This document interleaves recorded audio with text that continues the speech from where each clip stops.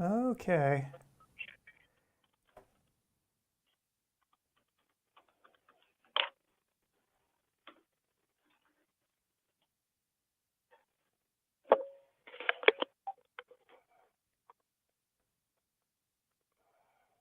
All righty.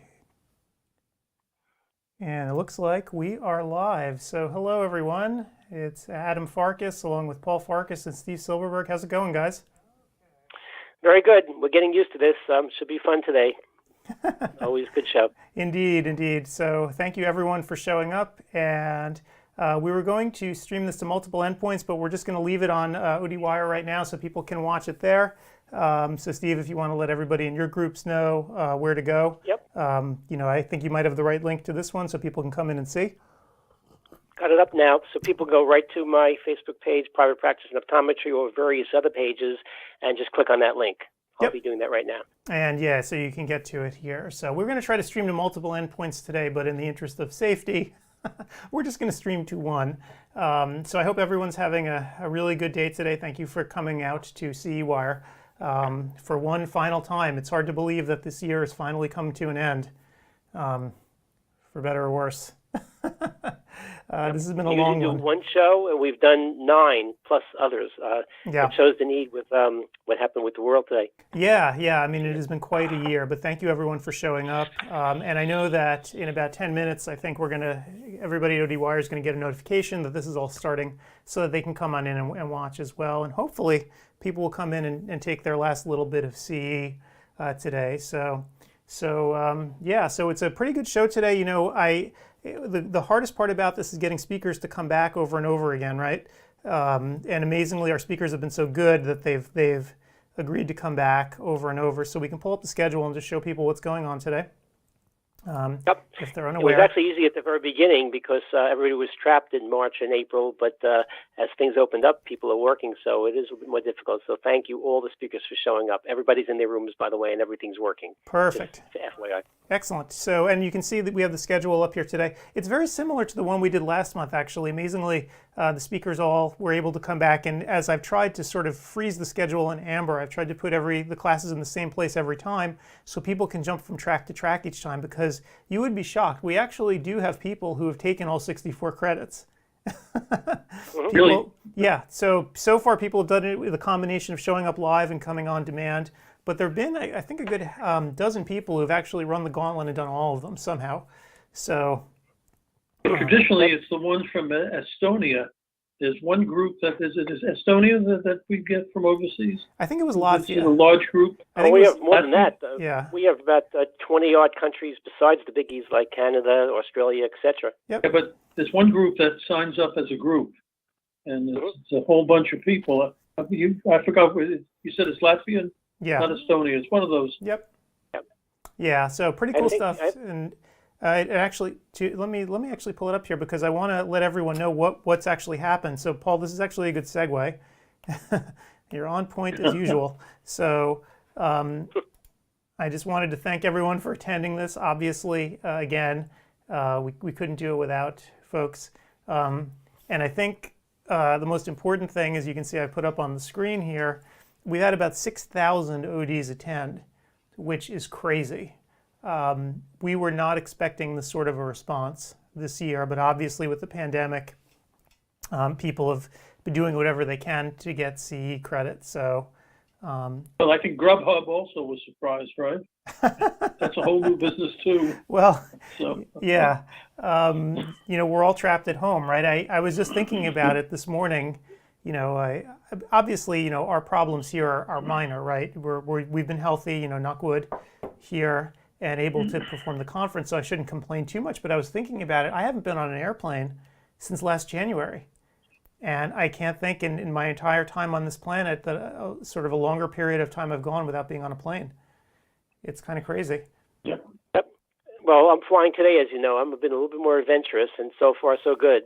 Mask, shield, staying away, and at the beginning the flights were easy. There were maybe 20 people on the flights, but now they're getting a little bit more challenging. So one more flight and I'll tell you whether I'm alive when I get 4 days later. Excuse me. Yeah, I'm definitely more risk averse than you are, Steve. I got a little guy here who if I died, that would be a disaster for him. So, when the kids are all out of the house, that's when I'll start taking risks again. Yep. I just don't like that my wife keeps on taking out more life insurance every time we fly. So anyway, so thank you everyone for attending here. We really couldn't do it without you. Again, today, as you're going, you'll notice that you can download the schedule, CEwire2020.com, click on courses, download printable course schedule, and there it is. And remember, you can't be in two places at once. In order to get your credits, sit through the lecture and watch the whole thing. So you just log in at CEwire2020.com, click where it says Session Lobby. You can see I actually put it up on the screen here. Click that, and it'll get you to all the classes and all the classrooms that are running today. So give that a shot. Again, as I mentioned, watch the entire lecture. Do not leave early or else you won't get credit, and make sure that your tracker number is in the system. I have a cute little video that should be running in between the classes showing you how to actually make sure your tracker number is in there. I'll run it here as well. And again, there's no quizzes required for now, at least until through June, I think Arbo was saying that this temporary thing is going to keep going. So. Yep. And we're still on after the live show today and tomorrow. We're still on the air on demand till the end of the year, so you can still take credits in that regard. It's not counted as live, but many states still allow it. So take your time. If your states allow some online credits, you can do it at your leisure. Yep. But you have to take a quiz. Right. Yes, you have to take a quiz. Yeah, you have to take a quiz if you do it on demand. So these are Arbo's rules, not our rules. We do what we're told. So, and speaking of doing what you're told, up on the screen you'll see that I put up Arbo CE credit reporting delays. So Arbo has fallen behind due to the pandemic and the sheer number of events that are going on, even small events where people are doing onesies and twosies. So Arbo's getting a little bit overwhelmed with getting credits in. So they're on a multiple week delay. So expect a bit of a reporting delay. And the best thing you can do if you're worried about your credits and where they are is if you go back to the CEwire homepage,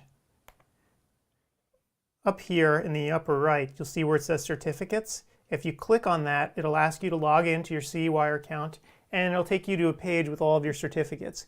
If your certificates are there, you know they're safe, right? They're safe with us. And that's the most important thing. Actually, as a COPE administrator, we're required to hold those certificates for a number of years. I forgot how many it was. I think it's like 5 years or something ridiculous. 5 years it is. Where we actually have to hold on to these things. So if you need proof and you need to come back anytime years later, we have them for you. So that's critical, right? Because especially with what's going on with Arbo's reporting right now, you want to make sure that your certificates are in our control panel and you can come back and get them whenever you need to. And then eventually Arbo will catch up. But in the interim, you could print these things out and show them to your board if you need to. So certificates, the green link right there, very, very important. Correct. And you also could, if you want to, you can send it into Arbo independently yourself by taking a screenshot, picture, whatever, but you don't really have to eventually. They're going to be inundated with a lot of work. They have a more skeleton staff to working from home, so they're affected by the virus just like everybody else is. They are doing the best they can. People don't realize that Arbo is not a large organization. They have very few full-time employees, and they have been impacted by this just as badly as anyone else. So, and it was Arbo actually who changed the rules, right? COPE allowed you to now take all your credits online. So kudos to them for doing it, because by making that change, they doomed themselves to these problems. But they did it because they know that the doctors needed it. So, it's very rare that one organization will take one for the team, but Arbo actually did in this case. They really hurt themselves in the way they run by allowing doctors to do what they're doing now. So I have nothing but respect for their bravery. Yep. Okay, you better summarize whatever you want to say, Ad, because it's now 11:14, or almost 11:14 Eastern time, and we have a guest speaker coming. Well, they're not here yet. Celebrated guest speaker. They are not here yet, so I can keep blabbing, I guess, until they show up. Just look, you should be there on time. Yep. So, it's Craig Thomas, so all we have to do is say, hi, Craig, and then just listen for 45 minutes and laugh. He's fantastic. He's got a lot to say, so hopefully he'll actually make it here. hopefully he got the right call-in number and so forth. But anyway, so before he comes though, I want to thank our sponsors immensely for helping us through this. Without sponsors, we couldn't actually pull this conference off. The cost to produce the conference, just to get that first lecture up, right, to go from planning to execution, it's incredibly expensive. So we needed to really lean on our sponsors this year to get us going and to actually redo the show over and over again, right? I mean, it was a challenge for us. Each time we do the show again, it's expensive, but we knew we needed to do it over and over again, so we really couldn't do it without the sponsors. So thank you for them for coming on. Well, thank you for us and letting all our participants get in for all these shows at no extra charge. Yep. So that part they got to thank us. Yep. Well, you know, I think it was the most reasonable thing to do considering the circumstances. Remember when we started in February, the pandemic was kind of just a minor thing. We didn't really know what was going to happen, and then as soon as the first CEwire was done, everything fell apart. And we were the only ones that were up and running with this kind of infrastructure that was ready to go and do these CE talks over and over again. So anywho, thank you again to our sponsors. And I can actually run through our discounts if Craig's not here yet. Happy to do so, letting everyone know what's going on, because a bunch of our sponsors have wanted to let everybody know about their year-end deals. Now, I guess the Section 179 is a pretty important thing. Because all the equipment vendors talk about it endlessly, so I guess people really are still taking advantage of it this year. Yep. So let me talk about it a little bit. So first and foremost, thank you to Marco. They've been with us since the beginning of this conference 6 years ago, and they're continuing on now. They actually support the live stream. You can see their little logo in the upper left-hand corner of the screen when we do our little live shtick. So Marco has a bunch of different offers, and I put them up on the screen so you can see. Up to $1,950 on lane equipment, $250 rebate on a slit lamp, $1,000 rebate on slit lamp and ion imaging. So ion is that little iPhone attachment that you can put onto the slit lamp to take pictures, and then it casts them out to a TV screen even, so you can show your patients. It's pretty neat. They also have financing offers, 6 months deferred payments, rates as low as 0%. They're also trying to reduce their inventory on their lane equipment. So, you know, you can go check out their entire panoply of things they have to offer in their booth and at their site. So thank you to Marco. So Optos, makers of wide field cameras, and they wanted me to remind you, you can see up on the screen, I have a picture of an Optos unit with an external screen. Now, Steve, I know you have one of these things. And I don't know, do you have the external screen like that with that little controller?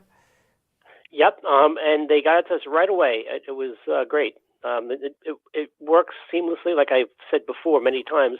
They never break, and it's just a fantastic device. And it saved my back from letting me play golf better than I ever would before. So great addition. And we always try to add the new stuff to Marco. We have a lot of old stuff also. So yeah, so you can sort of see on the screen, this allows people to be socially distant while they're doing it. And I think we had a guest come in. I heard the little beep. It's me. It's who? It's Dr. Craig Thomas. Oh, Craig Dr. Thomas, it is you. Okay, I thought you'd make a grander entrance. We're not on TV. I thought you'd make a grander entrance than that. No, he's wearing his grand entrance suit. There you go. You can't see. No, that's what I'm saying. We're not on TV. I got a robe and a slippers. Well, you know, it's funny you mentioned that, because people have asked me why didn't we set this up to do a Zoom meeting or whatever else, and I know just how sick everyone is of Zoom. No one wants to get dressed, right? I wouldn't be dressed right now if I didn't have to be. Well, I am not dressed. Okay. So, no.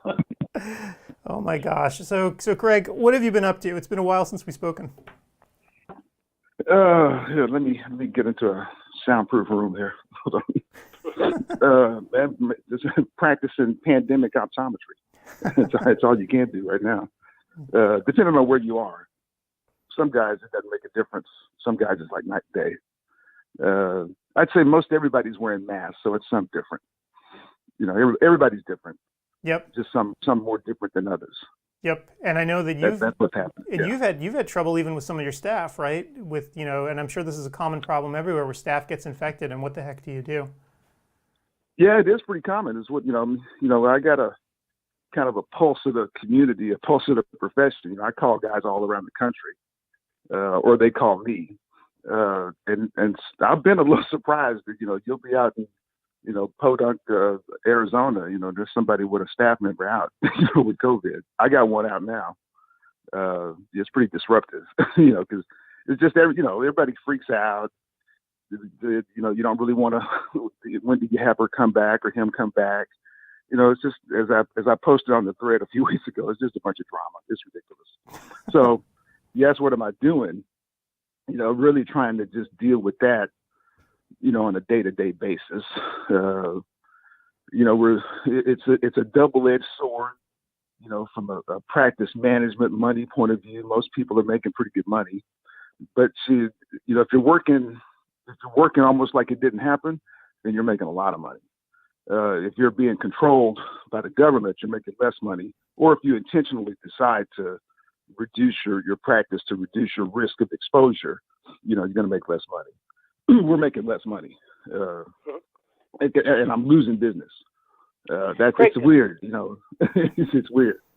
Craig, I'm curious in your state. Yeah. I know in my state, they actually had people come into the practices making sure they're wearing masks, making sure they're socially distant, etc.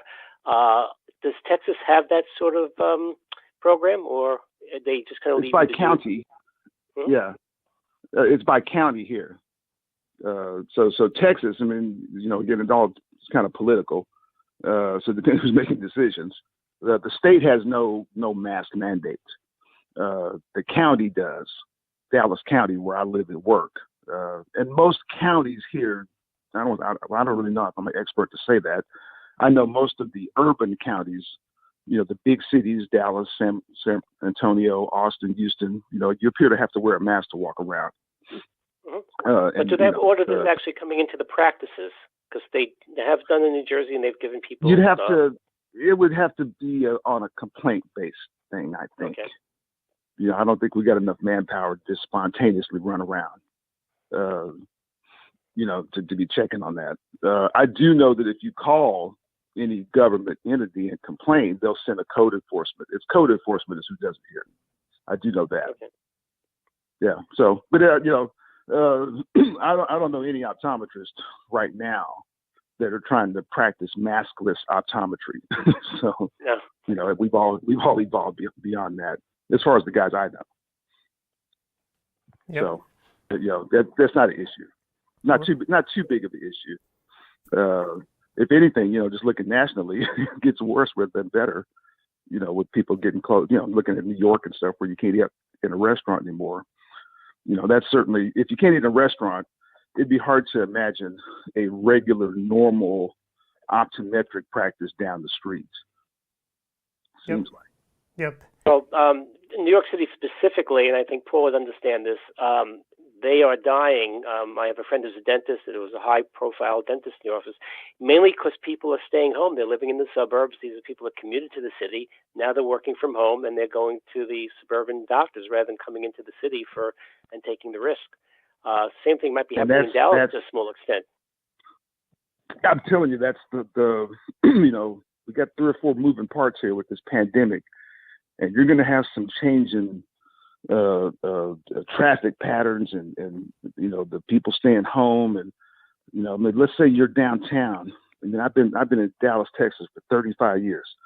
My daddy used to work downtown, and he used to go to this optometrist that had a little piddly. By today's standards, it's really comical. But I know this guy was down there printing money, just selling glasses, seeing all the executives. And there's still some guys that have practices like that. Man, that stuff's gone. It's gone. It is gone. You had a guy that might have been making, $800,000-$900,000 a year, working, seeing 10 patients a day. Just easy money. Regular old style. I asked Sue Resnick about, one of our practices is downtown. I asked Sue, and she said, yeah, there's less volume. However, they're making much, much more per dollar per visit from patients. They have all this disposable income, That's the second part of available. it. We're all making money right now. The guys that know how to do it, that are surviving, everybody's flush. You know, everybody I know, all the guys I call, all the guys that call me, everybody got plenty of money. Yep. Money's not the problem. Yeah. So people are adapting, which is a really good thing to hear, because I know at the outset of this, everyone was really concerned just about survival. So it's amazing how adaptable people really are. Well, as long as you don't get sick, that's the first hurdle. I mean, it can always strike you down, and until you get your shot, to me, you're still vulnerable. It'd be unfortunate to go. I try to lecture my staff. I said, look, we're almost there. We're probably be in the second wave getting the shot. We got another month or two to go. We done put up with this stuff all year, and everybody's survived. Nobody's lost any close relatives. We got through it almost. Let's not be silly at Christmas and forget. And they were all pretty good at Thanksgiving. They kept it at home, didn't go out and visit, no parties. We talked about it. I'm like, hey, don't get me sick. I'm gonna be pissed. I imagine they're going to give people, once you get your shot, they're going to give you some sort of card so you can prove to people that you're particularly safe. But it's still not clear whether you can give the virus to somebody else. So I don't know how that's going to affect the cocktail scene once they start opening up the bars again. I know once I get a shot, I'm gonna feel better. Yeah, exactly. We might get name tags made up, man. I've been shot. I mean, my feeling is that things not only aren't going to be normal for a long time, but probably not until June. I'm going to guess that this is going to be a really long winter and spring, and then by June, once enough of the population is vaccinated and this is kind of the big wave has passed, I think that's when things are finally going to get normal again. I saw that Apple said that they're going to be not going to be normal, but normal-ish. Yeah. So like I saw that Apple and a bunch of the large companies in Silicon Valley are planning to have their employees come back in June. So, if they're planning on that, that's kind of what they're thinking. So we'll see. I planned on doing laser surgery by now, but I'm still not doing it. Okay. We'll see. I'm telling you, man, the people I talk to, I got people, they're working from home. And it's not like I'm practicing in Silicon Valley. Right. If it's happening in my little podunk, train wreck practice, I know it's happening everywhere else. Yeah, I mean, for those of us on the West Coast, I mean, there's this work at home culture now where I don't know how this is going to change back. Like Portland, you hear about Portland on the news, which is a bunch of BS, but the reality is when you go to downtown Portland, as I have, it's just a ghost town, right? Because all the tech companies who are there and the marketing agencies and everything else, they're just working from home. And they've proven to themselves now that they can do it. So the question is going to be, what's going to happen after that? Is downtown Portland going to be fundamentally different? What's going to happen is that if they're 50 years old, they're going to get 2 nice pair of glasses. That's the first thing that's going to happen that affects us. Okay, if they got enough money, and everybody's seeing that. Man, we're selling all kind of blue blocker filters and the office progressives. I mean, it's easy money. It's like, hey, you need another pair of glasses. Okay. I like, hey, you're sitting at your office at home on that laptop 6 hours a day, right? Yeah. I said, it's hard on you. You want to keep suffering, or you want to spend $400 to get a nice pair of glasses. Okay. So I've been able to do that pretty easy. When you get the right patient. And again, if I'm doing it, I know everybody else is. And I'm talking to everybody, and everybody else is. I'm learning from them. I called one of my young optometrists. I went to visit him on my day off. I walked in there, and he had some stuff on the counter. I go, hey, man, what is this? And he goes, oh, man, that's the new anti-fog lenses. We get this from Eagle Optical or something. I go, what are you talking about? Anti-fog? I never heard of that. He goes, oh, man, we're selling these things like potato chips. And I'm like, what? I'm like, see, I wouldn't even known that if I hadn't gone out for a visit. So, you can take it, I don't want to say take advantage of people, during the pandemic. Yeah, but you got to take advantage, you got to. Well, the thing is, I mean, people have disposable income because there's nothing else to do. I mean, we see it here, right? You can't go to a restaurant, you can't go to a show, you can't do anything. They're not doing that. They're not spending $10 a day at the Subway shop. They're not doing this. They're not doing that. What they are doing is sitting at the computer 12 hours a day. Yep. So, Craig, what's your feeling on California? They made an initial ruling, I believe, where ODs might be able to do the injections themselves. Maybe you'll have a buy one, get one free. Get the injection and I mean, I'd have, as modern as I am, I have never given an injection. It doesn't look hard because people that have low levels of training do it. I have no training other than you reading a book or watching a video. I'd like to spend 3 hours somebody showing me how to do it before I do it. Sure. Other than that, I mean, injections, the hard part, I mean, we were talking about the vaccination and will this be in offices and stuff. The hard part isn't sort of the injection, right? That's easy. Anybody can do that. The storage and just having to deal with the nonsense is really difficult for certain products. Yeah, I don't really you just don't want to deal with it. I mean, how did I start this conversation? I'm losing business. Yep. Okay. I'm a restaurant in New York City, Steve. That's all I am. Well, okay. What's the difference? What's the difference? I'm in Dallas, Texas. There's a 1.5 million people here. We had 800 cases yesterday, 30 deaths. They're bringing refrigerated trucks into Fort Worth to hold the morgue bodies. Okay, it's out of control. Okay, so the last thing I'm trying to do is see 50 patients a day, and have my associates see 50 patients a day, and have my partner see 50 patients. So that's the last thing I'm trying to do. So I'm a restaurant that's designed to make money. Where if I got 25 tables, man, I got to have 20 of them full. I'm a restaurant. That last five's profit. There's no way in hell I'm making any money with 10 tables. I mean, there's no way. I can have carry out, curbside, whatever. I ain't selling no alcohol. Okay, so I'm a restaurant that's got 50% capacity, and right now everybody's buying, bone-in fillets and lobster thermidor, and 3 bottles of wine. That's right now, so it's all good. I figured it out. We're okay, but I'd rather just be full. And I ain't gonna be full till next year, maybe. One of the challenges we had in our office is that not so much in the professional end, but in the optical end, the staff complains all the time because people want to take off their masks. They want to put on 17 pairs of glasses, which you all have to clean. Are you finding the same challenges in at least the optical part? Well, no, there'll be no mask taken off in my office. So that's the first thing.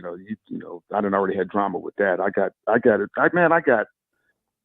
investigated. What's the correct terminology?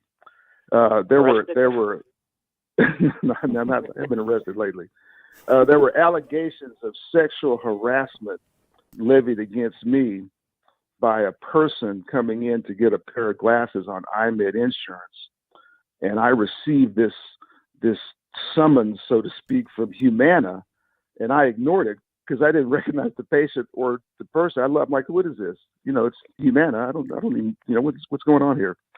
And so it was just a fiasco because the lady came in with a mask that was made of cloth, and I was like, hey, you can't wear that in here. I said, you could put this surgical mask on, or you can get out of here. And I didn't say it real nice after the first time because I said it nice the first time, and she says, I got a mask. And I go, ma'am, that mask's not going to protect me. I said, that's like a paper mask. That's a play mask. And she's like, who are you talking about? I said, here, because she was, and then second day, she was there with her brother and her son to pick up glasses. So now I had 3 people in the office for a patient I hadn't even examined. I'm like, hey, I'm not down with any of this. Y'all got these play masks on. I got 3 people in the office to pick up a pair of glasses on some iMed on a person I didn't even examine. You walked in here with a prescription. So I said, here, take this off, put this on. I was actually up front.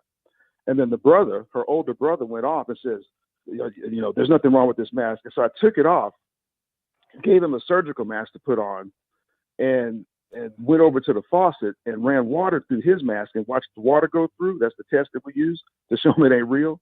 And I said, look, man, the water went right through this mask. It's like the virus is going to go right through it if you got it. I said, just, here, take the mask and go sit down. And so then that was the encounter. And it was very, very, that was a nasty encounter. When the lady came back to pick up her glasses, she fell out of a chair because she weighed 400 pounds.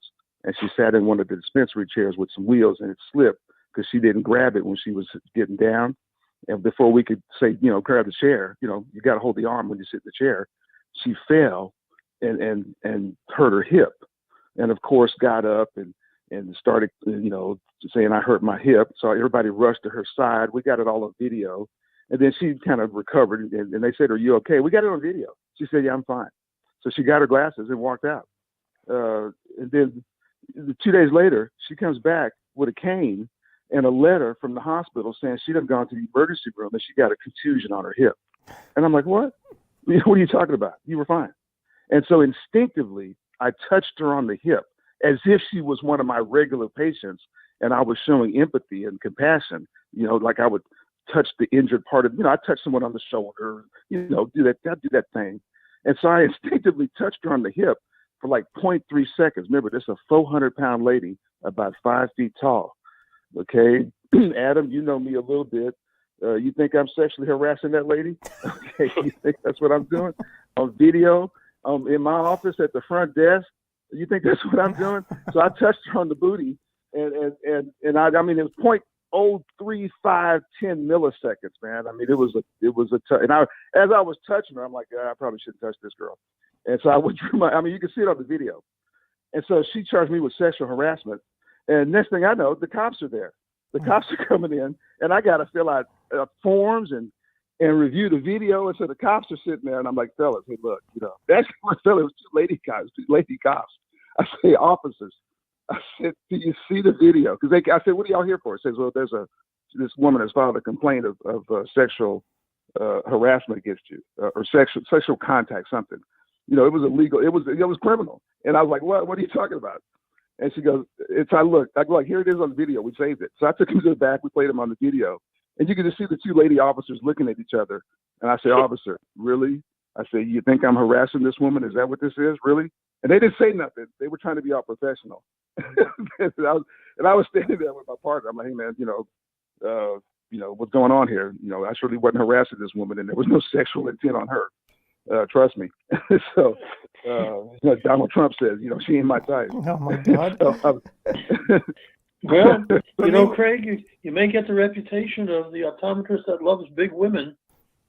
No, you need this like you need a. You may get a lineup of big ladies. The thing is, though, you need this like you need a hole in the head during a global pandemic. Oh, right? Yeah. So I had to respond. I actually had to respond to the chief medical officer of Humana.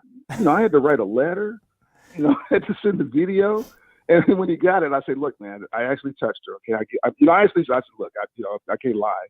I said I actually physically touched her hip with my hand. Okay, it's on the video. I did it. All right, I'm guilty."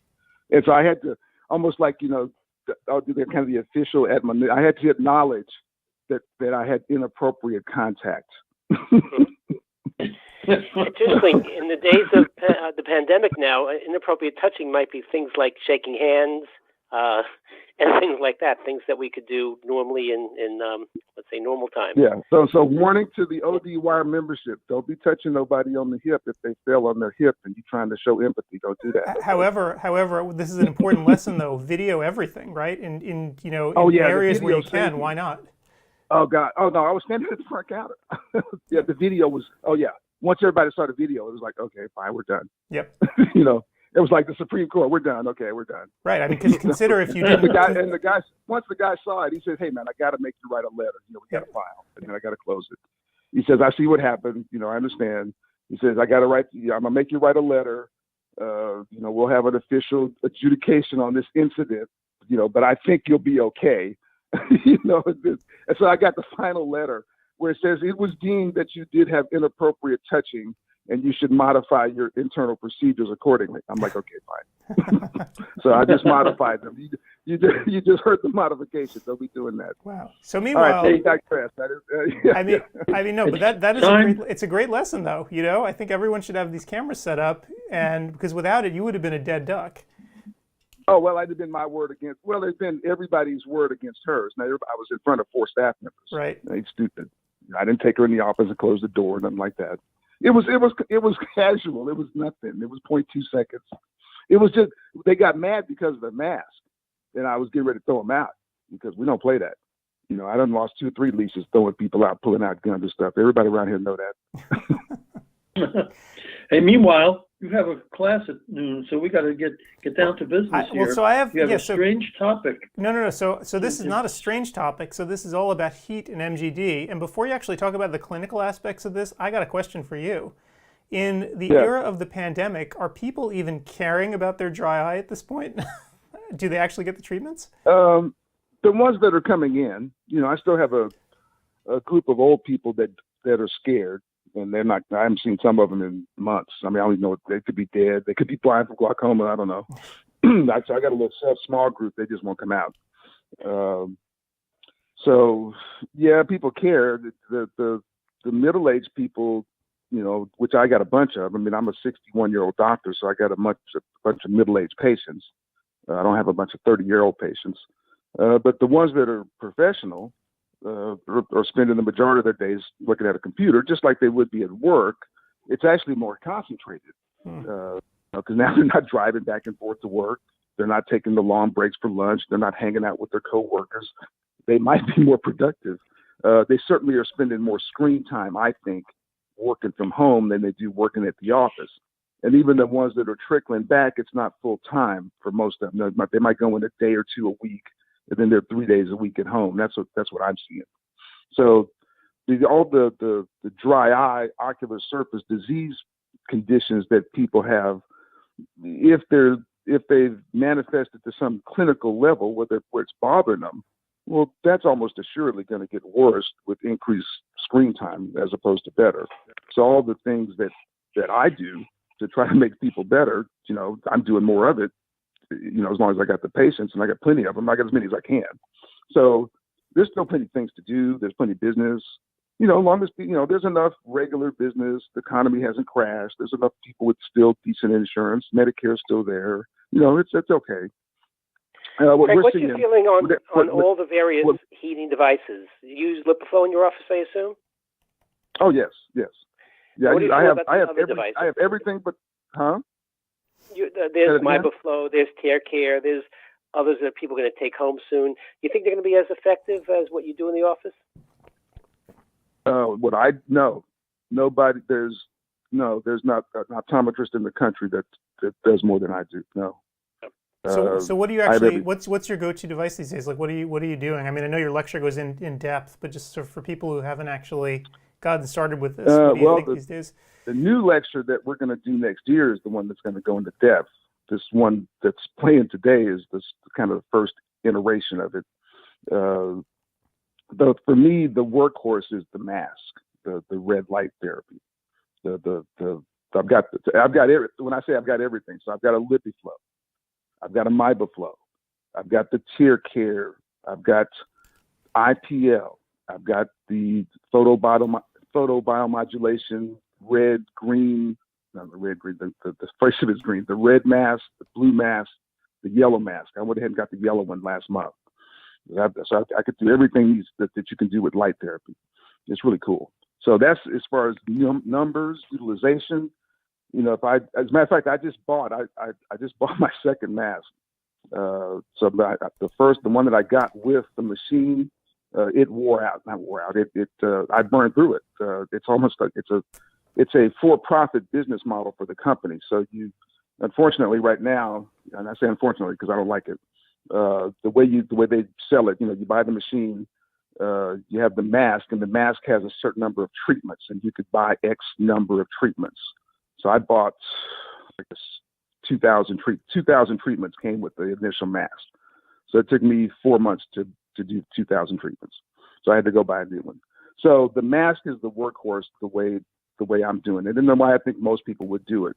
And again, that's with, you know, let's say you have somebody with bad meibomian gland dysfunction. You know, they got atrophy. It's terrible. Some 38-year-old lady been working on computers for 15 years. To me, everybody's got patients like that. She got plenty of money. She got good insurance. Okay, so you could do whatever she wants to do. If I was just going to fix her, you know, like time and money meant nothing. So I would start off by cleaning the eyelids, get the bacterial biofilm off the lids. Do that with some kind of electromechanical device like a BlephX. If you didn't have that, use a spatula and scrape it. Get it started. If you could do the new lids thing. Maybe I'm not really into that too much. To me, I'd rather me do it than the patient do it. But you clean the lid margin to get started. You assume by definition that the glands are that the person has meibomian gland dysfunction. So by definition, the meibum inside the glands is all thick and the glands are clogged up, or they wouldn't have been messed up. So to me, before you can start any kind of recovery process, any kind of healing, you've got to evacuate the glands with whatever the best technology that you have is. The best technology for evacuating the glands is a lipid flow. If you don't have a lipid flow, then the second best is you grabbing some meibomian gland compressor forceps, numbing up the eyelids with a drop of Alkade and going at it, which is what I did up until this year. So there's absolutely nothing wrong with it. It just takes time, and you got to do it. To me, the advantage of the lipid flow is I don't have to do any work, and it's probably better. The negative is it's expensive technology, and you've got to spend money to use it. So that's going to limit it. But the prices have changed to where, to me, it's now acceptable, and I could deal with the price points involved, and that's why I bought one this year. So to me, I think everybody said, to me, if you got, to me right now, okay, it's easy to get this money. So these companies giving the money away. It's easy. I got that lipid flow. I think I've got interest only for 6 or 12 months, and I don't have to make a payment for 18 months. It was crazy. I'm like, yeah, fine, I'll take it. I've almost already paid for it. Yep. And I never really made a payment. Well, what's interesting, it's insane. I remember my former practice was the first one to have lipid flow in New York, and it cost a bundle, and most optometrists just couldn't afford the price of it. And of course, it required patients to be able to pay for these treatments, and it's ongoing. Apparently, you have to come back every 6 months. Yeah, they priced themselves out of the market. Well, it took them years to figure that out, and it's still expensive. But now a regular optometrist can cash flow it now. That's my opinion, and that's why I bought one. So, Craig, I put up on the screen. I put up on the screen so everyone can see. You're getting these newer products now too, right? Like TearCare, that were literally an order of magnitude cheaper, right? Yeah, see, I bought my TearCare, man. It was like $2,500. Yeah. Like, okay, fine. Right. Yeah. I mean, it's almost you could take a flyer on it and just it test wasn't $30,000. Yep. Yeah. Yeah, I could. Yeah, I'm like, hey, I got the TearCare because all the articles I read, when I was doing my research for all these courses, the TearCare gets real hot. It's real localized, real hot. So it's like it gets, if somehow you think temperature is your variable that needs to be manipulated. If I got a patient where I did a lipid flow and all this and all that, 6 months in, we're still not getting it, I might go last gasp, with the TearCare. So I'd admit it's not what I'm doing first, but I got it. The price, I got enough money to where I bought it. Okay. So and for the optometrists who can't afford it, Craig, you should address the consumables. They were real expensive for LipiFlow at the very beginning to actually do the treatment. Now it's come down, but something like TearCare has essentially no consumables, real cheap. No, the TearCare is really expensive consumables. That's the deal. They're all everything but the MibaFlow has consumables.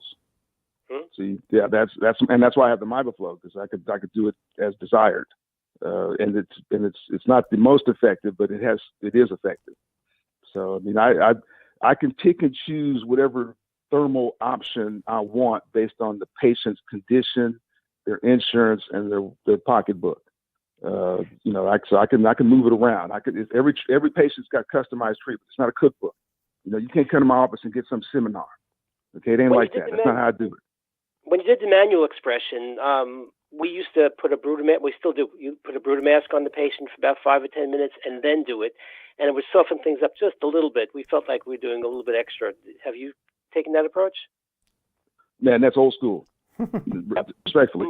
Okay. I'm 5 years old. Yeah, I took that approach. Yes, I took that approach 6 years ago. Yes, I did. Okay. I've said it 12 times. I was like a space shuttle. Okay. I'm not trying to do that. I don't want to do nothing. I want to talk to them and get the money. Okay. My staff can express the glands with the LipiFlow or the MibaFlow.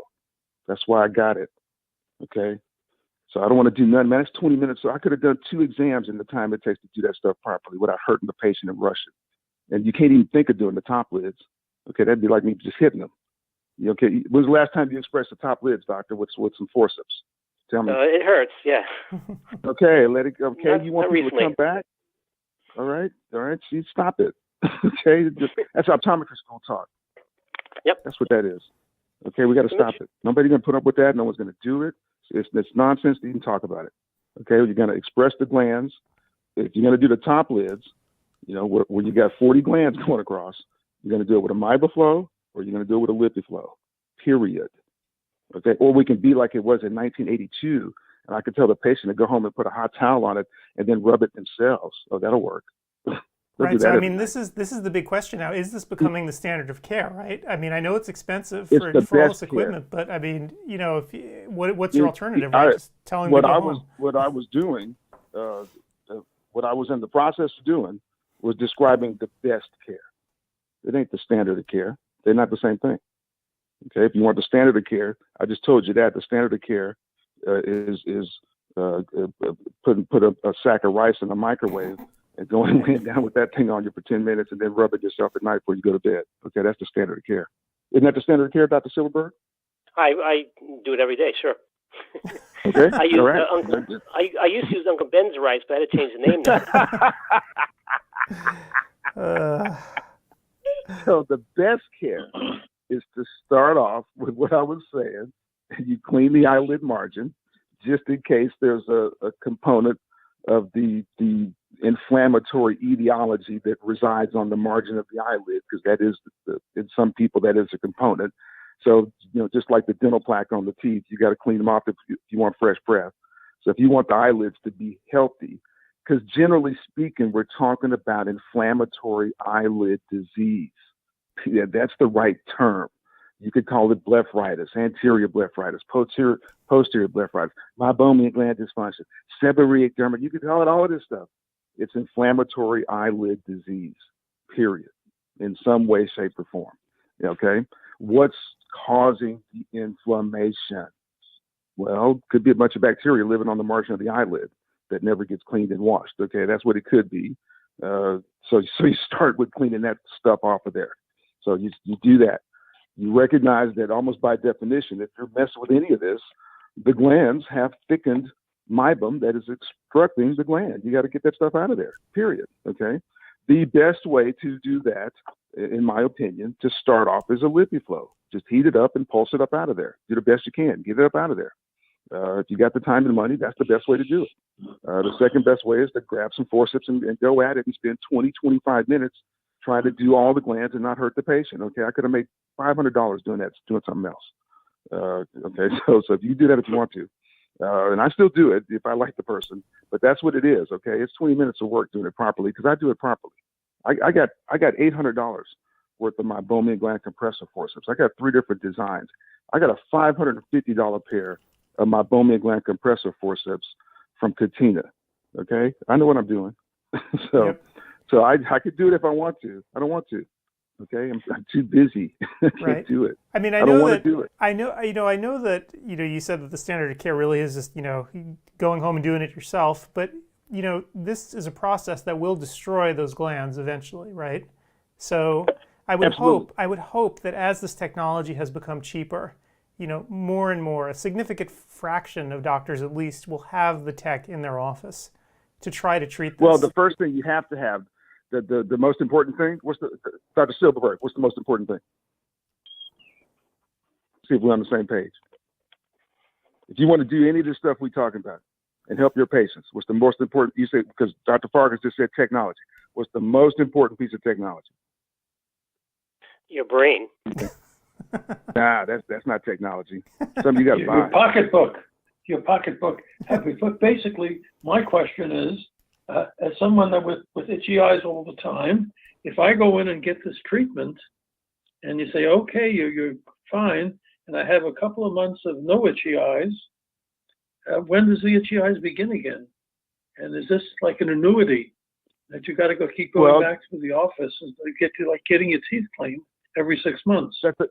That's the excellent analogy, and that's the one that I use all the time because it's the correct analogy, and people already understand it because the dental profession has already instilled it in the population. So just hitch a ride to that thing, just jump on the bandwagon. So I use that all the time. Right. The answer to my question that y'all didn't get, you got to have a meibographer. Okay, if you don't have a meibographer in your office where you can image the meibomian glands and show the patient what's going on, it's hard to do any of this stuff. You shouldn't buy a LipiFlow before you get a meibographer. You shouldn't get any kind of tear care before you get a meibographer. Okay, you got to have a meibographer. That's the first piece of technoloology because everything flows from that. Use the LipiFlow one or Keratograph? No. I tried that one. It's too big. It's too big. I mean, I don't want to say bad stuff. It's fine. I mean, they sell them. There's nothing wrong with it. It's a large footprint. Okay. I use I just got an Oculus, so I've been waiting on the pricing of things to come down and all the features to get modernized. So, it's been around for years, but I went ahead and because I'm going all in for next year on the ocular surface disease thing. So I figured the Oculus was a nice kind of adjunct to have. I mean, I've been practicing 37 years without it, so obviously I can do the job without that. But I got that coming in, so I'll be able to do my biography with that, and I'm gonna set that up in my pre-test, and I'm gonna replace the machine I've got now, which is the Topcon, the Topcon topographer, my biographer. And the only reason I'm replacing it because I'm mad at the Topcon guys because we're starting to run out of data space on it, and it's only 3 years old. And I'm like, come on, man, the thing's 3 years old, and I'm already messing with it. So I'm like, okay, fine. I'm not gonna jack around with this thing. I got to have topography. I can't have any days where my technology's down and I don't have the ability to do stuff. So I'm gonna get that Oculus, stick it in the pretest, and I'll bubble wrap that Topcon machine and stick it in the garage with my other stuff. So I'll have that, and I'm debating. I done spent like $350,000 the past 3 months doing stuff. So I got one last lease that I'm debating whether I replace my 4 slit lamps in the 4 rooms that I haven't upgraded my slit lamps with this new Telscreen. They got some brand new, I've been talking with Pat down there. They got some brand new top of the line NASA Star Trek crystal imaging thing, man. He's I said, well, I want to look at it before I buy it. He said, well, it's brand new. You'll be the second one. I'm like, well, how much is it? Oh, it's $20,000. I'm like, hey, man, that's a lot. I can't even look at it. He said, man, this thing's like a laser beam. He said, you can write your name in the stars with this camera. And I'm like, okay. So I'm debating whether I'm going to get 4 of those things because I just got this Claris, and that thing was like $60,000. But they did a Claris demo, that retinal imaging from Zeiss. That thing was outrageous. I had to take my jaw off the floor. It's an amazing piece of equipment, actually. Since you brought it up, I got to actually bring it up. Zeiss is a sponsor of this conference, and the Claris just has some unbelievable output. I'm putting it up on the screen right now so people can see it. I'm trying to control myself. It was like, wow. I'm serious. It'll make you stop and go, ooh. I don't think I'm going to do ophthalmoscopy again. There's no way I could see what this machine is showing me with an ophthalmoscope. It's impossible. Yeah, it's amazing. It's not necessary. What a segue. Yeah. You have a segue with the Zeiss person coming on in another 15 minutes or so. So we're going to learn even more about it. I was mad at him because to me it was too expensive. I had all kind of Zeiss stuff, and I was like, man, I've been buying stuff from you guys for 25 years. I'm tired of it. It's always expensive. Corporate guys are hard to deal with. That's when I went over to OptoView with my OCT. I was like, okay, I'm done with these guys. I'm done. They had me for a long time, and it was a good relationship. I don't want to say bad stuff. They got good technology. For the OCT thing, I thought at the time, and still do, I thought that OptoView stuff was pretty cool, and that's what I use. So I kind of written them off. I'm like, okay, I'm never going to buy another piece of Zeiss technology the rest of my career. I'm old. I don't need nothing else. I got cameras in my garage. What do I need a camera for? So before you go to your class, just like to me, ocular surface disease is going to be a focal point for me going forward. Diabetes, man, I see 10, 12 people a day with diabetes. Yep. This thing. You got anybody with diabetes? Oh, geez, it's incredible. Yeah, so I have pictures up of a couple of the scans right now from the Claris, and it really is unbelievable. It's unbelievable. It's the kind of thing you could frame and put up on the wall because it almost looks like a piece of artwork. Yes, it's like art. Yeah, it's like art. And you can get 80% of it through an undilated pupil. I did a demo with it, and I called in some ringers, to where I wanted to see what it would show, where I knew they had stuff, and I was like, okay, yeah, go find this, And I was like, come on, because I had a bunch of them. I called in like 15 people. I was running them like cattle, so I'm like, because I wasn't trying to dilate them. I said, hey, man, show me what this machine will do. And so the majority of them weren't dilated. And then since he was there all day, I did some of my patients that, I was just working on. They were all dilated. The ones that were dilated, it's like you're looking through the Hubble telescope. I was like, wow. I'm just sitting there just staring at it. I was calling I'm like, Mike, come look at this. Come look at this image. It was incredible. It was stunning.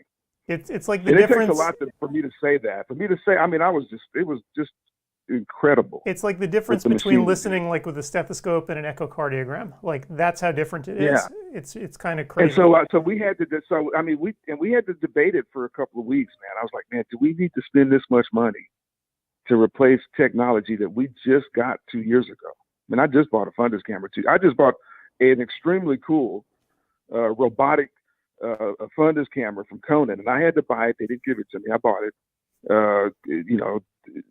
Where you just hit a button and it takes a picture. You know what I mean? You sit the patient down. That Nexi camera they got. Mm-hmm. I'm like, man, this thing's the bomb. I just sit out. We got it up in the pre-test. It's like doing auto-fracture. They just sit there, boom, hit a button. The patient, the technician does nothing. It's totally robotic. Boom. Okay. But to do that, I don't want to say I'm getting much more than I had. I'm getting a 45-degree shot, the posterior pole. I'm getting the disc. I'm getting the mag. I'm getting the regular, standard image that you would get from a regular fundus camera from 30 years ago. And it's 10 times easier and simpler than it was, and it wasn't that expensive. So that's what I've been using. And then I've got an Anitas, where I can go out to 110 degrees and do all that multispectral imaging. So I've got 2 fundus cameras in the office. And I'm like, man, do I need to spend this much money on a fundus camera when I got 2 fundus cameras in the office? And I just did. And I'm going to put them 2 cameras in bubble wrap. I'm deciding if I'm going to sell them or give them away. You've got a class coming up in another minute or just about now. now. Really? Could you give us all right. Could we just get a quick summary for your approach to dry eyes? Is it going to be something that the assistants are going to be doing most of the heavy lifting? And is it going to end up being a concierge part of your practice? Or will insurance pay for it? And that you can really get a bottom line using assistance plus insurance? Or people are going to have to go into their own pockets? The answer is that the first question is yes, it's going to be a strong emphasis because most of us are seeing our eyeglasses business go online. So if you got some of that, fine, but you're going to lose it. So this is the way to keep your volume and business up. As far as the business model, this type of treatment can be delivered various ways. You can do it as a cash business. You can do it primarily as an insurance business. Whenever I do procedures like the LipiFlow or tear care, because disposables are so high, I just can't absorb the loss, so people got to pay for that. With the photobiomodulation, the mass therapy, the IPL, the disposables are manageable to where if I had to, I can provide the service as a visit, as part of an office visit. So whatever your office visit charge is, 80, 90, 100, 120, whatever it is, you could provide that therapy within the context of that visit of delivering treatment and still be profitable. It'd probably be better to charge cash, but would it be in a part of the country where people don't have cash? I don't think you could charge $900, in Tupelo, Mississippi, a whole bunch of times. If you got a practice that's 50% Medicaid, I don't think you can go with that. If you got a practice full of old people with no money, I don't think you could do that. So you'd have to go with an insurance-based model, which is what I do. And then whenever I deploy the technologies that have expensive disposables, then people got to pay for it, or we don't do that. Yep. All right, so Craig, we got to let you go because you have your class now. So we don't want to be you don't want to be truant. So hang on. Right. So go on in there and good luck. And hopefully, maybe you could stop by tomorrow and talk to us again. Okay. All right. Yeah, cool. I got distracted there for a minute. All right. Later. Catch you later, Craig. You got a long walk to your class, so it takes time. Yeah. I checked out the traffic. It's okay though. All right. Catch you later, Craig. Cool. All right, man. Thanks. Bye-bye. Bye. All right. I think we could always have the Craig Thomas show for 6 hours and not miss a beat and still keep it interesting. He is fantastic, and he's always got good insights. He gives you takeaway, practical stuff. Yep. Not pie in the sky, so that part's good. I have a high-tech practice, had a high-tech practice, and we would always buy the newest, best equipment. But he's unbelievable because once you make a purchase of, it could be an OCT, it could be a wide field camera, you can't get the next thing up the line. You just can't get you can't get an iPhone 3, 4, 5, 6, 7, 8, 9, 10, 11, 12. People just wait. But he's amazing, and I don't think he just wants to give his patients the best care, and he doesn't care about the expense, which is it's great. Yep. Great testimonial for him. I mean, I'm kind of wondering what his garage must look like. I'm really curious now because I mean, this stuff is not small, so he's got probably like a museum or something going on in there. He might be competitive with Leo Hadley. He better watch out. Oh my gosh. So meanwhile, we have lectures coming up right now. That's why Craig had to run. Let me just show everyone what's happening. So right now, Craig's lecture is all about what we just talked about, clearing out those glands. And at the same time, we got Clark Chang and Biran Megpara talking about corneal transplants. And Ben Kinsella is doing his narcotics lecture. And Maurice Wilson is talking about, again, wide field imagery, which is, again, what we were just talking about as well. So a panoply of topics at this hour. Yeah, remarkable. Just the choice of four lanes with stars in each of them. Yep. Amazing. So we're going to be coming up with our Zeiss representative in the next 10 minutes. Yeah, Ben Turley should be here to talk to us all about what's going on with Zeiss. But before we get to Ben then, since we have a few minutes before I got interrupted before. Interrupted by our talk here. So let me go back then. And where was I? Okay, so going through our sponsors. So Conan Medical, they also have deals today. So they make things like the Retneval ERG unit and the iConnect pupillometer. So check out their booth for their latest deals. We're going to be speaking to someone from Conan Medical later, to Ian, I believe, will be coming on. But he told me that they have some gently used demos. So the Color DX CCD HD, the demo price is $2,500. That's 50% off their show special.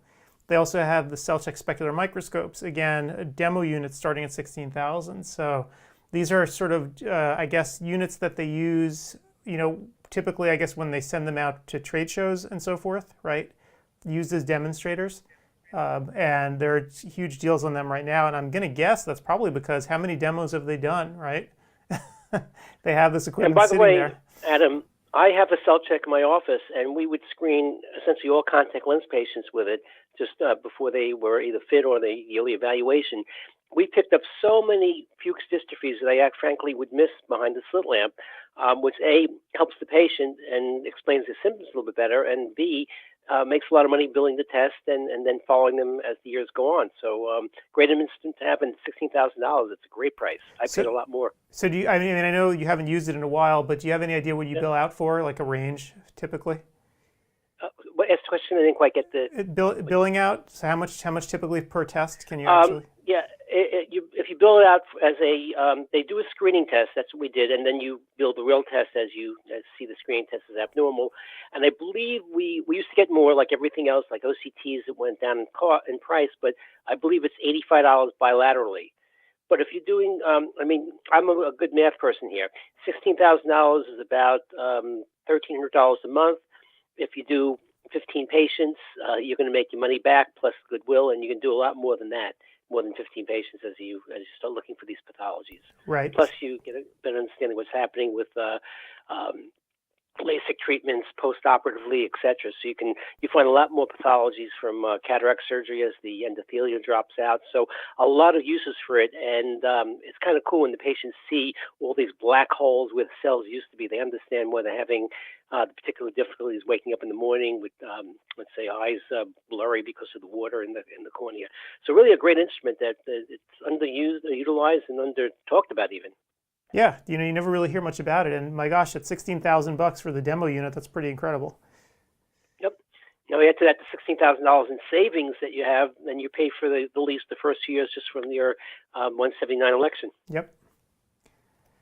Okay, and MacuHealth, they also have a new updated list for us in terms of discounts at the show and show specials. So again, this is a supplement which has the 3 critical carotenoids, and we're going to actually be talking to Jim Stringham.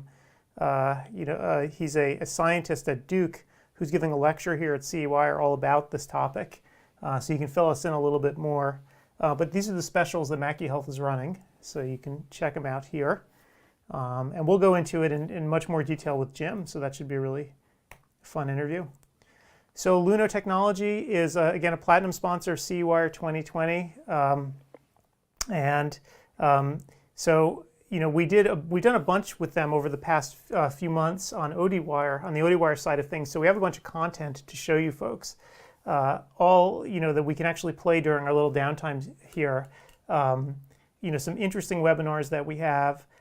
We have a really cool talk that we just did. It was a while ago, an interview with a woman, Dr. Rasa, who set up 11 cold starts in Chicago. 11 over the course of 3 years.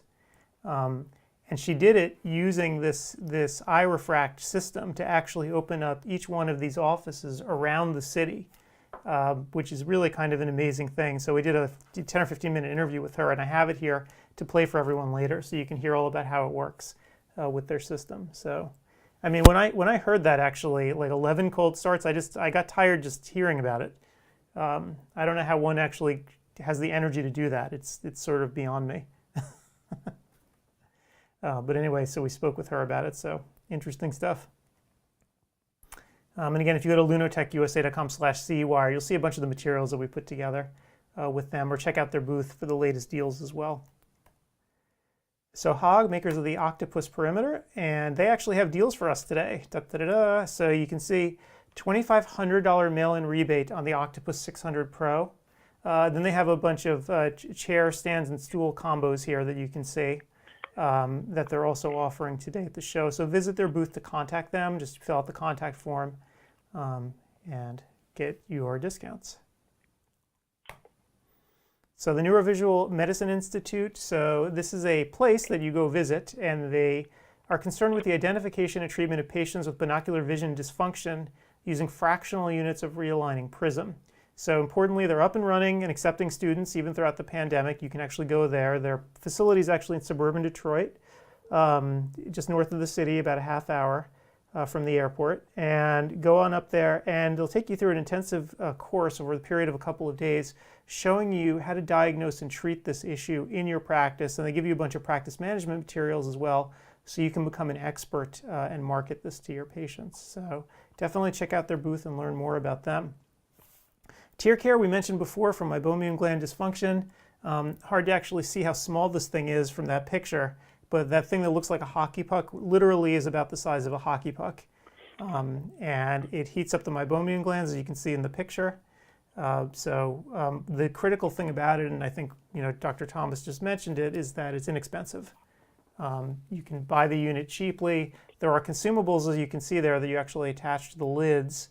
But again, unless you are using it a lot, you're not going to pay for that many consumables. So I guess and you price it. Yep. You price it at them so that your consumables are included in the cost. Yep. So it's very easy to make a profit with it, and it's good for the beginning practitioner who doesn't want to purchase LipiFlow at the very beginning. They feel more comfortable doing it, and then they can go up the line. But a good initial device to use. Yep, and my understanding is that it doesn't hurt. It actually feels quite nice. Someone has compared it to like a little spa treatment. I know the one doctor set up a little quiet, dark room that people go into with relaxing music while the procedure is being done. So sort of a spa-like environment. So that was kind of a neat thing. So check it out at TearCare. So VTI, makers of the Natural View contact lens. So this is a multifocal daily specialty lens. And people obviously are using it as a multifocal, but it's also being used for myopia management. And Steve, I know you've used it that way before as well. Yes, we started out using it, I'd say about 2 years ago. Its profile is actually better than some of the other products on the market for myopia control, with the way it focuses the image to make the eye not grow. So we use a regular multifocal, but its use for myopia control is fantastic, and I'd recommend it. Yep, so check them out. Zeiss, we were just showing some literally eye-popping pictures of Claris a second ago. I don't know if we can pull those up again, just to show people what their technology looks like, and the output from this camera is kind of amazing. So Zeiss also makes things obviously like OCTs, like the Cirrus OCT, and we're going to actually be speaking to Zeiss as soon as they call in to see what's going on with the company. They have been incredibly helpful throughout the pandemic. They've been providing an unbelievable amount of educational material and webinars and putting on virtual events, doing whatever they can to try to help practitioners. And they created these shields as well, these breath shields that you can put on slit lamps right from the get-go, maybe about a month or two into the pandemic, where they were giving these things away for free so people could protect themselves. And those, and they didn't just work with Zeiss slit lamps, they'd work with just about any kind. So it was really a nice thing for them that they went and did that. We got it within 3 weeks. Fantastic. Yep. So, I really going to see what's going to happen with students when they, let's say 5-10 years from now, when all the universities have these wide field imaging systems, which probably even be better. Will they ever be able to go into the countryside and do ophthalmoscopy if they don't have a wide field imaging system? We get so used to it. I think that, for example, Paul, you could comment. I don't think the average student graduating knows retinoscopy that well at this point in time with autorefraction. Absolutely. I wonder what's going to happen, but it's something that, I mean, it's fantastic. I mean, these images are great, and you can have somebody walk in your office and diagnose retinal detachment before even seeing the person, without even dialing them in most cases.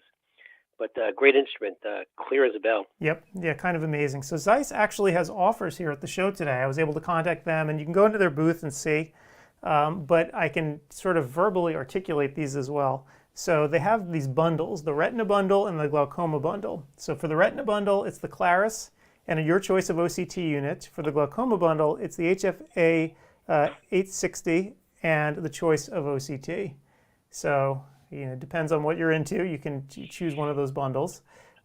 Special trade-in discounts as well for people looking to upgrade their OCT units and looking to upgrade their fundus cameras. So again, if you don't want to bubble wrap your camera and throw it in the garage, as Dr. Thomas was about to do, Zeiss does accept trade-in discounts. So, you know, definitely check it out. So I don't know too many people who actually just throw their stuff into the garage. I would think most people, especially for a piece of equipment like that, would just trade it.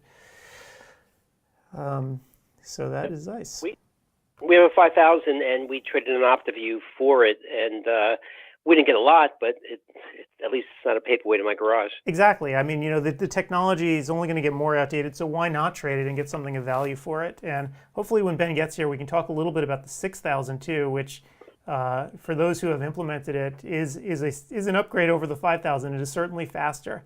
If you've ever had a chance to actually use one, it's kind of amazing actually how fast it is. Tech just keeps marching forward. Don't make me feel bad. Sorry.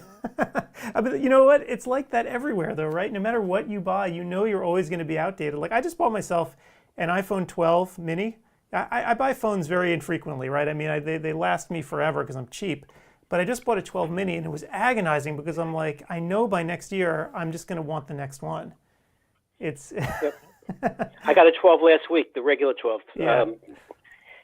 There was some challenge with it, setting it up. Well, I'm sure we could talk offline, but we're not going to plug Apple products now. Yeah, but I mean, it's the same thing, right? So these advances year over year, if you always wait, you're never going to get anything. So, you know, buy what you need and then go forward. So, exactly. AB Max, again, Craig, I think, mentioned this product as well. You know, this idea of this sort of a roto-rooter, get rid of all the nasty junk on the lid margins. But his point was well taken in that you have to do this first before doing anything else, before doing the LipiFlow, MiPaFlow, tear care, etc. You want to get all that scuff off the lids. And we've been doing this for about 5-6 years with devices like this or the original one, which this is much better than. And it's a necessary evil to do this at the beginning. It's a tickle also. It's not a spot tickle. It doesn't hurt, but and very easy to do. You can even teach your staff to do it. Yep, and in fact, I was going to show you this thing. So they actually train staff now via Zoom in the era of the pandemic and give you a virtual certificate like this that you can print out and put up on the wall. So very easy to use. Check out their booth for what the deals they have going are. They always have, you know, interesting deals, even trade-in deals, in fact, on the original first-generation device if you might have in your office. And the reason you might want to trade, not only is this tech better and newer, but the consumables are way, way cheaper. I think like 50% cheaper when I last checked. So if you use it a lot, definitely worthwhile. Okay, so NeuroLens, so they make a device to measure misalignment between the eyes, and then they create custom lenses with contoured prism based on the output of the instrument that you see on the screen right now. So really cool tech. It's hard to actually get a sense of how big that is. It's got a very small footprint. And the test is very easy and actually kind of amusing to do, star fields and so forth. So they wanted to let everyone know that you can take advantage of Section 179 tax benefits, deferred payments for 6 months, and a $500 lab credit when 10 NeuroLens pairs are dispensed in a month, right? So if you do a certain volume with them of lenses, they'll issue you lab credit back. So if you want to become a provider, you can see the URL up on the screen right now, hs.neurolenses.com/become a provider. And you can get on board with them or go to their booth and drop them a line.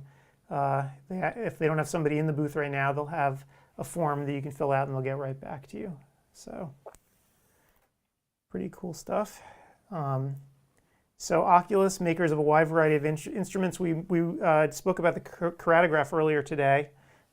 So that's one of their many instruments, and they've been a sponsor of this conference from the very beginning. So thank you to Oculus for taking part.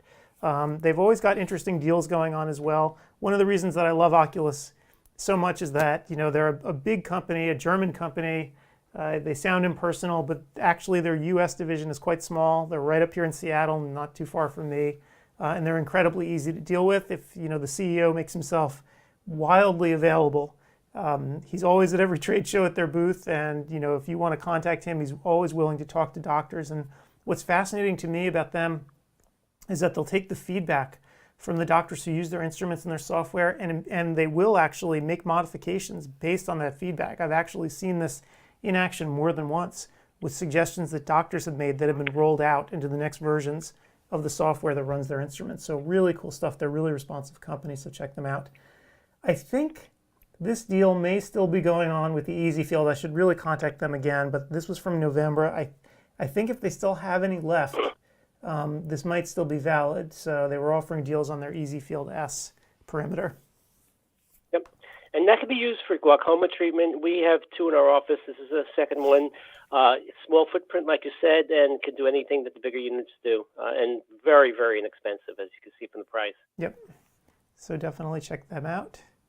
And Science-Based Health, makers of the Hydro Eye supplement for dry eye. And again, as their name implies, they create their formulation based on the latest science of dry eye. So they're constantly doing research. Zach Denning with the company is an expert on all of the latest research. And if you ever wanted to talk to someone about the latest clinical studies around dry eye, he's the guy to talk to, because they will modify their formula over time based on what the latest science is showing. So pretty cool stuff. Definitely check out their booth. And if you're looking for a dry eye supplement, this is probably one to go look at. You know, it's good for the patient, good for your practice as well.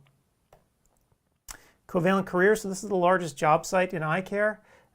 So if you're looking to hire an optician or you're looking for a new position for yourself, this is the place to go. So check them out. If you go to ODwire.org/jobs, you'll get a 10% discount. And I can pull that up so people can see. So if you go to jobs, there's the jobs link right there, and 10% off if you click on that link if you want to create a job listing. And you can see that the way they work is that they syndicate their listings across a wide variety of sites. When you put up a job listing, it'll go not just to ODwire, but to a lot of different sites where they syndicate their listings. So pretty cool stuff, and definitely check it out.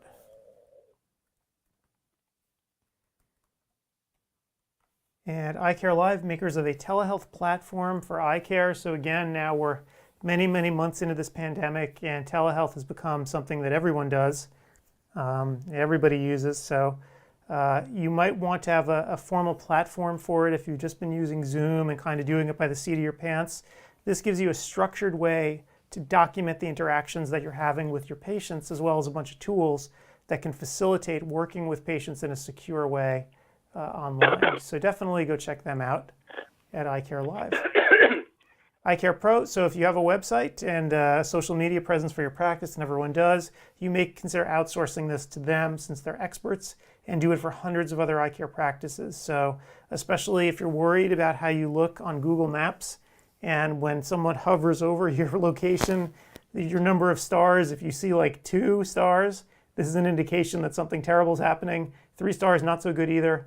Eye Care Pro can help you get that rating up so people won't just pass you over when they're looking for your practice online. So definitely check them out as well. And Lac Rivera, makers of punctal plugs, among other things, and they have a huge laundry list of discounts. Critically, save 10% by using the code CEwire2020 when you order anything from them. And you can see the list here up on the screen right now, and again, also in their booth. So don't forget the code CEwire2020 when you're ordering from them to get 10% off. As you know, punctal plugs are getting a renaissance now because we realized that we were plugging bad tiers in the old days of 1996, and now we're using them more and more and more as we get the tier layer good again, as Craig Thomas certainly does, and you'll be much more successful with your patients once you get the tiers to a level that are efficient. Then you want to keep those tiers in the eye. So I encourage people to get back into punctal plugs. Absolutely. Okay, so Optometry Times, practical chairside advice. So if you've ever read Optometry Times, you know their articles are bite-sized and, as the name implies, practical. You're not going to get a lot of theory there. They're going to tell you stuff that is actually useful in clinical practice. And Gretchen Bailey, usually with us, she's been under the weather for the past couple of weeks. So Gretchen, I hope you're feeling better. I actually hope you're not sitting here listening to this right now. You should be resting. But if you are listening and you want to feel like calling in or texting or whatever, feel free. We'd love to hear from you. But she runs that magazine and does an incredible job of it. It's timely, and her philosophy is you should read it and then throw it out. The idea is this isn't some highfalutin journal. You shouldn't build a shrine to it. It's designed to be practical to help your practice. So Optometry Times, definitely check them out online or in print. And finally, Vision Equipment Inc. So this is Leo Hadley's company for refurbished equipment. Hopefully we'll be talking to Leo tomorrow. He has several deals going on. The thing about refurbished equipment is that obviously the inventory is constantly changing. So he wants you to visit his booth for the latest inventory, plus receive an extra 5% off on orders placed this month by mentioning CEwire2020. That's all you got to do is name drop CEwire2020. And you'll get the extra 5% off. So definitely check out his stuff. He's always got in an interesting inventory. When we met Leo originally, it was funny. The big thing that they were refurbishing way back in the day was edgers. And if you've ever actually looked at the inside of an edger, you will know it is a rather complicated piece of mechanical equipment. And he had these great videos. It's absolutely fascinating watching him tear this thing down to nothing and then rebuild it. I mean, to me, it looks like the most complicated mess I've ever seen when you lay out all the parts on the table, but he refurbishes these things to like new, and you can save a huge bundle of money versus buying new, so definitely check him out. It's truly amazing, Adam, because when we choose edges, I've had all 3 or 4 of the major companies, and we try to choose them based upon their support, because there's so many moving parts, they break, and they break all the time, and you need to have that reps down there that day, unless you have 2 or 3 of them. We didn't have a big enough office, too. Right. Leo can put that together. Good. We know about him now. So let me, before we go ahead here, let me just check out what's going on with, and Steve, maybe you could tell us what's going on with conference. How's everything going out there? Is everything smooth as glass, or is it? Yeah. Smooth as silk. People are getting into the lectures. All the lectures are there. And surprisingly enough, I thought this was the 9th iteration. There would be a subdued amount of people. Mm-hmm. And I'm looking at all the rooms, and there's a tremendous amount. I think that, I'm looking at Thomas's room, and he's got about 330, 400 people in here. So what's happening is that it's a challenge for us because there's so many people and we have so many things going on at the same time, and the technology sometimes breaks down to a small extent. Today, nothing. Everybody knows what to do. Very few questions on how to get my credits. As I said, the speakers are interacting, so the best we've had so far. Excellent. Thank goodness. Wow. I still have some hair left. Wow. Oh, well, one thing, for those of us, there must be hundreds of people now watching us because you sent out a mailing to our total mailing list about the program. So for those of you that are listening, if you have questions and you want some questions answered by our guests today, there's a place to ask a question, and we'll certainly pass it on. So just let us know that you're there, then we'll take care of it. Yep. I mean, for most people, this is the funny thing about doing the live stream. It's fun that we do this, and it's great to have guests come on. During the live event itself, people tend to stop in here just when they're in between classes or they have nothing else going on. But I think for people who are attending this one specifically today, they're here because they want their credits, right? It's December and it's time. Yep. People are in many states are coming to the end of their cycle, and they need to get every last one in. And I think that's why we're seeing such a big influx in the classrooms themselves this time. It's sort of the last second. So. And by the way, I've gone on the various Facebook pages, and you have a tremendous amount of likes on the streaming link that you've put up. So people are watching us. So I hope you're not in your underwear, Adam. Huh. People can actually see it, because I thought the Facebook angle of it died out. Is it actually working? Oh, no, the Facebook with the new link. Oh, with the new link it works. So thank God. Yeah. So no underwear here. So thank goodness. Yeah, I'm not. But meanwhile, I think I just heard Ben come in. Ben, is that you? Hey, but better late than never. Yeah, sorry about that. I didn't give you the link properly. So, but I'm glad you were able to get in. So how's it all going? Hey, no problem at all. It's good to hear from you. And well, more importantly, how's it going for you guys? Same old, same old. Apparently the conference is going smoothly. We have a big audience today, apparently. I guess because it's December and everyone's getting their last minute credits in. So everyone's, it's like the mad rush to the final classes of the year. Hey, I'm glad you're here, Ben. Oh, hey, how you doing? Because I'm saying, Ben, I'm glad you're here, because your company has been raked over the coals in the last first hours for our lecture about how poor your equipment is. I'm being facetious. Yeah, no, actually, you've got some great never. review. No, you've got some great interviews from various doctors about how good the Cirrus is, how good the OCT is, et cetera, the wide field camera, especially the Claris. So you're coming on to an easy audience because they've already heard how good everything is. Yeah, so we were talking a little bit about Claris and Cirrus, and I got to ask you, Ben. So we were talking also about how you guys at the beginning of the pandemic, you just kind of really helped out and jumped on and got all these resources online for everyone. And the company, it seemed like, even though you guys were all working from home, you never kind of missed a beat, right? The supply of equipment was sort of there, and you guys kept working operationally. You were still running fine. So I guess my question is, how are you guys doing now? Yeah, very, very well. Of course, admittedly, our very first move towards looking after everybody within or during this pandemic really was to reach out to our customers and ensure that everybody was okay, or if there was anything that we as an organization could do to assist them. So yeah, locally, internally, of course, it was make sure that our staff were all well and healthy, and then immediately it was turn around to our customer and literally ask, arms out, what can we do? Where is the pain right now with regards to the lockdown? And of course, nobody would believe us at this time now. Where it feels like almost 12 months since we started all of this lockdown and sadly the pandemic, with hopefully light at the end of the tunnel with various vaccinations happening across the globe. But from our point of view, it has continued to be a support mechanism, listening to our customers, hearing where we can assist them, and then of course now changing it up a little bit of a gear, because certain areas of the globe, if you like, across the world, have reopened. Some dropped into second, third waves, if you like.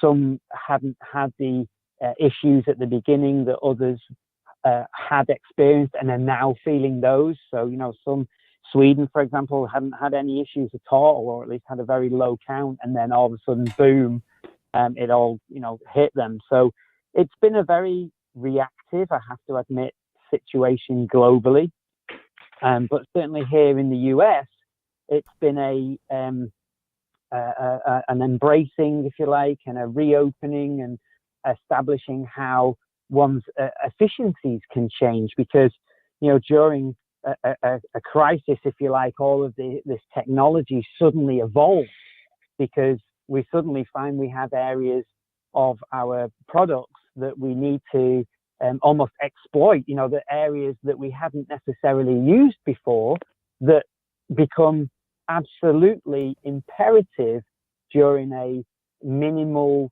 patient contact and speedy diagnostic situation. Right. And in fact, so I'm going to pull up on the screen right now so people can see, like I have a picture of the Cirrus 6000 and you can see there's a screen mounted on it, but you can also look, if you look a little bit below, you can see that there's an area for cables, right?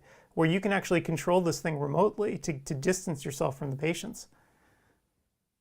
Yeah, the beauty, if you like, of the Cirrus platform is quite simply, it has a built-in PC. And you could argue, oh gosh, a PC that's built into the device, how can I upgrade that moving forward? It's very easy to upgrade that. It literally slides in and out like a hard drive almost. It just slides in and out. So the reality is, because it has this built-in PC element, you can remote into it, like you and I can remote into our PC in another room or even building. So what you're seeing on the screen is various different ways of doing things. You can plug a standard wire, that might be a display port or HDMI cable, into the device and run what we would call a slave monitor and drive the device from the other side of the room. Or you could actually remote in via the various different applications that are available to us nowadays, where you can drive your own PC remotely. And through that, you could be in a different room. You could even be in a different location, a different building. Yep. And what's crazy about this is that this functionality had been built into the devices, but so many people just completely ignored it for so long. And then all of a sudden, they needed it, right? Overnight, it was like, bang, this is functionality we need. And because you were using industry standard parts, they were able to not only do it, but actually upgrade like the cables themselves, right? You go on Amazon and get it. And the instructions were very simple to get it running. Yeah, very much so. And yes, you would not necessarily need or wish, unless it was let's say an ergonomic choice within your practice to drive the machine in a slightly different location. Maybe there was a space issue, the unit is in the corner, et cetera, et cetera. But in reality, no, nobody had really taken advantage. In fact, we had baked these elements into the device for our abilities to, for example, remotely access the device if we were giving service and support, software upgrades, etc., or if we were performing demonstrations where one might present a device on stage or via a projection, digital projection device. So those were baked in on purpose, but not necessarily did we bake those in to say, hey, during a global pandemic, you can use the device this way. We genuinely had not envisaged this originally. And as I say, when unfortunately the pandemic hit, we had a regroup, if you like, of our teams internally. And we came up with more than 70 individual ideas of how we could advance our products or take advantage of elements of our products across our portfolio to support our customers during these very challenging times as everything first, kicked off. Right. And some of those, of course, are what we're talking about now within the Cirrus. Well, I guess, what's that expression that people like to use? Chance favors the prepared. You were definitely, you had the tech ready, so you were able to re-implement it. It was very much like Apollo 13, right? Yeah. You're going by the seat of your pants, but you had that technology ready to go. So, kudos to you guys for having it in place and then taking advantage of it. It's great to what we found is that. You took Ben.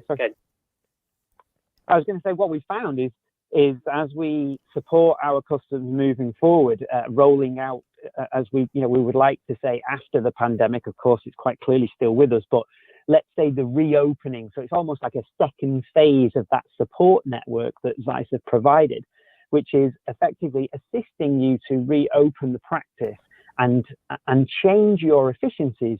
And what we're finding now, where of course, our control and cleaning procedures and social distancing elements are still in place in many states. And we're still finding that some of the elements that people have implemented have actually embraced and taken forward. For example, various white papers have been put out during this pandemic that have showed that if one had not have been forced into this situation, that one might not have upgraded to, for example, latest software, latest abilities, or even invested in certain products like, for example, our Cirrus 6000, where moving forward, I had, for example, an older, let's say, Cirrus 4000, which was a great device back in the day. But because the platform lends itself perfectly to the 6000, the upgrade process was seamless. And all of a sudden, the efficiencies of for example, 6000 products with 100,000 day scans per second capture speeds, that the efficiencies are so much greater that it kind of forced the hand, if you like, of that decision-making process. Do I upgrade? I've got a good device now, but do I invest in my future? The Cirrus 6000 was that investment, and what people are finding is, of course, it's really, really speeded up their clinic. And if you think about it, if that gives you an extra 1 or 2 patients a day through that process, well, obviously there's a monetary benefit there from a business point of view. Right. So let's talk about that upgrade process for a second. So I mentioned before, I just, got myself an iPhone 12, right? Because I'm a cheapskate and it's been years since I upgraded, but I did it. And it took about, 15 minutes tops to actually get the new phone running and get all the data over to the new phone. And I was back in business. The UI looked the same, and I was off and running. What's it like actually going from, say, a 4,000 to a 6,000? What does that process actually look like? Very much the same, but along the same lines as your jest, which is, you've jumped into that latest device, and I'm sure there are elements that you click and you think, oh my gosh, why did I wait so long? Right. This is so much more efficient to me. And that's exactly the way that the 6000 works. But the beauty is, and it really goes back to the very basics, the basic core structure of the data is the same. As much as we have our advancements in speed and resolution and let's say protocols, capture protocols and report protocols, the actual core data has remained structurally the same. And what that means is when you move from a 4,000 to a 6,000, you actually have exactly the same a format of data that you can compare from let's say, analysis, progression analysis. If you've got a glaucoma patient that you've been monitoring for many, many years, to change your monitoring device changes your baseline. And that's worrying. How can I actually continue to be confident that any change, be it minute, is actually of concern to me? Well, if there's been no change necessarily in that device structure or the data structure, then jumping from a 4,000, for example, to a 6,000 is a no-brainer, no issue. You just continue as if you were still using your original device, but with all the efficiency benefits that, of course, technology moving on has given us. Ben, could it take the old data with new software in the 6,000 going from 4,000 and enhance that so you get even more information from your original scan a few years ago, or it's going forward good, it does a better scan? Yeah, no, of course, one can reanalyze data and look back, and see exactly where one might be able to enhance that patient's care. So yes, you certainly have those capabilities. Right. So I'll put up on the screen here, you guys have some bundles going on here today, and I just wanted to talk to people about what the differences are between like a retina bundle and a glaucoma bundle. So it looks like the differences between the perimeter or the camera. Yeah, very much. I mean, our retina bundle focuses, pardon the phrase, on our Claris 500, true color ultra wide field camera. A phenomenal device, in an individual capture, true color image. One can be looking over 130 degrees of view. And of course, that's phenomenal. If you look back at our original fundus cameras, I think about our Vigicam, 45-degree views, for example, 50-degree views. I mean, this is a little bit like the efficiency benefits that have been almost forced upon us that we needed through the pandemic. The same rolls with ultra wide field fundus photography. What a basic 45-degree view now is of no relevance, because there's so much going on beyond that post-pole image, if you like. So our ultra wide field camera can be bundled with our OCTs, any of the OCTs. One can choose whichever one. It could be, for example, our very shall we say entry-level 500, moving through our 5000, extremely popular device. And some might say, hey, why are you still selling 5000s when you now have a 6000? Well, the reality is everybody has a different, let's say, budget.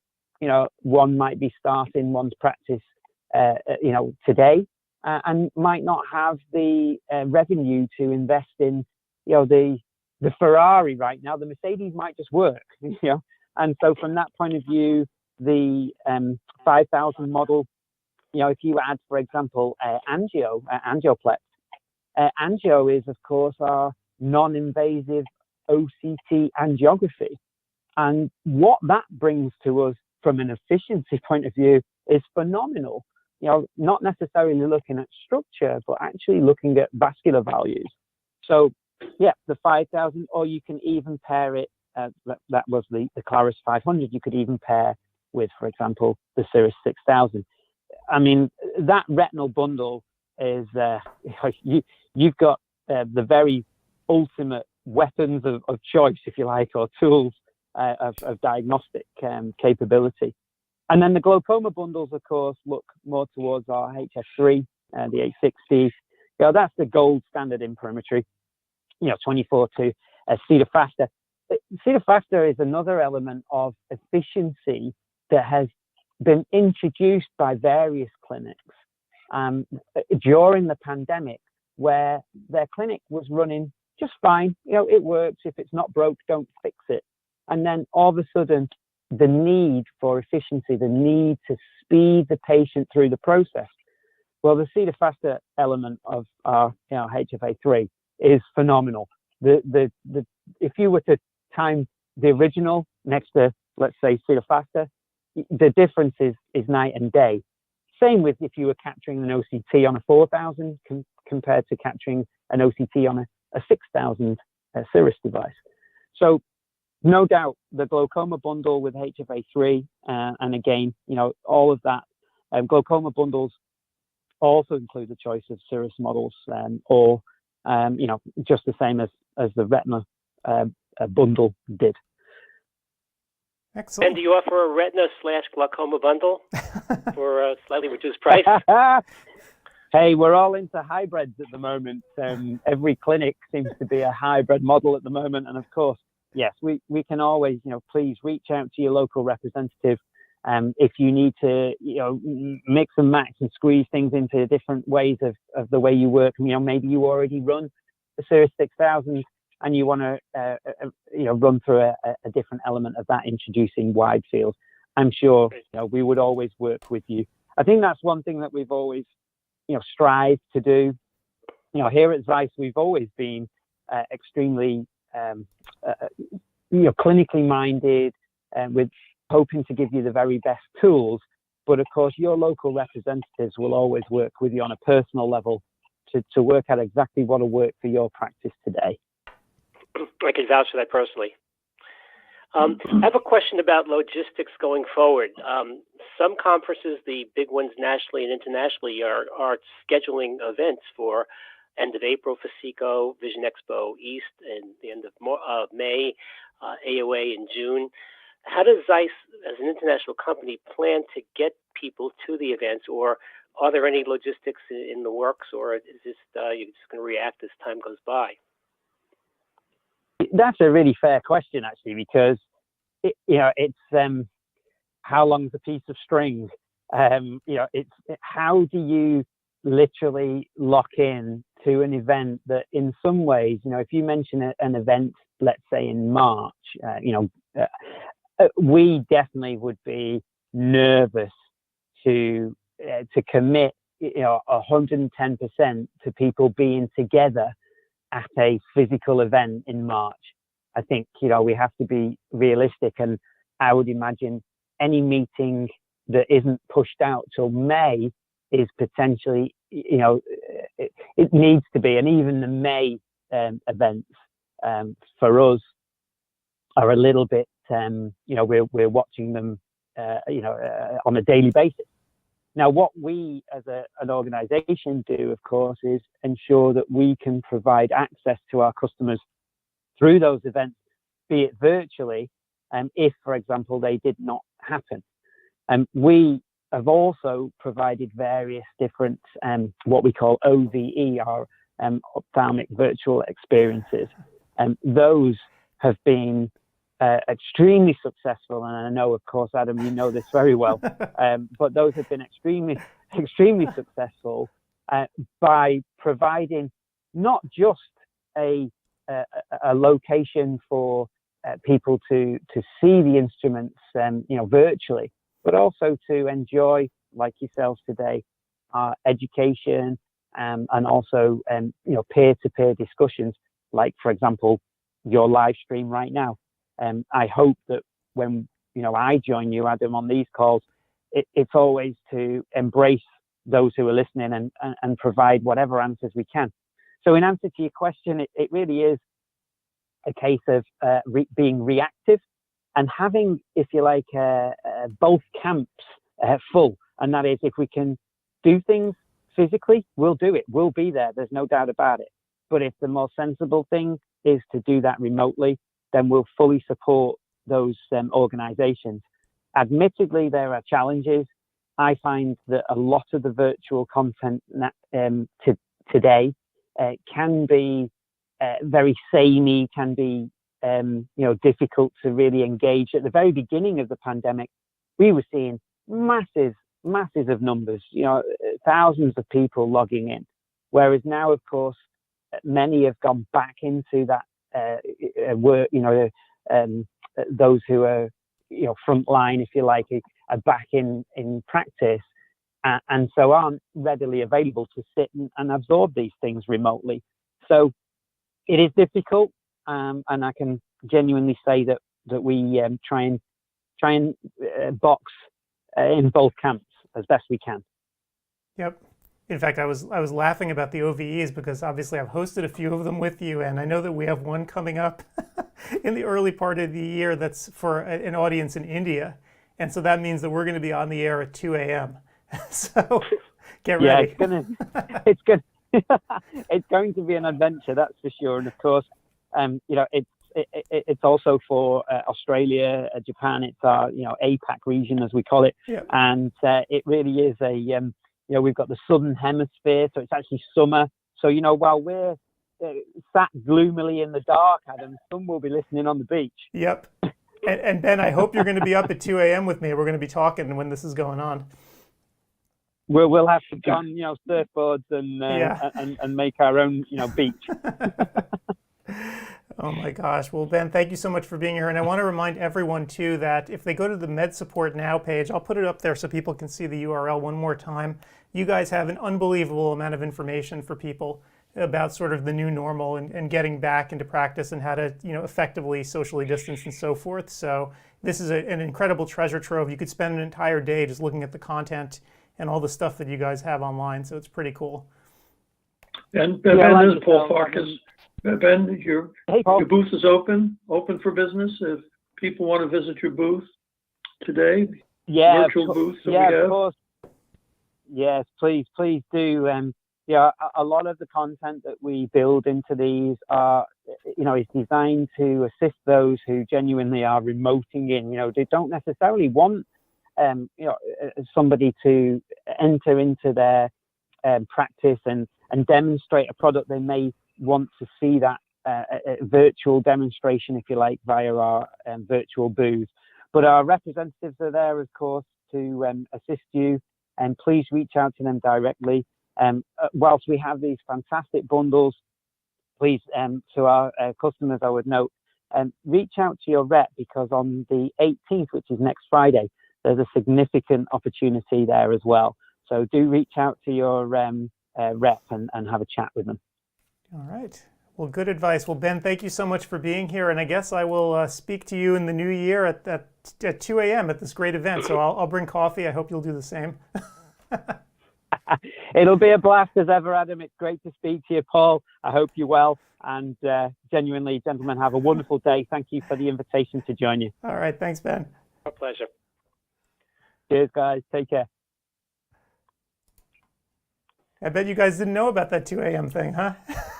No, you didn't tell me about that's that. a secret. Yeah. So you could fly to my house and do it at 11 o'clock at night. Yeah, so it was so funny because I agreed to do it because I love doing the OVE events with them because they're so much fun, right? I love, working with Zeiss on these things, but, I didn't think about the time zone issue, and then I saw it on the calendar, and I'm like, oh no, what did I just agree to? Yeah, remarkable. Yeah. But it's great to see that Zeiss has a real face. Oh yeah. That they're willing to come on and chat with us. Oh yeah. No, they've always been great. Yep. Yeah, and I mean certainly from the beginning they were right out in front and doing stuff virtually. So kudos to them for getting out there and doing it. I mean they've been in this business for a long time. When you go to the Optometric Museum at Pacific University, you see these old Zeiss instruments, and the optics are absolutely fantastic from the 19th century. Yep. You can just see stuff they've been doing this for a long time. Yeah, I remember the sclera lenses, remarkable. the sclera lenses that they had from the early 20th century too, right? That was kind of amazing to see them sitting out. So yeah. Yep. So Zeiss always, whether you buy a camera, even outside the optometric world, Zeiss has always been synonymous with quality. Yep. Yeah, but being an international company, they do take care of their local people wherever, either they're U.S. or in India, they're all over the place. Yep. Yeah. Well, so are you going to get an Indian accent for this show so they can understand you? Well, so it's for the entire region too. It's for Australia, New Zealand, and so forth as well. So I just have to be me, I guess. You're talking about 30 million people versus 1 billion. You might get more Indians. Yeah, I mean, it'll be interesting to see how many people do show up and watch. Yeah, I'm really curious. Well, it's not 2 a.m. for them. It's during the day. Is it a weekday or a weekend? Now you're asking me something I don't know. I thought it was a Thursday. I'm not really sure. I mean, to me, it doesn't really matter, right? Because it's going to be. Yeah. And it's a free event, correct? It's not for continuing education. It's for information, knowledge, and equipment, correct? Yeah, the OVE events are not CE. They're all just sort of FYI kind of lectures, so not for credit. So yeah, and that's because we can't mention product. Well, sure, yeah. So obviously, COPE has a standard that you have to hit that OVE's lectures don't because they're branded and Zeiss actually produces them. So yeah, so it's a different kind of thing. On the other hand, our conversations, that's why we specifically ask about stuff for our speakers, because here we can mention products that they like, products that they're disappointed in. Yep. And there's no arbo. Right. So yeah, it's like any live event.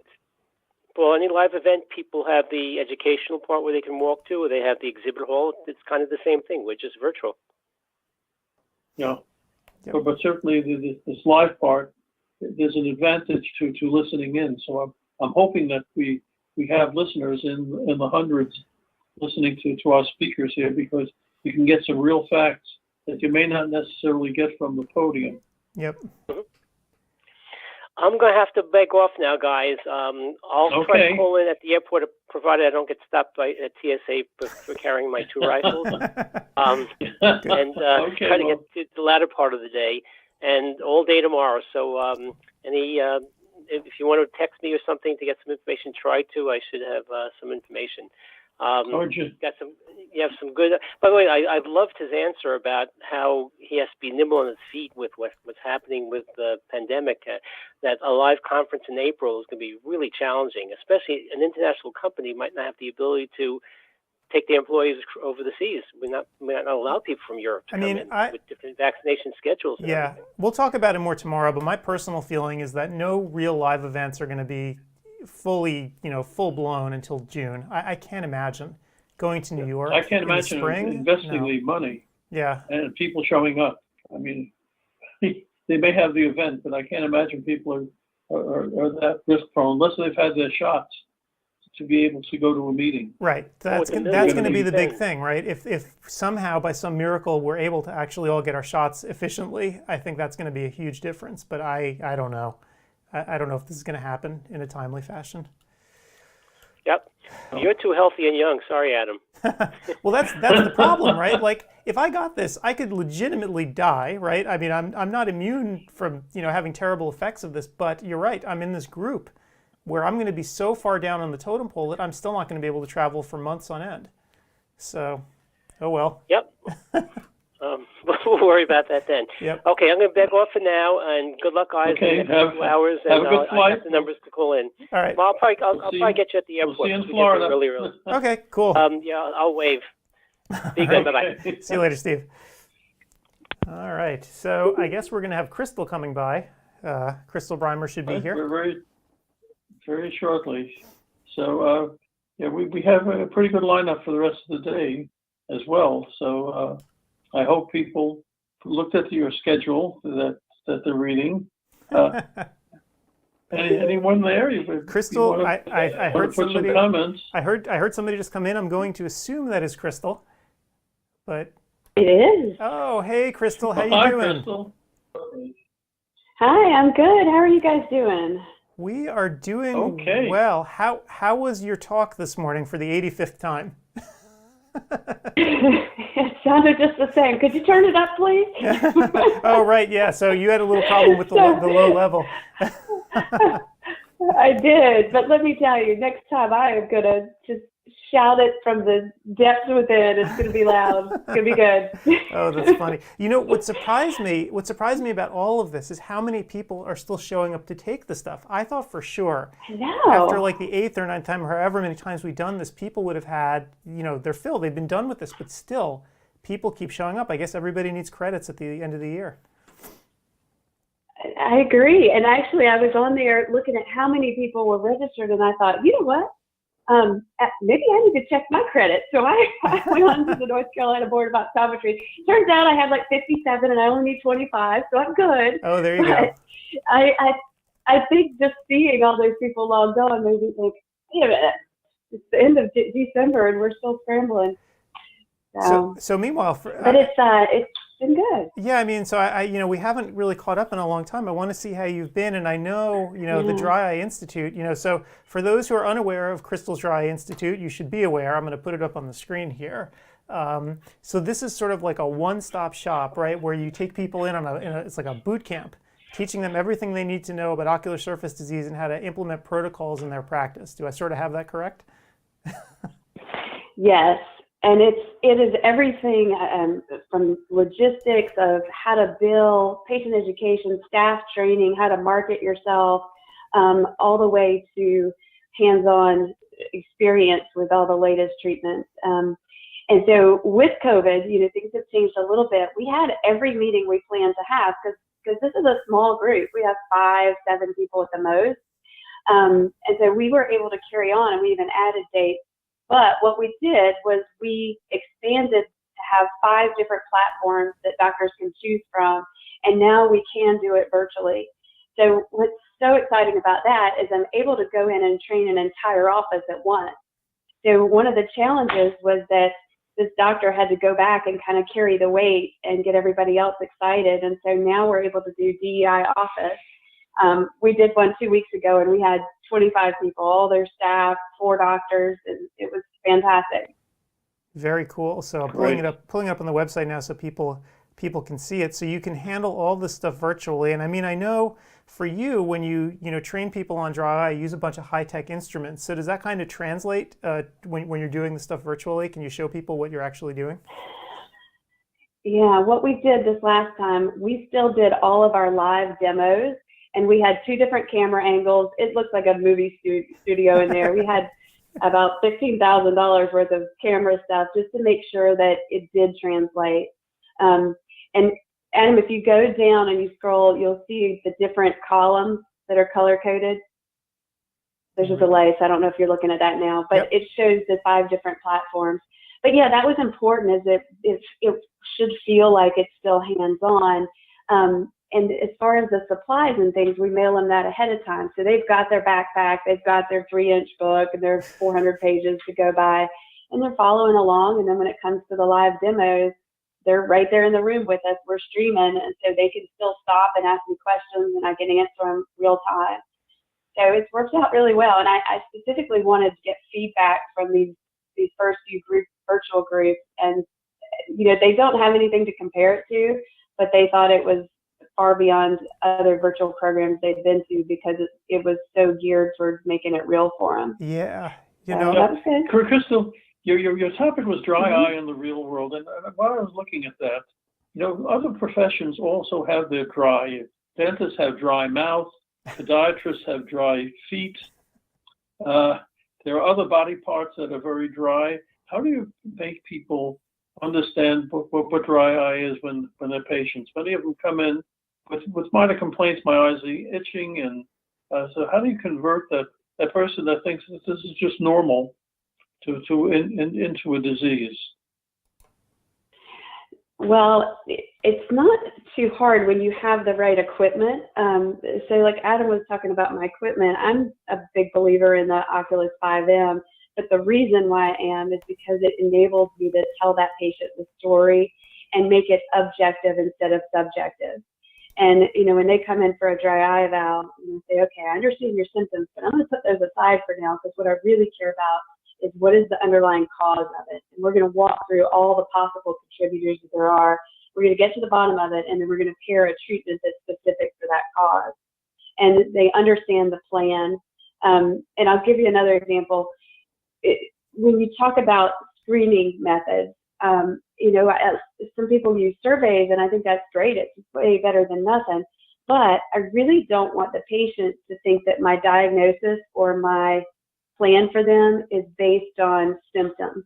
I want them to understand it's based on objective findings, because that's going to give me more compliance in the long haul. So I don't do surveys. I do a screening on equipment where I can show them, here's a snapshot of your water, oil, and inflammation. And that's what this is about. Right. So that's been my technique, and it's helped a lot. And I've got up on the screen this crystal tear report. Mm-hmm. And so maybe you could tell everyone what that is, just because if they might be unfamiliar with it. Well, it's the actual printout that we give to the patient, and then I send it back to the referring doctor. And to me, it doesn't matter if it's off a little bit. I don't actually do the scoring. I have my technician do it based on what I put in the chart and what she heard me tell the patient and what she sees and knows. But for the patient, it gives them a pie graph of all the different issues, and it's color-coded like a stoplight. So they're able to see in one glance, what am I doing well in, what am I not doing well. Then it breaks down each of those conditions, like if oil is orange, the next one is going to be all the tests we did in the oil category and how you scored on those. And then at the end, also the treatments that are specific to it. So it's not on the one you're showing, but the recommendations should go with that category. So they know why they're doing each thing I've asked them to do. And then at the end, there's definitions of all the tests we did and a summary of all the treatments that I'm recommending. Yep. So here's what I've found. Patients want to know why. And so this gives them that why behind it, and that's what helps them be compliant, because I feel like I have really, really compliant patients. Nobody's perfect, but it's all about progress, right? Not perfection. And then the other thing that it does is it really validates the referral, because every week I get patients in my chair that say, oh, well, my doctor referred me to you because you have the equipment. And so it just validates that. It makes it where that doctor's not saying, oh, she's better at me than this. She's saying, she's got the equipment for it, and that makes it a safe place and a safe environment to refer. So that's helped with my referral system and marketing quite a bit. Got it. And I know also, and then in addition to this, well, I was going to say, I know also when I did the demo with you, I remember doing it in person with you, you'd also actually show patients what their meibomian glands look like. And to me, that was like shocking. And I think for a lot of patients, that would be too. Well, and what's cool about doing it with this device is that you're not showing them the meibomian glands in isolation. Because if you're just showing them that, they don't understand it, so it doesn't mean anything to them. But when I'm able to show them a collage picture, and I don't know if that's on that homepage where you can see it, but I'm able to say, here's your water, we're a little low on water, look at these lids, see how the glands are puckered up like little pimples. That oil is not getting out, and so we don't have this rainbow in the tear film like we should, and you can see how the tears are dissolving too quickly. And the long-term issue is that it's causing the glands to atrophy over time. And all those pictures are together where I can just walk through the story. So it makes the meibography then relative to the patient. They've got 5 or 6 other pictures that are validating that finding, which then makes them want to do something about it, and that changes everything. Yep, very cool. And I'll tell you something else I give out now, guys, that has just changed my practice. It's made me feel so warm and fuzzy, I guess. It's made me feel like I'm going so far above and beyond for the patients. I wrote or put together a collection, and I had it perfectly bound like a book, and it's 120 pages of 8.5 by 11 size paper. And it starts off just giving them the basics about dry eye and why this might be occurring. And then it's got my checklist where here's your to-do list and here's the instructions on how to do it. And then it goes into this lifestyle section. And this is related to that lecture that just played for me. And it's the bulk of the book. It's about stress and anxiety and how it plays into dry eyes. And here's ways to reduce stress, and sleep deprivation, how it plays in. Here's ways to get better sleep. Here's supplements. Here's foods to eat. And then it goes into exercise and how to not procrastinate. And then the diet, the inflammatory foods and anti-inflammatory foods and supplements. And then it goes into depression and pain gates and just how to create better habits and better outlook and visualization. And then it walks into basically all my treatments as far as here's the problem is not enough oil, here's our good, better, best option. Not enough water, good, better, best. Inflammation, good, better, best. And then at the very back, it has all the brochures I would have normally run around the office and picked up for them. So I'm able to give them this book, and it's a real book that they're going to hold on to. And one thing it does is it validates the influence of their lifestyle on their outcome. And I'm able to really help them understand that it's everything in the core of your body that's just being expressed in the eyes. When you've got systemic inflammation, we don't want to fight a local battle. We want to fight, a systemic battle systemically. So it helps them put some onus on themselves that, they have to do some things on their own at home. And the good news is it's free. But the bad news is it's work. And so it just really helps me. And the reason that I got into all this was I was seeing so many patients that were doing great, and then life fell apart on them for one reason or another, and their eyes went way downhill. And I saw the opposite to be true. We were struggling, and then life got better, and all of a sudden their eyes were doing better. And it just started me realizing it over and over and over again, what a big role this is playing.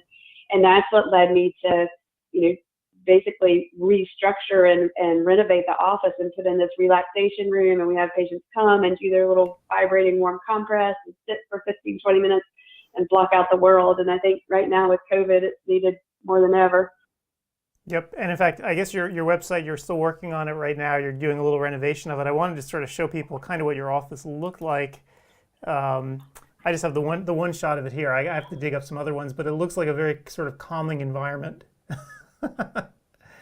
Yeah, it is. It's very calming. And I think that they get the message when they walk in that we care, that it's really about them and not about us. And that goes a long way. I would actually say that since I remodeled, our patients are, I don't know, they're just more amiable. Like they can feel it. They can feel that we care, and that just really affects their whole demeanor, especially when something does go wrong. Yep. So Okay, go ahead. I'm sorry. No, I was just going to say, going sort of looking forward into the new year, I guess. You've obviously had a big hit with the virtual stuff that you've been doing, and I'll put it up on the screen again so people can see. And I'm just wondering, what's sort of your plan going forward for the new year? I know it's hard, right? Because nobody really knows what's going to happen as things are going forward. But are you planning just to sort of continue to work virtually as much as you can, or do you think you're going to start taking more groups in? What do you think is going to happen? We're going to do our group dates like we have been. We had one even in December, was our last one for the year. But I really want to make everybody aware that these virtual ones we can do any day, especially if it's a one-off and somebody wants to do the DEI Lite where it's one doctor and they want to go through the training. We can kind of roll that video and log them in, and so it makes it just convenient, because the one thing that I've found for the last 3 years of DEI is that even though you give folks a lot of dates, it's hard for them to figure out a day to come. There's always something in the way, and so this takes that out of the picture. So I'm going to just continue to have my 5 platforms where we can customize it to whatever your needs are and do it at your spot or come and be in person. And I still have folks who want to come and do it in person. And what's neat is when we do the in-person meetings, we'll have virtual seats at the table too. So we'll have 3 or 4 or 5 in person, and we'll have 3 or 4 or 5 on the TV. And I've got a big screen TV with their pictures all up there. So everything is kind of full size, where it feels like they're at the table for us and for them. So I'm going to do more of that and just try to raise awareness and keep adapting. Yep. Yeah. It's so challenging, and it's kind of funny though. I was talking, I mentioned to the guys before, I haven't been on an airplane now in almost a year, which is like the craziest feeling. So you kind of wonder, as things go back to normal, is there going to be pent up demand where people will really want to be there physically because they just absolutely can't stand being at home anymore? That's a good point. But what I think is this should be the opportunity to really do something to invest into your practice, and because it's a moment of transformation and transition for all of us, and what better time to go deeper and feel more confident in your skills and your protocol and your outcomes and just the logistics. Yep, and especially now, I was mentioning Section 179 before, because people are actually buying equipment now. You'd think this is the time of year where people stop, but it's kind of the opposite, right? There are people who are making decisions now, and they want to take advantage of all the tax benefits. So hopefully, if people are looking to get into dry eye, this might be something they would consider now. Just getting ramped up now as opposed to waiting till next year. Absolutely. Well, and everybody likes that clean slate in January to say, okay, this year we're going to do something different, and we're going to grow and be better. Well, one little point and suggestion to take you back maybe 40 years. You're building dry eye specialty practices. That's what you're kind of promoting. And obviously I had a specialty practice 40 years ago in contact lenses. One thing that got tremendous coverage and just making it public in the real world was I ran a little checklist. Can you wear contact lenses? And it was a checklist to see, what your prescription is, and do you blink enough? I forgot exactly what it was, but it allowed people to score themselves. Would they be an easy, medium, or difficult contact lens fit? So you might be able to market that for dry eyes as well. But the important part is that the surveys are loved by fashion magazines to be able to have their readers look at things where they can kind of check themselves out. And that one was picked up by the Ladies' Home Journal 40 years ago. Is that still a thing? Yeah, I have lots of stories. A lot of, it's not an accident when you build a big practice. That's how it happens. And it got a tremendous tremendous response because people could write in, just like you spoke. That's what reminded me that you have this large manual now. So it allowed people to write in for more information to the office, and this would be probably helpful to the people that you're training to have a specialty practice in their community. They won't be picked up by the Ladies' Home Journal, but for sure the local media pick up what they're doing. So you need some sort Yeah, of that's a great idea. That's a great idea. And go ahead. I'm sorry. No, and it's easy to pick out those 3 or 4 questions for dry eye. I think a lot of people in their practices have started doing that instead of the long surveys, and just keep it simple. That was how I started probably 7 or 8 years ago. That was our screening. It was a laminated piece of paper with 4 questions, and when she did the AR and she did their funnest photos, she'd say, "Would you answer yes to any of these questions?" We didn't even have them write it down. And then she would turn the page and she had a list of drugs and a list of diseases, and she'd say, "Oh, and you're on antihistamines and antidepressants and you're diabetic and you're more prone to have dry eye. Let me do this other test for you." But yeah, being able to publicize that outside of the practice and not just use it as an internal screening, but outside of the practice and gain public awareness would be awesome. Yep, absolutely. Yep. All right, well, Crystal, it was great having you here. Thanks for taking the time, and thank you for doing, your CEwire lecture for the 85th time. We're going to be retooling, starting, I guess, as soon as this is over this weekend. CEwire 2021 is coming, but not till later in March. So we have plenty of time for new content. So hope to have you on board next time. Okay, I'm happy to. It's always an honor, and I know you guys have worked hard this year. So take a breath over Christmas break, and just hope you get to relax and enjoy it. I've already got my I've already got my peppermint bark here. I'm just ready as soon as this is over to tear into it. It's like I am just done. You're seriously going to wait 2 whole days on this? I think you go ahead, open that tin. I may have to actually by the end of today because it's just like taunting me. It's sitting right here. So. Exactly, but if it's in the refrigerator, it's even better, right? Ooh, true. Oh, yeah, you can split it up. But that looks like the William and Sonoma one too. So this is stuff. Oh no, so actually I screwed up. I got Harry and David, and my wife, when I opened it, I gave it to her. She's like, "Wait a minute, this is the wrong one. This is not William Sonoma." I'm like, "Oh crap." I knew it was one of them, right? But I got the wrong one. That means you get to eat it all. Exactly. Yeah. That's why I have it here. Well, next fall, you got to get the little pumpkin claws from William Sonoma. They are fantastic. They're dipped in chocolate and it's pumpkin and caramel. Ooh. Oh, it's good. I will have to remember. But anyway, but I wanted to say thank you guys for really stepping up for optometry and being able to, and just being there to provide CE for so many people that needed to get it online this year. You did a great job, and I'm thankful to be associated with you. We couldn't do it without you. Yeah, we couldn't do it without you, Crystal. So thank you so much. Thanks for being here. Absolutely. All right, guys. Merry Christmas. Merry Christmas. Have a Happy New Year, and we'll see you in March. You too. All right. Bye-bye. All right. Yeah. Yep.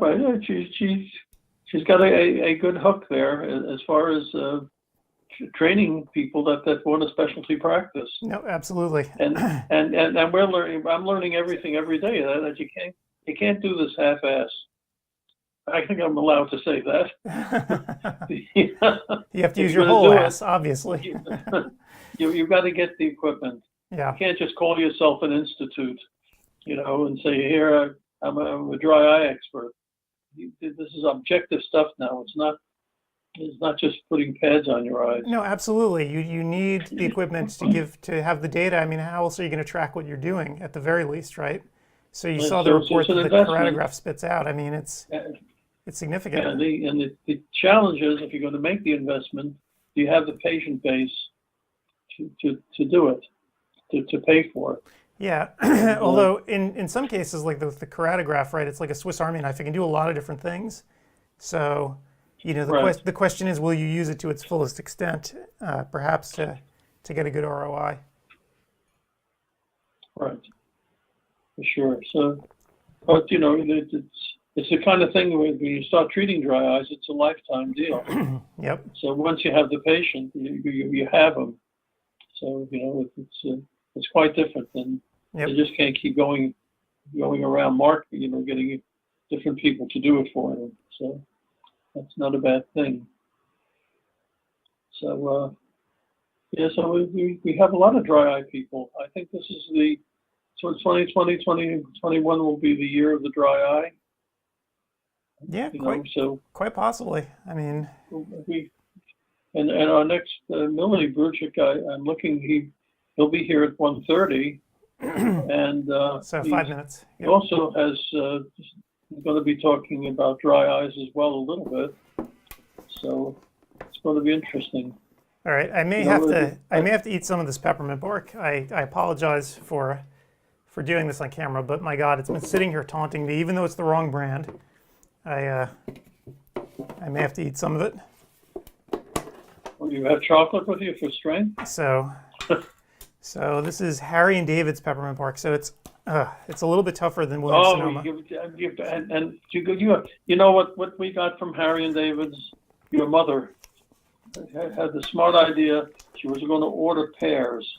Mm-hmm. So this Harry and David box comes in with pears, but you can't just eat them. They come in, and then there's instructions. You got to keep them out to a certain point and keep checking the bottom to make sure once it gets soft. And then as soon as the bottom gets soft, you got to stick them into the refrigerator. So now we're at the phase where all these pears are in the refrigerator, and you have an obligation. You got to keep eating the damn things. You can't, because they rot very quickly. That's why chocolate is the way to go, right? Yeah, absolutely. I mean, this is the week of the pear for me. Oh, God. That's it. Good luck. I'm not coming over. I don't want pears. Have you ever been to Harry and David's? They're in Oregon. You ever visit there? It's a good trip. Because when you go to Harry and David's, they have secondhand fruit there. You want to buy fruit. It's the stuff that doesn't make the cut for their boxes. I'm going to travel halfway across the state to get factory second fruit. If you're a fruit eater, you can travel. Oh, my God. It gives you an excuse to go somewhere, get out of the house. Oh, my gosh. Everyone's getting cabin fever just to ride around in the car. And, it gets to be very hard when you can't get out. Mamma mia. Well, in the meantime, let me pull up the schedule here to show people what's coming up next. Yep. So Amelia's got a lecture on tenure treatments and eye care. Clark Chang's doing artificial iris implant surgery, which should be pretty cool.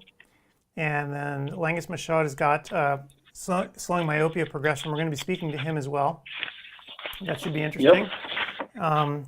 And then Jeffrey Gerson's going to be doing a talk again about retinal pathology in the periphery. Again, this is about wide field cameras. We've spoken a lot about wide field this morning, whether it was the Optos device or Zeiss's. It's really become a thing. I remember when those devices were new. I mean, it wasn't that long ago, right? Maybe 15 years ago. Yeah. And they were big and really expensive and scary. If you actually cracked them open and looked at what was going on inside, they were incredibly complicated. Now, of course, they're much smaller. If you look at the Claris physically, put up a picture of it here so you can see it if you've never seen one. Let's see if they actually have. There we go. They're tiny. It's a tiny device. The footprint is incredibly It's small. remarkable. I don't know how people go into practice today if they're opening cold and they want to have a solo practice. How the heck they can pay for all this equipment?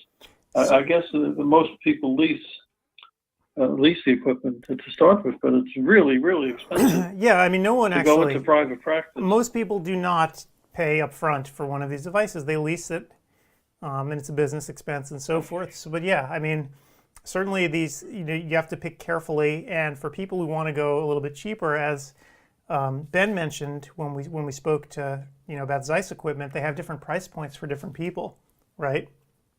With their OCT units, you don't have to get the top of the line with the bells and the whistles. I mean, look, even Apple right now has their iPhone SE. They still sell the iPhone 11, which is the last generation model, and they have the top of the line iPhone 12. They all work. They're all good phones. They just are for different markets. And I think it's the same thing here. Yep, absolutely.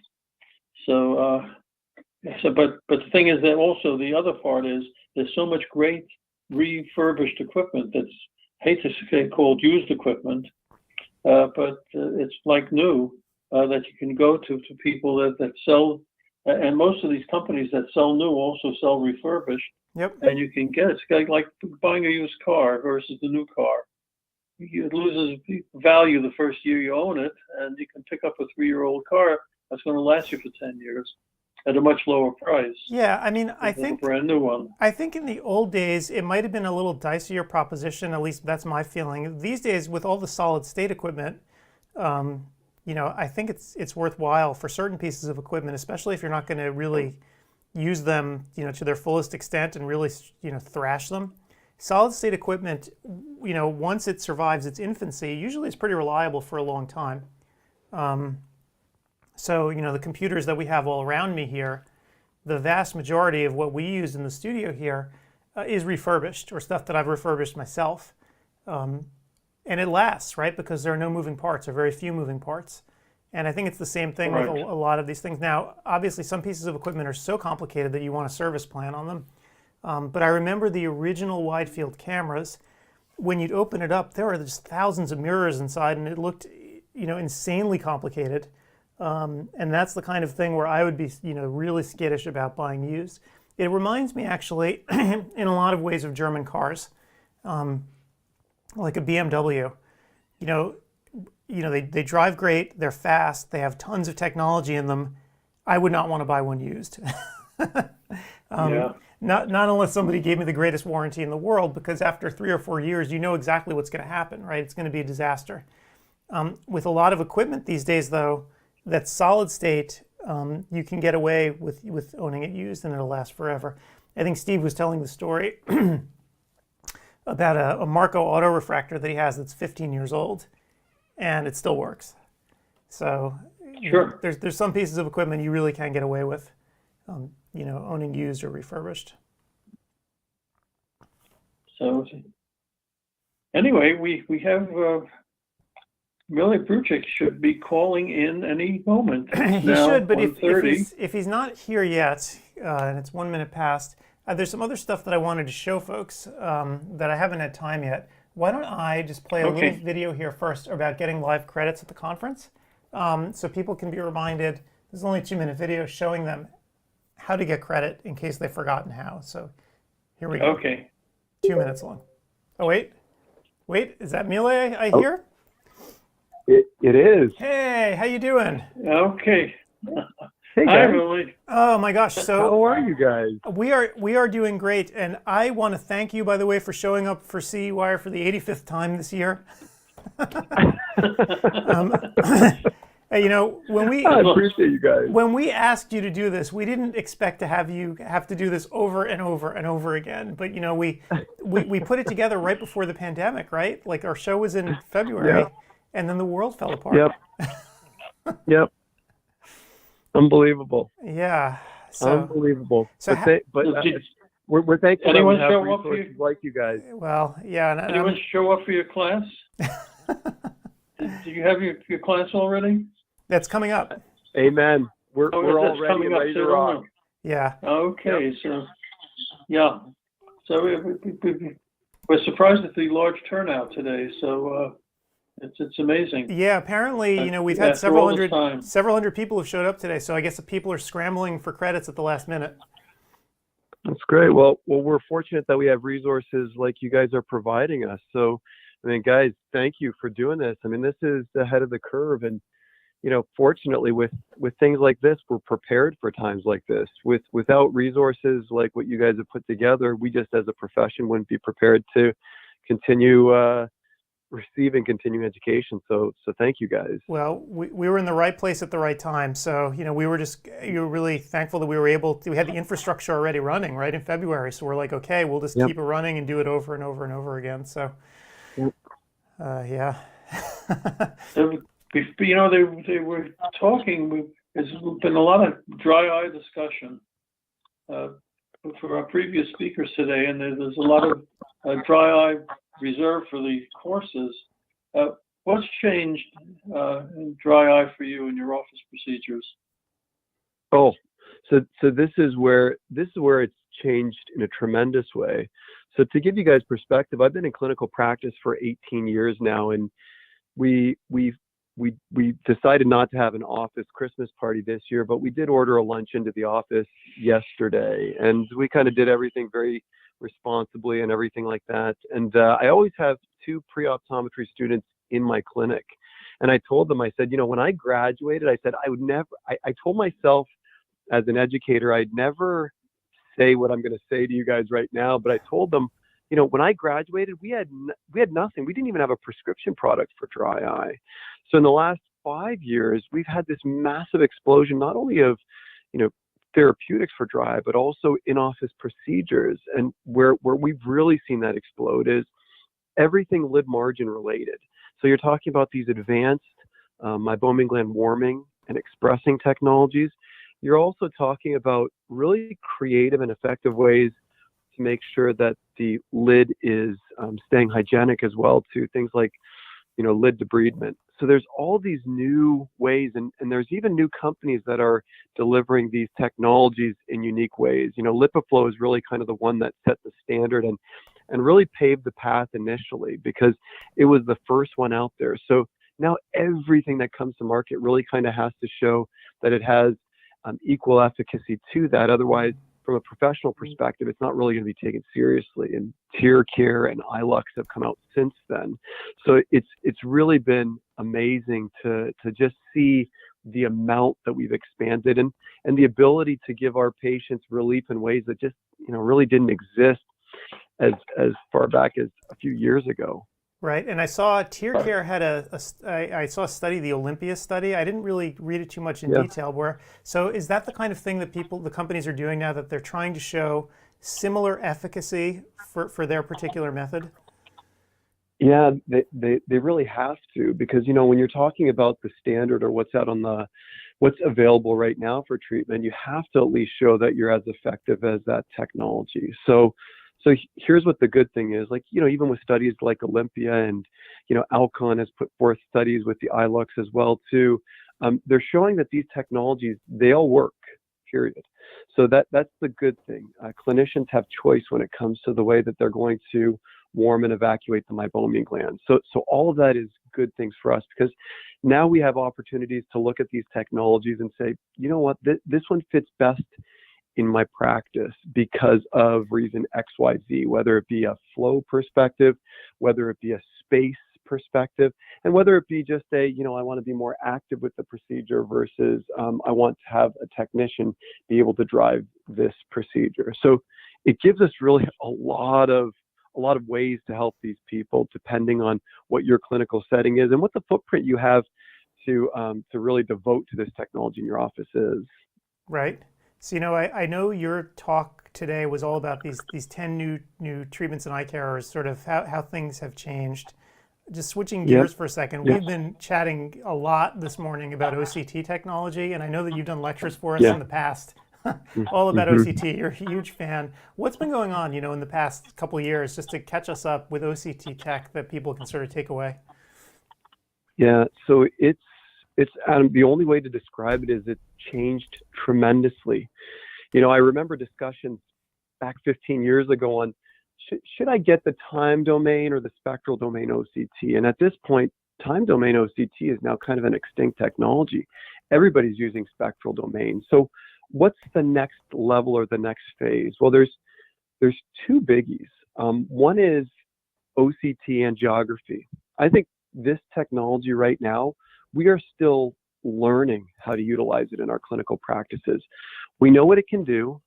There's already clinical implications for the diabetic patients. We can actually measure capillary dropout. We can measure the fovea vascular zone. And what's interesting is a lot of these vascular changes precede some of the traditional diabetic retinopathy changes we see in our clinical practices. So I know whether or not I'm dealing with a healthy diabetic versus a frail diabetic, even in the absence of any type of retinopathy changes in kind of the classic way that we see it. In addition to that, angiography gives us the ability to look at the AMD or the macular degeneration patient a little bit differently. When you're taking cross-sectional cuts through the traditional spectral domain OCT, you can see the layers and you can see if there's any fluid that's actually accumulating. But with angiography, you can actually cut into the layers of the retina and determine whether or not there's actual new blood vessels that are starting to form in these regions that we typically think of as being avascular. For example, the layer of the photoreceptor cells. We don't expect blood vessels to be in there. We expect that to be absent of any vascular supply. And we know that they get their oxygen and their nutrients from the underlying choroid. So if we see blood vessels in that area, we realize that it's a problem. But in addition to that, Adam, I do a lot of advanced anterior segment disease. Now, we've repurposed anterior segment OCTs to look at scleral lenses in new and unique ways. But one of the things that we're really leveraging quite a bit is something referred to as epithelial thickness mapping.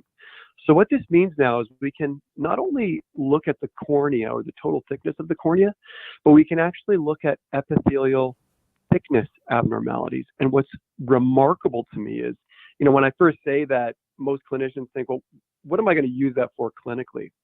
Well, I'll share with you just a few quick examples.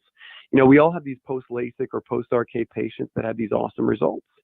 And we all have these post-LASIK and post-RK patients where we scratch our heads and we say, God, from the slit lamp and from the topography findings, they look exactly like these other people who are doing well, but they're constantly complaining about their vision. Well, what we found anecdotally with these individuals is they have far more epithelial thickness abnormalities, meaning thicker or thinner than we would expect, and more what I would call diverse across the corneal surface. So it creates literally this abnormal surface that you can't really see with any other technologies. And what's cool is by renormalizing that surface with a scleral lens, we can actually get them to better vision. So again, it's helping explain this unexplained vision loss or visual complaints from a lot of these individuals, and it's helping restore normalcy to a lot of these patients that have kind of been like what have been unfortunately coined these chronic complainers, because we really haven't been able to decipher or determine what's the cause of the underlying visual issues until now. So again, there's just massive areas of change and development in this. Right. Very cool. Remarkable. Yep. Yeah, and so I know that one other thing you mentioned, when you're using OCT, you use it in specialty lenses as well, right? I've heard some people say now that they wouldn't dream of fitting a scleral lens at this point without an OCT. So is that have you I know first of all, I guess specialty lenses are a big part of your practice as COVID is actually hit and is still moving through. I know a lot of specialty lens patients, some of them are older. How has this impacted your practice as well in the fitting of specialty lenses? Yeah, so two things. One, Adam, what you're asking right now is such a timely topic, and I've done a lot of research to help me as a clinician better understand how COVID affects the eye and the risk for eye infection, and also too how to keep our contact lens wearers safe. And here's the first and foremost bottom line is that people can wear contact lenses safely, even in the realm of COVID, as long as they're following healthy, what we know to be hygienic habits. We know that washing the hands with soap and warm water will kill this virus if it is on the hands. That's great. So we know that if people are following the habits that we share with them, they will be kept safe from any type of inciting COVID virus that may even be on their hands. Again, just appropriate cleaning regimens are the most important thing. Here's one of the other things that's important for clinicians to know as well too, and this was published interestingly towards the end of 2019, and I think it might have been either end of 2019 or right at the beginning of 2020, were new disinfection guidelines for specialty lenses. See, what was interesting is in clinical practice, you talk to different clinicians and different practitioners, and everybody had kind of their own little recipe for disinfecting specialty lenses, and there wasn't really a professional standard. Well, now there is, and it's been published by the AOA and it's a joint effort between the American Optometric Association and the American Academy of Optometry. And we looked at what should we be doing? And it really involves for scleral lenses. Every single time we use those diagnostic lenses that we totally depend on in our practices, we take them and we remove them from what I would consider the general population of scleral lenses. We put them in a 3% hydrogen peroxide soak for 3 hours. Then what we do is we remove it from there and we rinse with saline or any other type of multi-purpose solution, and then we store in a clean case. So a 3% hydrogen peroxide soak in non-neutralizing hydrogen peroxide is really the key kind of step to that. And those disinfection guidelines are available. Just a quick side note as well too. It's interesting. I was concerned that from a patient perspective, people would be more nervous getting into lenses. And this is even talking about people who aren't necessarily specialty lens wearers. We found in the last 9 months in the kind of environment of COVID that people not only are wanting lenses, but they're wanting them at a higher rate than prior to COVID. I've had more people come into my office asking about contact lenses. And really the impetus behind this, guys, and I think you guys can probably both relate to this, is that when you have masks on and if they're not appropriately worn, you can get fogging on your glasses. And this is a massive issue. And people are looking for alternatives or different ways other than eyeglasses to have their vision corrected. So it's been really interesting to see the uptick in demand for contact lenses. Is the fear of COVID increasing the demand for one-day lenses? So you don't have to do some selling? Yes, kind of. Paul, you bring up a good point here. I'm a strong advocate of simplicity for patients, because I know sometimes even with when we talk about these more advanced dry eye patients or glaucoma patients, they're doing a lot of things. So if we can simplify things for patients, I find that that's always the best route. And most people at this point understand that a lens that you put on in the morning and dispose of or get rid of in the evening so that you don't have to wear it again is the safest type of lens, just from a logical perspective. It just kind of makes sense because you don't have to take care of that lens anymore. So it does, Paul, it makes the conversation really, really easy. What's also interesting, there's these concerns about too, when you're talking about daily disposable lenses, you're talking about 360 lenses times 2. So you're talking about 720 lens packages, foil packages, and lenses that people are disposing of. And sometimes that's a concern for people, in particular when we talk about the environmental footprint that can have. And what's really important for practitioners to know is that there's good recycling program that's in place right now that literally takes every single one of those foil packs, the blister pack, that plastic blister pack that it's in, and the lenses themselves. This can be recycled now through a company called TerraCycle. Bausch & Lomb is the company that's kind of working hand in hand with them, but you can get literally these recycling boxes in your office where people bring all of their lenses plus those foil packages and the blister packages, bring them back at their yearly visit, and we send it off for them once a month in kind of this big box to TerraCycle where they'll recycle them and utilize them for things like shampoo bottles, plastics outside on park benches and things like that. So it's a really, really cool program that alleviates some of this concern that some patients have about the environmental footprint that something like this can actually have. Great. And is this only for Bausch lenses, or can you use anyone's lenses? No, the coolest part about it, Adam, and I really tout the companies that take on initiatives like this. So it's really this kind of what can we do to help the contact lens world as a more global thing. And fortunately, they've said, it doesn't matter what lens they're taking back. They'll recycle any lens, but Bausch has really kind of taken the lead and said, we're going to absorb the cost on this. So whatever it costs, Bausch is kind of taking care of that cost and sponsoring and supporting it. So that's kind of the cool thing. Regardless of the lens that the patient's actually utilizing, they can all be recycled through this program. Very cool.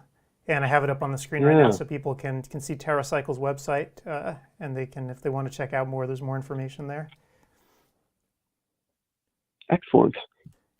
Very cool. So basically the challenges with the one-day lenses, is it still money?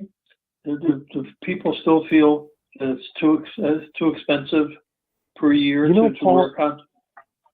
it is really an interesting dynamic with where we were with lenses and costs and where we are today, because, you know, when you take and look at the just general population, you know, 60 to 70% of them have some type of vision. Actually, I shouldn't say that. My view may be a little bit skewed because of the patient base, but, you know, in our office, 60 to 70% of patients that are contact lens wearers have some type of vision provider that provides some level of vision benefit. So when you take, you know, the allowances or the allotments that they have towards contact lenses, you take into account some of the rebates that the companies have actually put forth, and then you take into account the fact that patients don't require additional solutions to care for these, the cost really becomes a minimal difference between a 2-week or a monthly disposable lens, and sometimes it actually ends up even being less for the patient as well too. So what used to be perceived as this kind of insurmountable, really kind of feat for a clinician to communicate the effectiveness and the value of a daily disposable lens because of this perceived difference in cost has really, because of the companies and the different technologies, really come down quite a bit. And Paul, this is even true for the most advanced contact lenses, the ones that are kind of considered more premium lenses. When you kind of factor the cost of those lenses for the convenience and for the health benefits and also for the comfort benefits that you get from a daily disposable lensing and break that down into a daily cost, you're really talking about minimum investment for really something that we depend on a daily basis, which is the best vision possible. So to answer your question very directly, no, we've actually seen this kind of really peel and scale back as a true barrier to getting patients into daily disposable lenses. Right, and I'll actually name names. I don't care. You know, whatever. It's our show, right? We can do what we want. So, but if you look at someone like Alcon, for instance, right, with Precision One, right, they realized that the tech was there for the Dailies Total One. They wanted to try to lower the price point, right? And the manufacturing has gotten better, right? As tech advances, right, it always gets cheaper. So they're able to actually push that tech down and to try to get the price down for the consumer. And I think that's where a lot of the companies are focusing some of their most advanced tech, right, are in these one-day lenses. And it's just sort of trickling down now to the consumer. Yeah, big time. It was a big mistake in marketing judgment to use our practice as the phase 3 study for one-day lenses in New York in the 80s, you know, when it first came out, because we were charging a significant amount to throw these away every day. And so we asked patients, is this too expensive for you? And because of our patient base, they say, of course not. My nails cost me that much a week. Doing my nails. So it's up to your market. And when it comes to vanity and cosmetics, women pay a tremendous amount every month. Ask them how much it costs them for makeup a month. I think we're doing a couple of topics on makeup and eye care. So, I mean, so you can use a more, but you can use a more universal. It's a hang up of the practitioner. But there's a more universal example than that, right? Is Starbucks, right? I mean, how much does it cost to get one every day, right? It's less than a Precision One for sure, or it's about the same, right? I think if you add it up, if you just get a straight Starbucks coffee, Precision One's about the same. If you go for the super crazy drink, you know, you're talking about Daily Total One pricing. But yeah. It's true, right? People value different things, so I don't think the clinicians should necessarily count other people's money when they're trying to promote the most healthy lens. You know, Adam. So Paul, you have like this exceptional reputation in the profession.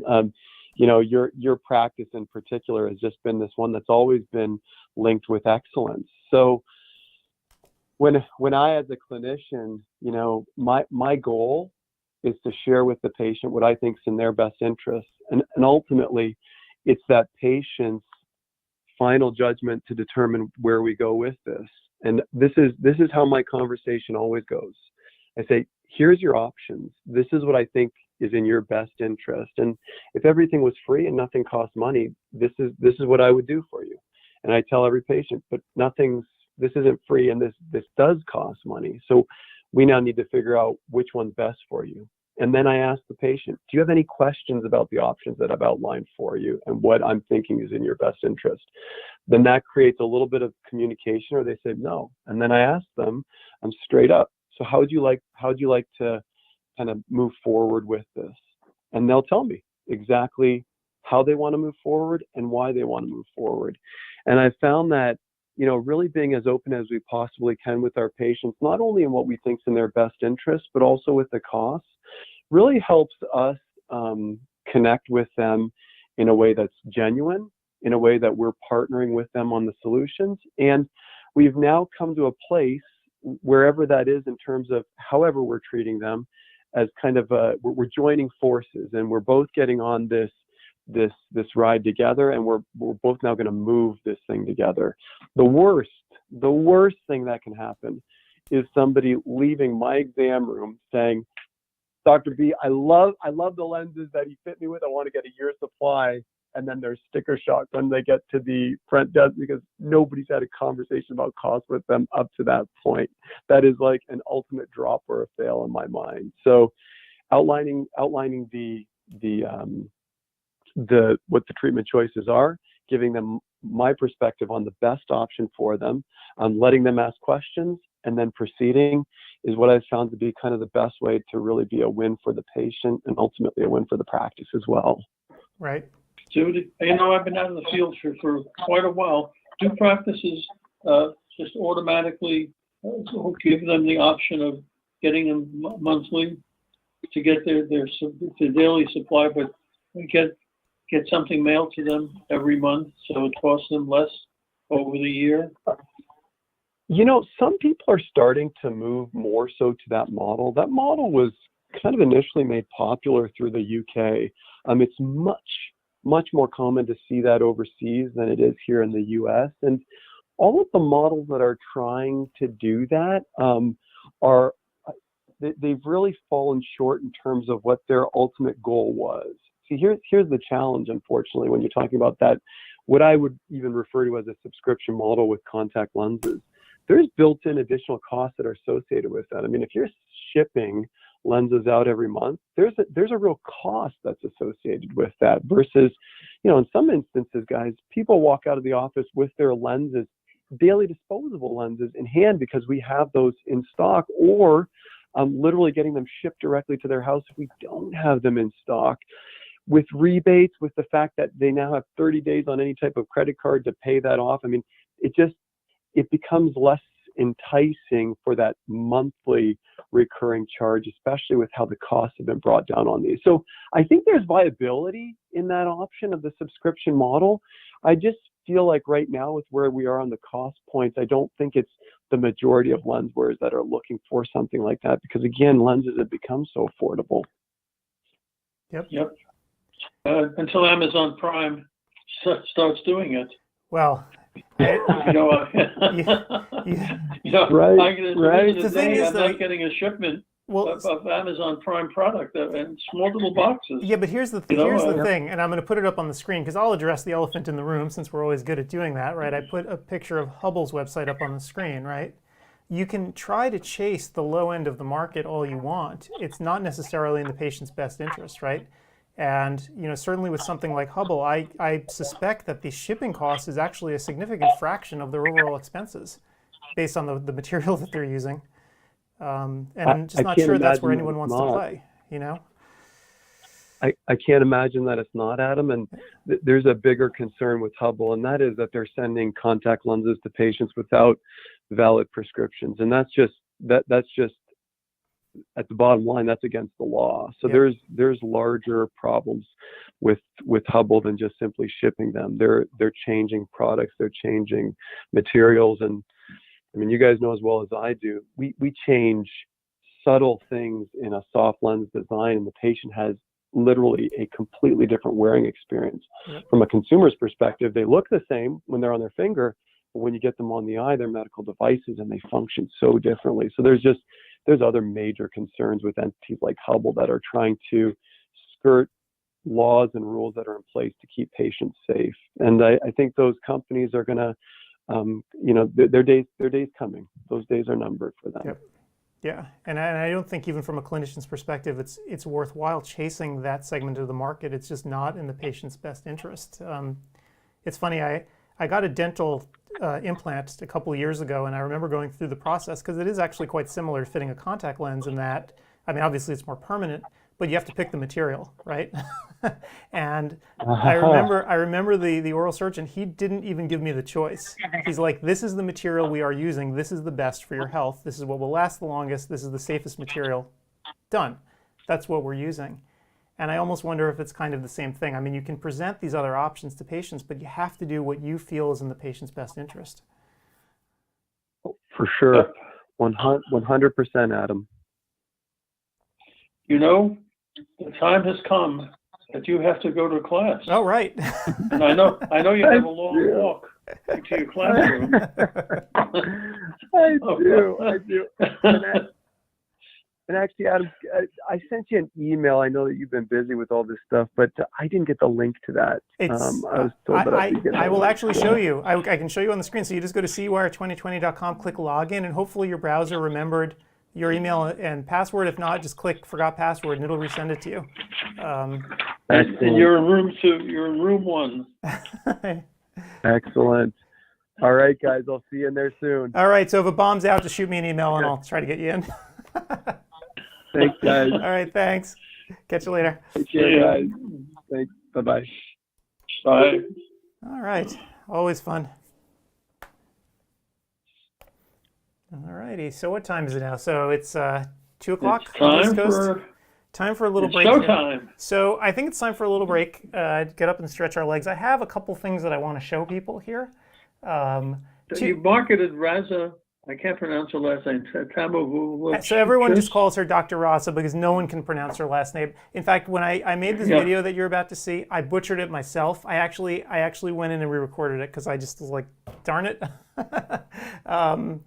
So we're going to play that one. It's only 17 minutes long, but then after that, what I'd like to do, since we have a fair bit of time, is I want to play Dr. Thomas's video from the show today, right? The one that he gave this morning, just as a little bonus for everyone to see what it was all about with heat. Just to get it out there so people can see it, since we do have a break for a while before our next interview. So I'm going to play these two things back to back. And then we will reconvene here, I guess, it looks like at 3:15 Eastern Time, 12:15 Pacific, and then we'll go from there. How does that sound? Okay, so maybe we'll do a Tosis one later in the day, or after 4:30. Sure, if we have time later in the day. If we have time later in the day, we'll do Tosis, or we could even do it tomorrow, or pick another spot. But I wanted to show everyone this interview with Dr. Raza because it's really interesting. Paul, you may even want to watch it because I don't think you've seen it. So she did 11 cold starts over a period of 3 years. So she runs Big City Optical. So this is a bunch of offices around the Chicagoland area, right? Some downtown, some in the suburbs. She basically sets up a footprint and she was able to start all of these things and ties it all together with technology because it's very difficult for one person to be in 11 places at once. I would say so. So, I mean, you can imagine trying to do this years ago, it would never have worked. But the talk is all about how she did it, and I think it's really cool. And everyone should really listen closely, especially if you're considering a cold start, because the tech that you pick is really important. So I'll play that one first, and then we'll launch right into Dr. Thomas's show afterwards, and then we'll reconvene here at 3:15 Eastern Time. Sound good? Sounds like a plan. All right, see you then. Hey everybody, it's Adam Farkas. Welcome to another ODwire video. Now, as you know, on ODwire, we speak endlessly and argue endlessly about equipment for your office. Whether it's the latest hardware or software or instruments, people will talk about the various minutiae of this new technology. I've seen people even argue about things like what computer chips they're using and what version of their operating systems. But what's interesting is when it finally comes time to make a purchase decision and someone buys, you never hear anything else. What do you get discussion-wise after that? Crickets. You never hear how these systems are actually implemented after someone puts them in their office. Or at the very least, people will talk about, hey, I bought this, but they don't actually explain to you how they implemented it. So today we're going to try something different. And we have two experts who have implemented iRefract by Luno Technology. And this is a next generation system, and as you can see up on your screen right now, it has a lot of advanced features. And I'm not the person to tell you all about them, but these two folks are. And first up, we have Dr. Rasa Tamilavakis, who is an optometrist and co-owner of Big City Optical, which is a growing multi-location clinic in the greater Chicagoland area. And today we also have with us Melissa Renfro, who is a clinical application specialist with Luno Technology. And she's both a consultant and trainer for customers who purchase instruments from Luno and helps doctors set up and integrate equipment into their practice's workflow. And Melissa and Dr. Rasa have worked together. It was great that we could have them both here today to discuss their experience. So Dr. Rasa, Melissa, thank you so much for being here today. Thank you, Adam. So I guess, Dr. Rasa, just give me a little, background. Tell me about your practice and where you practice and a little bit about how your office runs. Absolutely. Well, first, I've been practicing optometry for the last 15 years and setting. I am in a private practice that is spanning over 9 locations throughout the Chicagoland area. I started that practice 3 years ago, and most of those starts were cold starts. It is definitely a challenge, as most of my colleagues know, but it's been very exciting to be part of the private practice growth and to have a optical company like that. Back up for a second. You just said you did multiple cold starts in the last 3 years? Yes. Wow. And what was that like? I'm just curious. I know that everyone who's watching this knows how difficult doing one office is. What was the patient experience like? Well, my first one, of course, I made the most mistakes, and that was a very expensive learning experience. And I knew that in order to succeed, I have to improve upon those. So that's how the second one was born. And I really enjoyed the experience. I have the energy for it, and I have a great partner who is my husband. And we teamed up to create a team that would allow us to expand to locations. Challenges that you might have had, around multiple locations. We've actually seen this. So you walked in when we started, when my father's practice started, everything was on paper, right? So when they had multiple locations, they were functionally separate, right? They had no idea what each one was doing across town. Yes. So what about you guys? How has it worked for you now, starting brand new practices in this sort of age of IT? Well, we definitely leverage technology to allow us to be able to communicate with multiple offices on our team to help us assist and provide that consistent customer care that is our goal. And so circling back to what we're going to talk about in the beginning, the iRefract system, what sort of drew you to that in the beginning, and how did you decide on that? So for me, the biggest intriguing factor, I would say, was that I can take the refraction outside of my exam room. And so when you actually decided to implement it, and so this is sort of as people are seeing it up on the screen right now, I'm actually showing people what iRefract looks like in the different pieces of the system. Now, to me, this looks rather complicated. It looks like the 3 parts there are communicating by Wi-Fi, and there's a whole lot of stuff going on. So when you decided to actually implement this, did you dip your toe in the water? Did you set it up yourself? Did you unbox the thing yourself? Or how did it all work? No, so Melissa was a very, very big help. She was the implementation specialist, and I see her as a partner in this, and she was able to really kind of work with me on my busy schedule and help me implement the entire process and adopt it and teach me and my staff how to use it properly. Right. So Melissa, I guess you came into the picture as soon as the decision was made that this is what the practice was going to implement. Is that where you came on board? Yeah, actually, I met Dr. Rasa and her husband. We did a demo of the iRefract so they could actually see it, and they each got a chance to run it and everything. And then my tech support went out and I actually installed the table, built the table, installed the devices, and hooked them up. And then I come out and I worked with Dr. Rasa to teach all her staff and her doctors how to use the iRefract properly. Right, because at this point, Dr. Rasa, you must have a pretty big staff across all these offices, right? I do, yeah. I think, as you know, as a private practice owner, that the hardest thing is to create a team. And because I cannot be in multiple locations, I need consistency. And so for me, we have full-time doctors, and each location has a staff of at least 3 or 4 other associates. Wow. So Melissa, your job was to actually get these folks up to speed and make sure they were using the device properly? Exactly. So all the technicians and the doctors, I would first run them through as a patient so they see what the patient experience is, and then I would teach them how to use the device. And they've been doing a great job. And now we also have online video trainings that they'll get a certificate once they take that. And so that helps her onboard new staff. They can take the lesson first, and then if they need additional, I can come out and train them.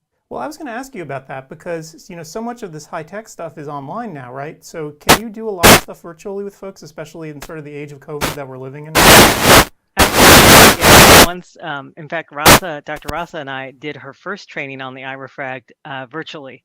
So, and that was a learning experience. So, yeah, I can teach people and train them how to use all our devices remotely. Right. And speaking of which, you mentioned that you just trained remotely. Do you need some sort of exotic internet into the office? What do people usually have if they want to start working remotely? Is it just, typical cable connection? What do people need? High-speed internet. Yep. So just plain old, call your cable company, get them to come in. You don't need anything really super exotic though, right? No. So, I mentioned when we first started here that this is sort of the next generation platform, right? Next generation refraction, as they say. As I put up a little video about that. So what does that actually mean practically in your practice, this next generation refraction? As I was saying, the most intriguing part of implementing this device for me was to allow me to spend more time with the patient when I can have a refraction delegated to my technicians. The reason is because I don't see me doing the refraction and building the relationship with the patient. I believe that there is perceived and unperceived reasons why the patient comes to see me. So for me to take the results of the refraction and sit down with the patient and have this debriefing, very problem-focused and patient-focused, I should say, is where I actually form the bond with the patient, and that creates loyalty and creates continuous care for me, where the patient remembers me more than just a gatekeeper to their prescription. And I wonder also if having this sort of device in place gives you a little more consistent outcome across your doctors as well. So even if the doctor doesn't actually see you across visits. Absolutely. I think, with my practice, I understand, as many of my colleagues, that developing the art of refraction is quite difficult. You need to balance the clarity and comfort with good outcome. And I would say that gives me the results that would be equivalent regardless of who is operating. So it's very consistent. Again, the video of how it really works. So it seems like it's pretty much point and shoot once you get the patient into the device. Yes. Great. And so one other question that people always have in devices like this has to do with their patient flow. Now, obviously, you were starting from scratch, right, in your location. So this is kind of a great situation, right, because you could just start from scratch in the beginning and implement the thing away. How many patients do you think you can see with the device additionally versus sort of the old school way of refracting? Have you done any measurements of the sort of patient throughput? I can see a patient every 30 minutes, and for me, before the 15 minutes were doing refraction. Now that the refraction just enters into my room seamlessly via my EMR, I really spend a lot of time talking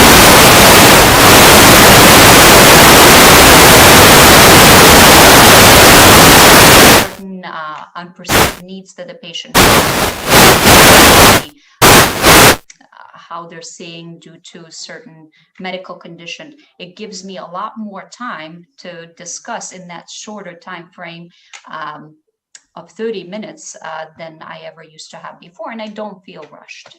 Right. And I should not fail to mention that the iRefract is an aberrometer too, right? So you're getting a lot of extra data that you may not have gotten before. And I wonder if that sort of helped you when you're talking to the patient as well. Talk to them about things like getting a second pair, right, or night driving and things of that nature. Absolutely. And I'm not sure how it is actually calculated, but I do get 2 comparisons for the vision, for daytime vision and nighttime vision.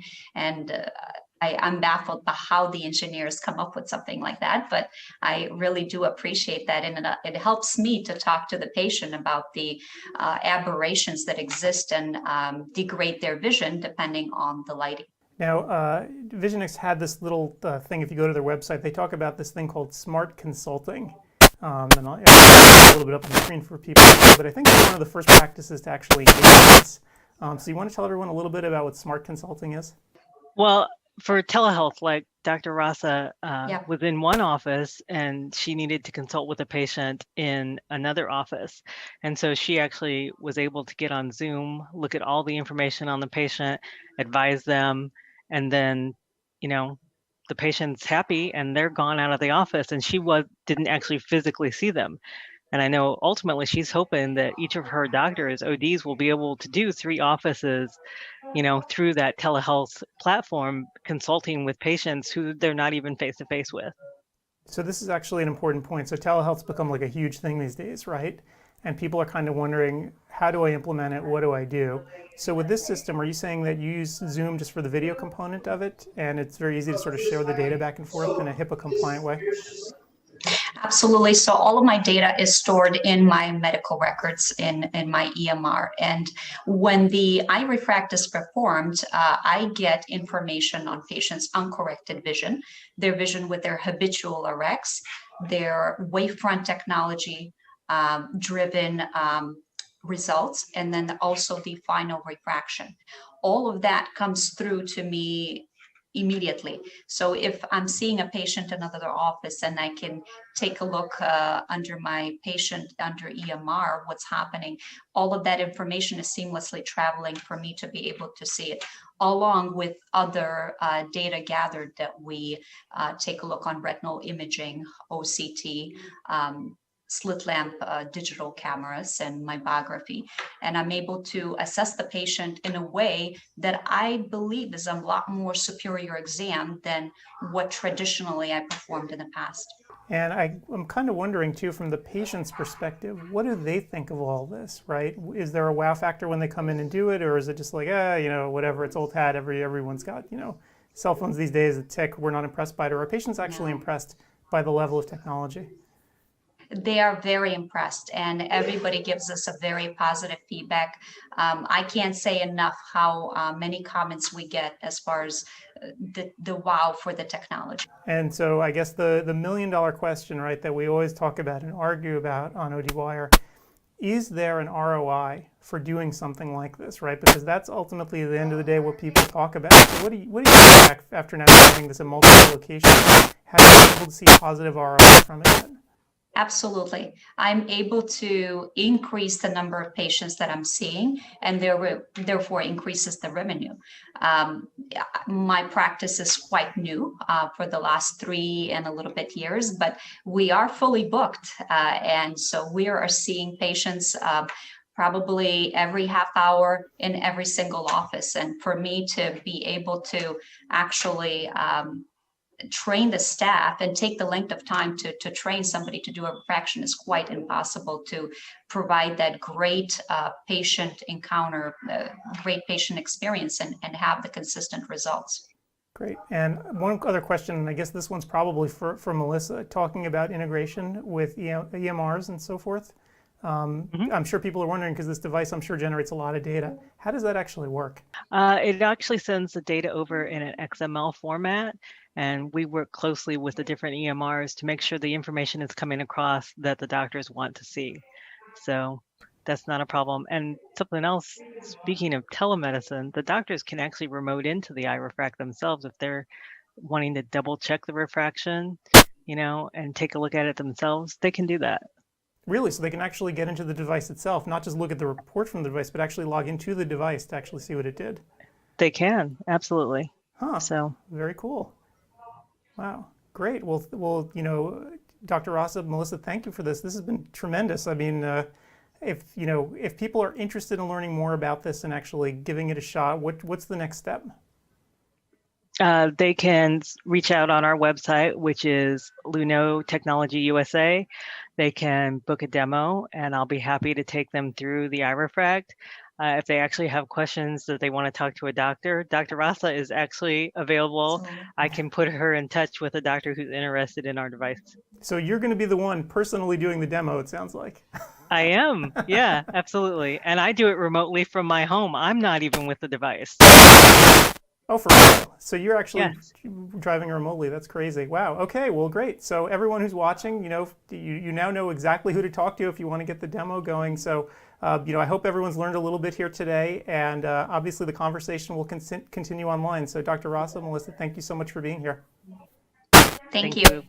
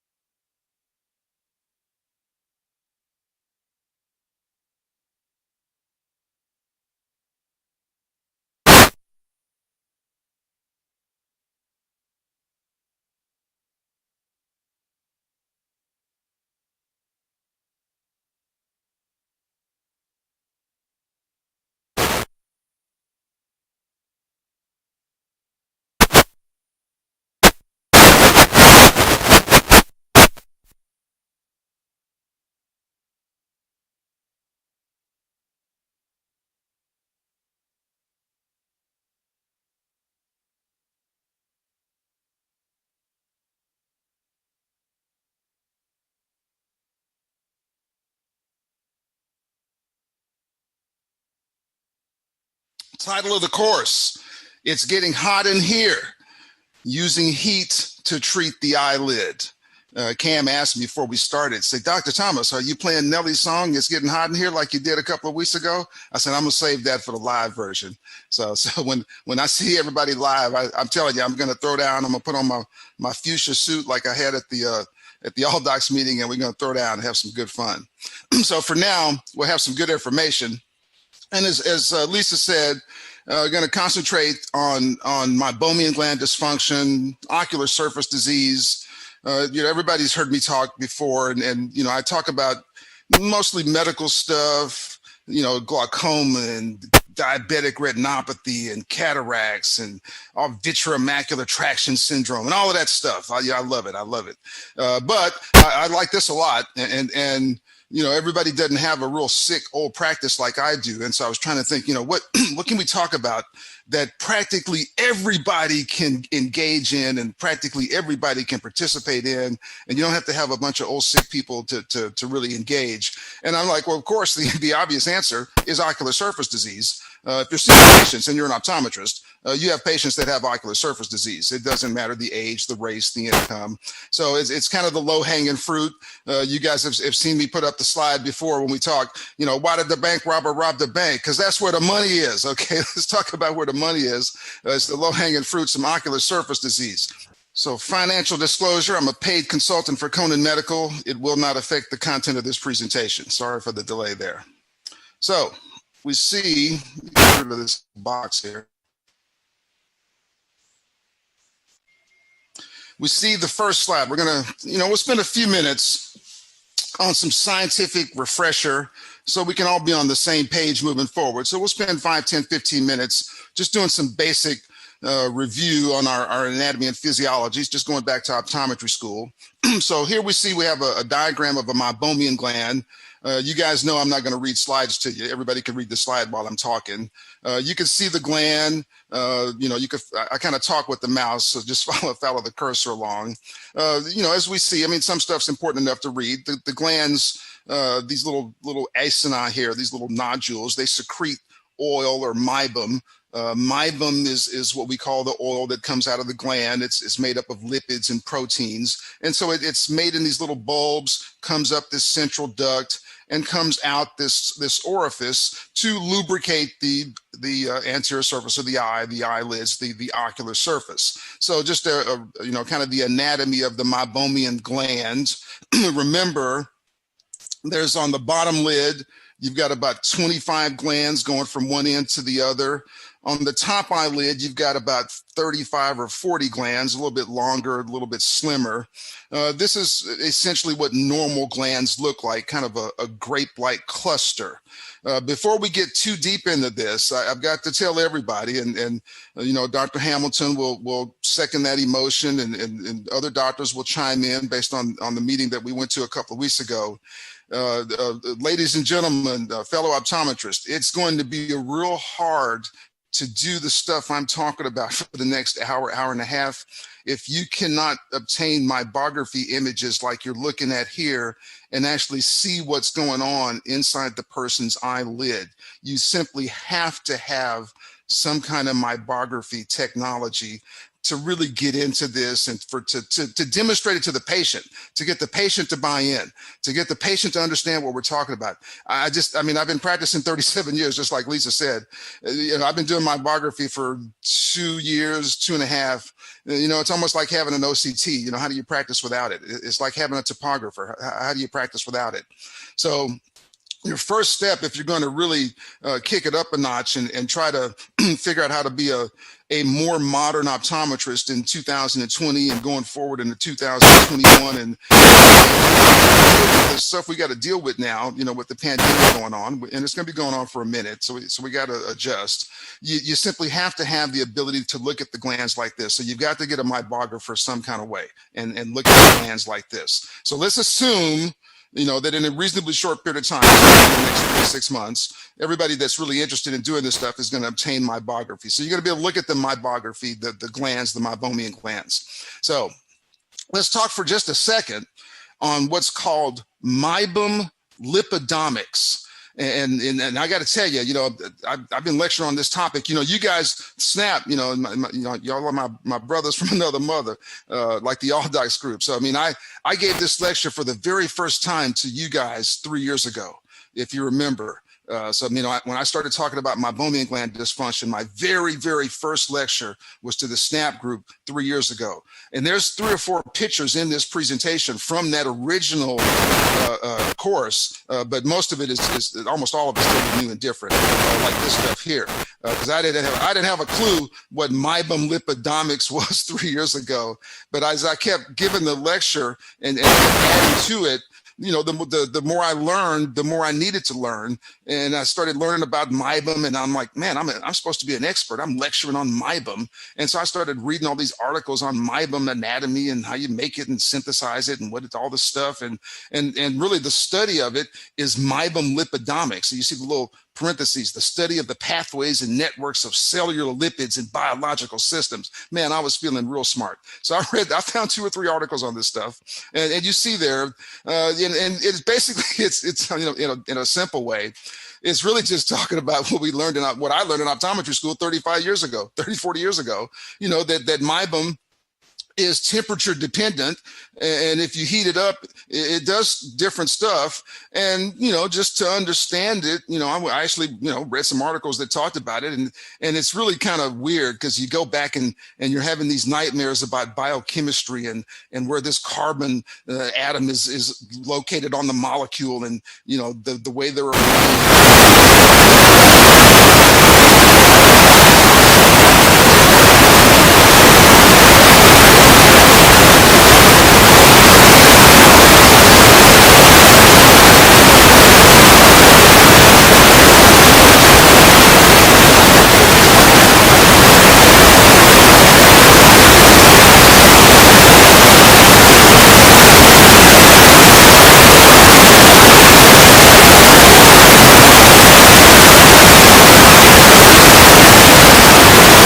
So it's disordered. And so it never really melts. So we shouldn't use melting as a correct term. What you're doing is you're changing the meibum fluidity by changing its temperature, and the temperature is making the molecules and all of that stuff rotate around and do different stuff, and that's what changes its structure and its physical characteristics. And these last couple of bullets, this is real important.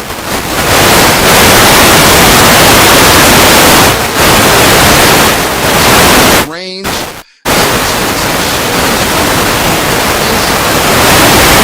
got to heat it up. It's a pretty wide range. I mean, 32 degrees centigrade, that's almost like, somebody that's laying on a slab. 45 degrees is pretty hot. I mean, that's real hot to where it'd be uncomfortable for almost everybody. And so what you see in that next bullet, 40 degrees centigrade required for maximum lipid disorder. Those are the numbers that are used in reference articles talking about LipiFlow, for example, where you're heating the meibum up to a certain high temperature, where you've got to get it hot enough to do something, where you've got to melt it, so to speak. So 40 degrees is apparently the standard, and apparently 40 degrees is the standard, kind of the average, where if you get the meibum heated up to 40 degrees, then you're considered to be where it's getting heated up to where you're changing do something.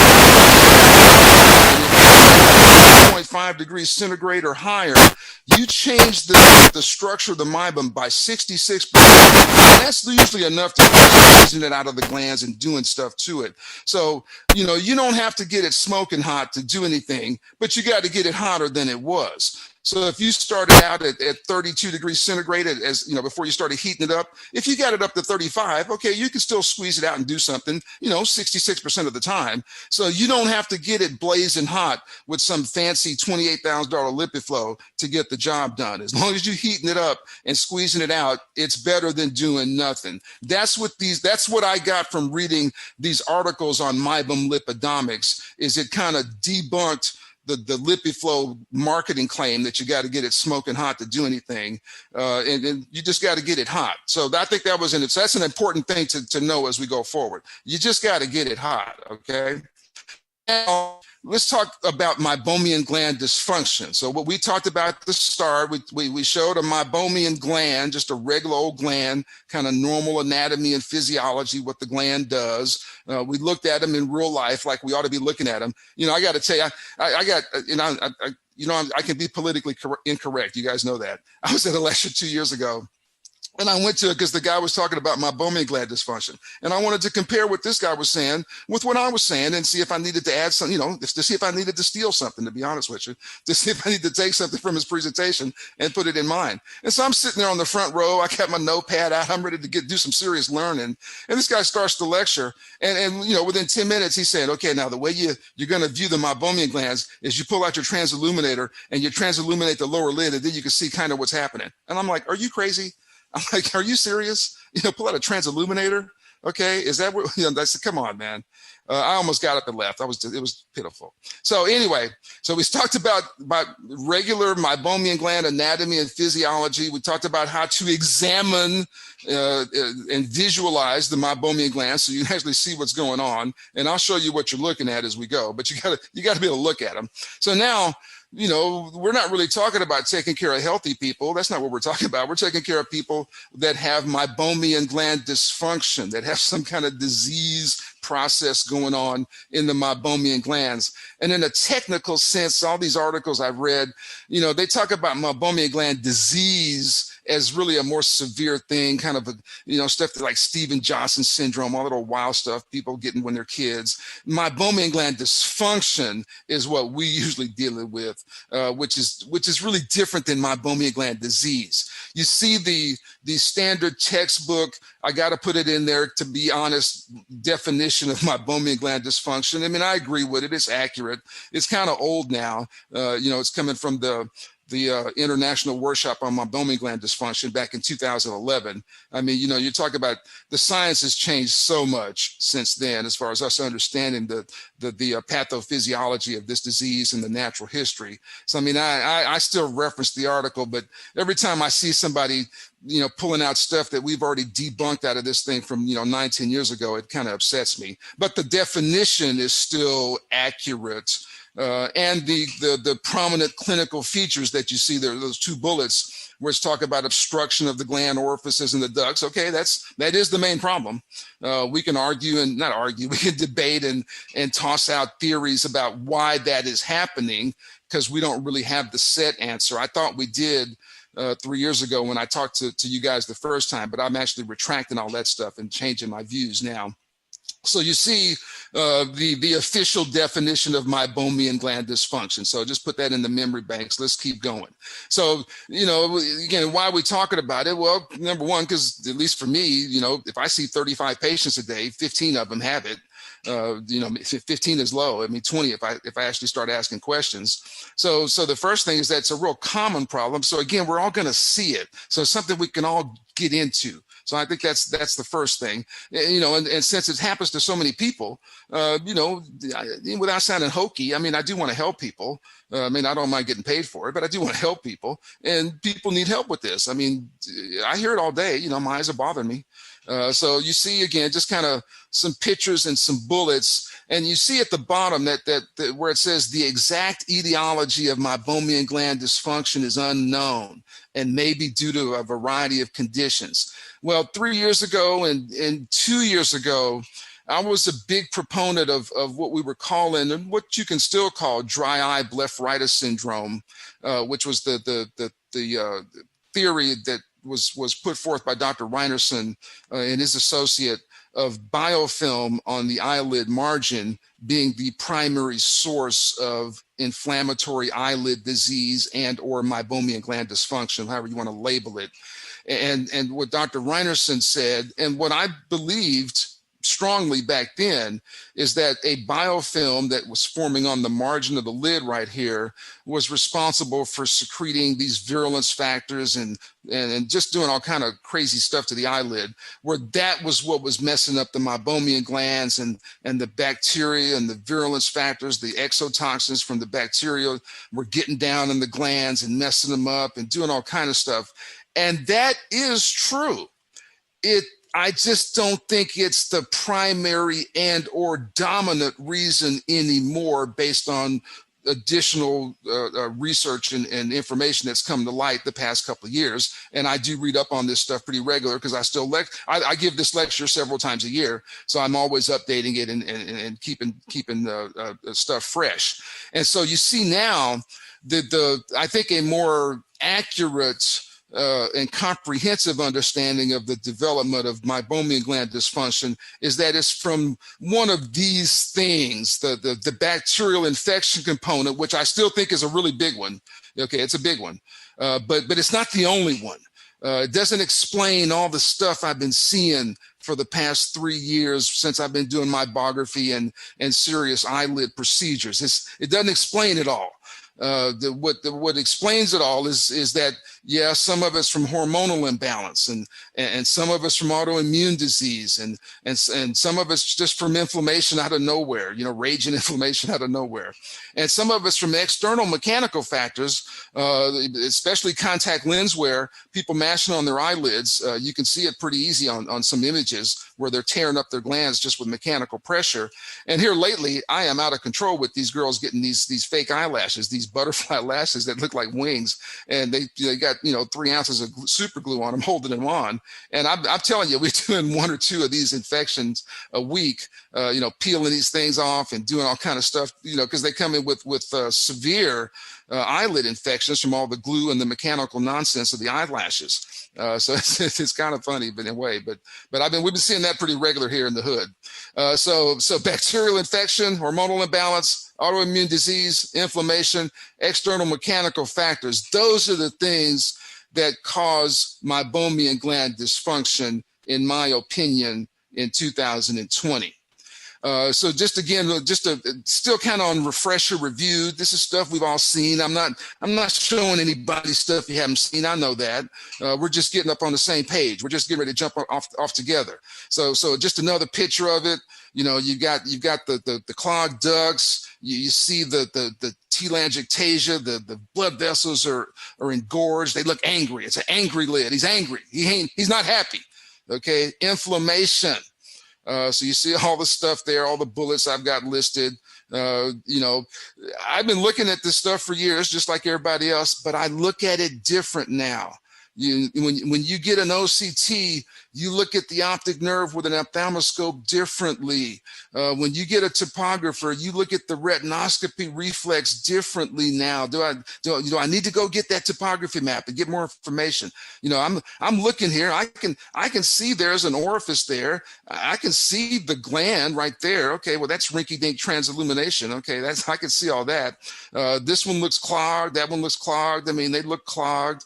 And I want to spend just 1 minute talking about my bad. I want to talk about fixed obstruction. So the big deal here is you've got 2, we talked earlier, I talked earlier about, what characterizes meibomian gland dysfunction. Okay, the big thing, 90% of it is that the duct going up the middle of the gland gets clogged up, the meibum gets thickened, it gets solid, and the thing gets stopped up. And once it gets stopped up, all kind of crazy stuff starts to happen, and it's all bad to the gland.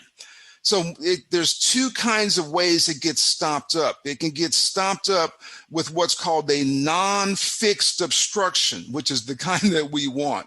The non-fixed obstruction is one where the meibum is just too thick. It's just got cheesied up and got too thick in there. And you got to just heat it up and get it out some kind of way. That's what you're hoping is happening. But that's not what is always happening. What is happening sometimes, what's happening quite a few times, honestly, is this second thing where you get these fixed obstructions. So you got non-fixed, you got fixed. And the fixed obstruction is called periductal fibrosis. And these things are bare. And what the periductal fibrosis is when you got to imagine what's happening, the mechanism of action. So the whole eyelid is inflamed. It's not just the margin. It's not just the follicles. It's not just the meibomian gland. The whole structure is inflamed. The whole thing, all the connective tissue, all the collar, it's all inflamed, the whole thing, the whole lid. So, the gland, we look at the glands like they're sitting there in isolation, like sitting in styrofoam, surrounded by protection. Well, no, they're just sitting there surrounded by a bunch of tissue, and the tissue's getting inflamed right along with the gland. And what happens when the extraglandular tissue gets inflamed, it forms these strictures, these fibrous bands that form around the gland. And as the strictures, these periductal fibrosis bands, as they mature like a scar, then they kind of constrict and shrink down, and they squeeze the gland, then kind of close it shut, like you see right here and you see right there. So that's an example of, an artist's rendition of periductal fibrosis, where the thing is being squeezed to death by this inflammatory scar tissue that's forming, circling the meibomian gland. So that's a big deal there. You don't want that because you can't fix that. Now you can't heat that up. You can't squeeze it out. So when you express a gland and nothing's happening and nothing's coming out and the thing is open, it's not capped up, This might be the explanation, and you might be having some fixed glandular obstructions going on, either right up here at the beginning where the orifice is, or somewhere down the line. Because see here, if the periductal fibrosis is right at the orifice, when you squeeze this gland, nothing's going to come out, and everything's going to go in the back and mess the gland up. It's going to kind of explode going backwards, all this intraductal pressure going back. If the constriction is here, when you squeeze this gland, there'll still be meibum coming out, but the back half of the gland is going to go crazy because the meibocytes, all the acini, they're still secreting oil. So the oil's still coming out. You see these arrows? The oil's still coming out, but it can't go anywhere. And so the back of the gland almost blows up like a balloon, like you're blowing a balloon full of air, and it's going to bust open, and it just tears the gland up. And that's how you'll see it shortly. That's what explains these meibography images that we see is these fixed glandular obstructions. And you got to go big time if you want to deal with this. I mean, this ain't for the meek. I got to tell you, I mean, I'm pulling out the big guns when I'm working on these people. So, I mean, I do this when I have to. I don't do it because I want to. It's a pain. I don't like it. The patients don't like it. It's high drama. I ain't recommending it. But, if I got somebody in the chair and I got to fix them, then I got to fix them. So sometimes you got to go in there and pop that thing open, and you use these little masking probes. So you got to numb up the lid. I numb it up with lidocaine, prepare a bunch of cream I rub on it, put a contact lens on it so I don't mess up the cornea. And then I stab them with this probe to open the gland up. Okay, we're not going to talk about that no more. So just if you wanted to, every once in a while you got to go serious, but that's not what this lecture is about. So, just to say you've heard it, so you know the difference between non-fixed obstructions and fixed obstructions, okay? We're gonna spend the rest of the lecture talking about non-fixed obstructions because that's what most of them are for most people.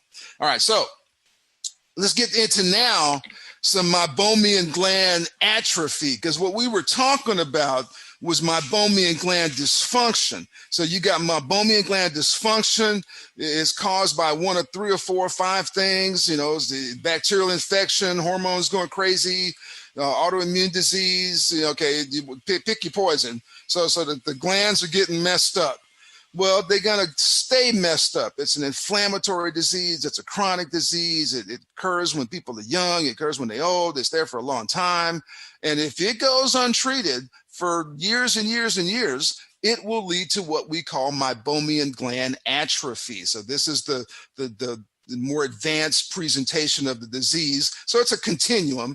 Meibomian gland atrophy is just the end stage of meibomian gland dysfunction. But I want you to see it's really 2 different clinical presentations on the meibography images, because you can have a normal looking meibography image like that second slide I showed where all the glands look fat and happy, but they could be stomped up and not working. You can squeeze them, nothing coming out. And so you got all kind of meibomian gland dysfunction going on, even though the glands look normal. When you have meibomian gland atrophy, the glands don't look normal at all. And so remember the mechanism of action. It's really important to be able to understand it, be able to explain it to the patients. You're going to see patients once you get your meibography capability, and they'll say, well, what's this? What's that? I mean, and you're just going to wow them. I mean, I've given presentations to the staff because the staff is taking these images. They don't know what they're looking at. And I'll spend 30 minutes with the staff at an office and show them and explain to them what they're looking at. And it's just so much different when everybody knows what's happening. So here's what we're looking at, everybody. So remember, that the obstruction of the glands leads to stasis of the meibum. So let's say, I'll use a gland here as an example. So you see this big gland right here. So this gland, there's the orifice. The gland next to it looks pretty normal. The gland next to here is gone, and there's nothing but a little fragment there. The gland next there is this one that here is breaking up. This one's gone. You got little discontinuous segments. These are fading away. It's not that the image is blurry. This is actually a phenomenon, fading or poorly defined glands. It's like a intermediate stage of gland death. So what happens, here's your step by step. So the first thing is the gland gets stomped up. So right here, this gland got stomped up. This part of the gland is still working. It's still making oil. This part of it was still working. All these little bulbs right here, they were still trying to synthesize oil. The oil can't get out. Okay, so the oil, it basically got nowhere to go. So it starts to expand the gland, and you can see the gland is separating. And it's a term we call unzipping. So this gland right here is now unzipping because it got stopped up right here at the orifice. It kept secreting oil. The oil couldn't get out of the gland. It causes increased intraductal pressure. So now the gland starts to separate laterally. You see that? So think of me blowing up a balloon. I'm blowing up a balloon, filling it with air. And if I put too much air in that thing, it's going to pop. Okay, now your gland's not going to pop, but if you put too much pressure in it, it's going to start to separate. You get this dilation of the central duct. Then the little bulbs, the little acini, they start to die. So they don't like that. There's like too much pressure. It's like, man, why are you doing that? It's too much pressure. You know I don't like that. Okay, I'm gonna just shut down. I'm gonna shut it down. I'm gonna shut this thing down and stop working. So then they stop synthesizing oil, but now it's too late. The thing's it's already messed up. So then what'll happen is that right here, see it's separating. Eventually, I'm sorry, my bad. Eventually, it's gonna break off. And if you go up to the top, you'll see here these segments, these segments of discontinuous gland tissue. So look at these horizontal pieces. Okay, it ain't no horizontal meibomian glands. That thing's supposed to be vertically oriented. So this little piece here broke off. It snapped off like a piece of a lizard's tail. So what happens is that this gland got stopped up right here in the middle, and then it basically just blew up. It blew off the end of it. And this is when you see in these discontinuous segments, that means the gland got clogged up right there, stayed clogged up for who knows how long, and then eventually the thing just broke off, and you see these little pieces roaming around. So that's what's happening. So you understand what you're looking at. So these are different stages of meibomian gland atrophy. Okay, and this can happen in anybody. I mean, I've seen this nonsense in 15-year-old people wearing contact lenses. Here's a 30-year-old contact lens wearer. And this person's coming in and saying, hey, doc, my contacts are a little dry. Can I get some new contacts? I'm like, sure. Let me do some meibography on you before I just start wasting your time and money, and let's see what we're dealing with. And as soon as I get the meibography image, I'm like, oh, okay. Well, we're not dealing with a whole lot here. It looks like you got one gland that's halfway crazy. These little pieces are fading. And you see here where it looks like it's gray? Okay, there's no glands there. Okay, they're gone. This is meibomian gland atrophy. There's no glands, they're gone. There's like 3.5 of them left. It's pitiful. Okay, this was the other eye. Okay, they're going crazy. Okay, this person's 30 years old. I'm telling you, I've been practicing 37 years old. When this person's 57, they're going to have cornflakes in their eyes. Okay, they're going to be miserable. They'll be miserable. Okay, now I'm going to try to fix it because I found it when they're 30 instead of 60. But I mean, this is poor prognosis here. I could have been working on this guy 10 years ago. Okay, easy. It took a while for this to happen. So you see these other risk factors. Smoking is 10% increased risk of meibomian gland dysfunction. Cigarette smokers, all the drops, all these chemicals that seems to diffuse down in there and mess stuff up. If you got real bad allergies, GPC, vernal conjunctivitis, man, it raises it way up. Contact lens wear to me is the number 2 thing behind the bacteria. Because the contact lens where you get the mechanical stuff where you're mashing on your eyelids all the time, and you get this bacterial biofilm that forms on the contact lens to increase the risk of the infection. So, this stuff happens all the time. So then you say, well, so what? So what? Okay, well, the big deal, and this is where we done had everything upside down for the past 5, 10, 15 years, but we're fixing it now. The big deal is that if you don't fix this stuff, it will cause what we used to call dry eye syndrome. So it'll lead to, so once the meibomian glands are messed up, you got no lipid layer on the tear film, you get the water starts to separate, you get this mucus collection, you get these dry spots forming, you get desiccation of the cells, they stain them with the lissamine green, you get all kind of bad stuff. This is what we call, I guess the correct term now, dysfunctional tear syndrome, what we always used to call dry eye syndrome. So what all the science shows now, and everybody's seen the stat, that's why I didn't put it up here, 85% of the people that have dry eye syndrome is because the meibomian glands are messed up. Okay, meibomian gland dysfunction is the cause of dry eye syndrome in 85% of the people. That's what the stats show. So, when people, I remember that I gave one of these lectures and the COPE guys made me change my slide because I had the slide in there. It says, 85% of the people with dry eye, the cause of the problem is meibomian gland dysfunction. Why even run a bunch of tests to figure it out? Why don't we just start with the default diagnosis of meibomian gland dysfunction? And if you treat the meibomian gland dysfunction and 6 months later the dry eye is not better, okay, well then you could look at something else. But why spend a bunch of time and money running a bunch of tests on people trying to figure out if meibomian gland dysfunction is the cause when meibomian gland dysfunction is the cause 85% of the time? And they want me to take that slide out. They says, well, you're recommending that the doctors don't perform a diagnostic workup.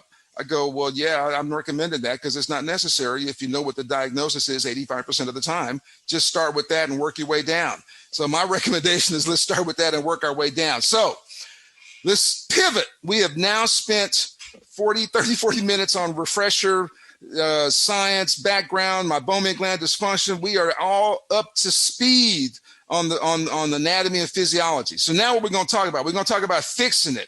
How do you fix this stuff? That's what we're going to talk about now. Best practices. In my opinion, it's kind of a three-part program where part one is you got to clean the eyelid mechanically. There's 3 or 4 ways to do that. You can pick whichever way is best for you. I'll show you a couple. I'll show you what I do. The number 2, you're going to apply heat to liquefy the meibum. You can do that 3 or 4, 5, 6 different ways. Again, I'm going to show you what I do. There's no right or wrong. There's no best. There's just different ways. And then you got to top it off with some whipped cream on the top and put some kind of topical or oral anti-inflammatory therapy on them, some kind of way. You got to do something. I mean, even if it's unpreserved artificial tears, you got to put something on them to work on ocular surface disease almost always.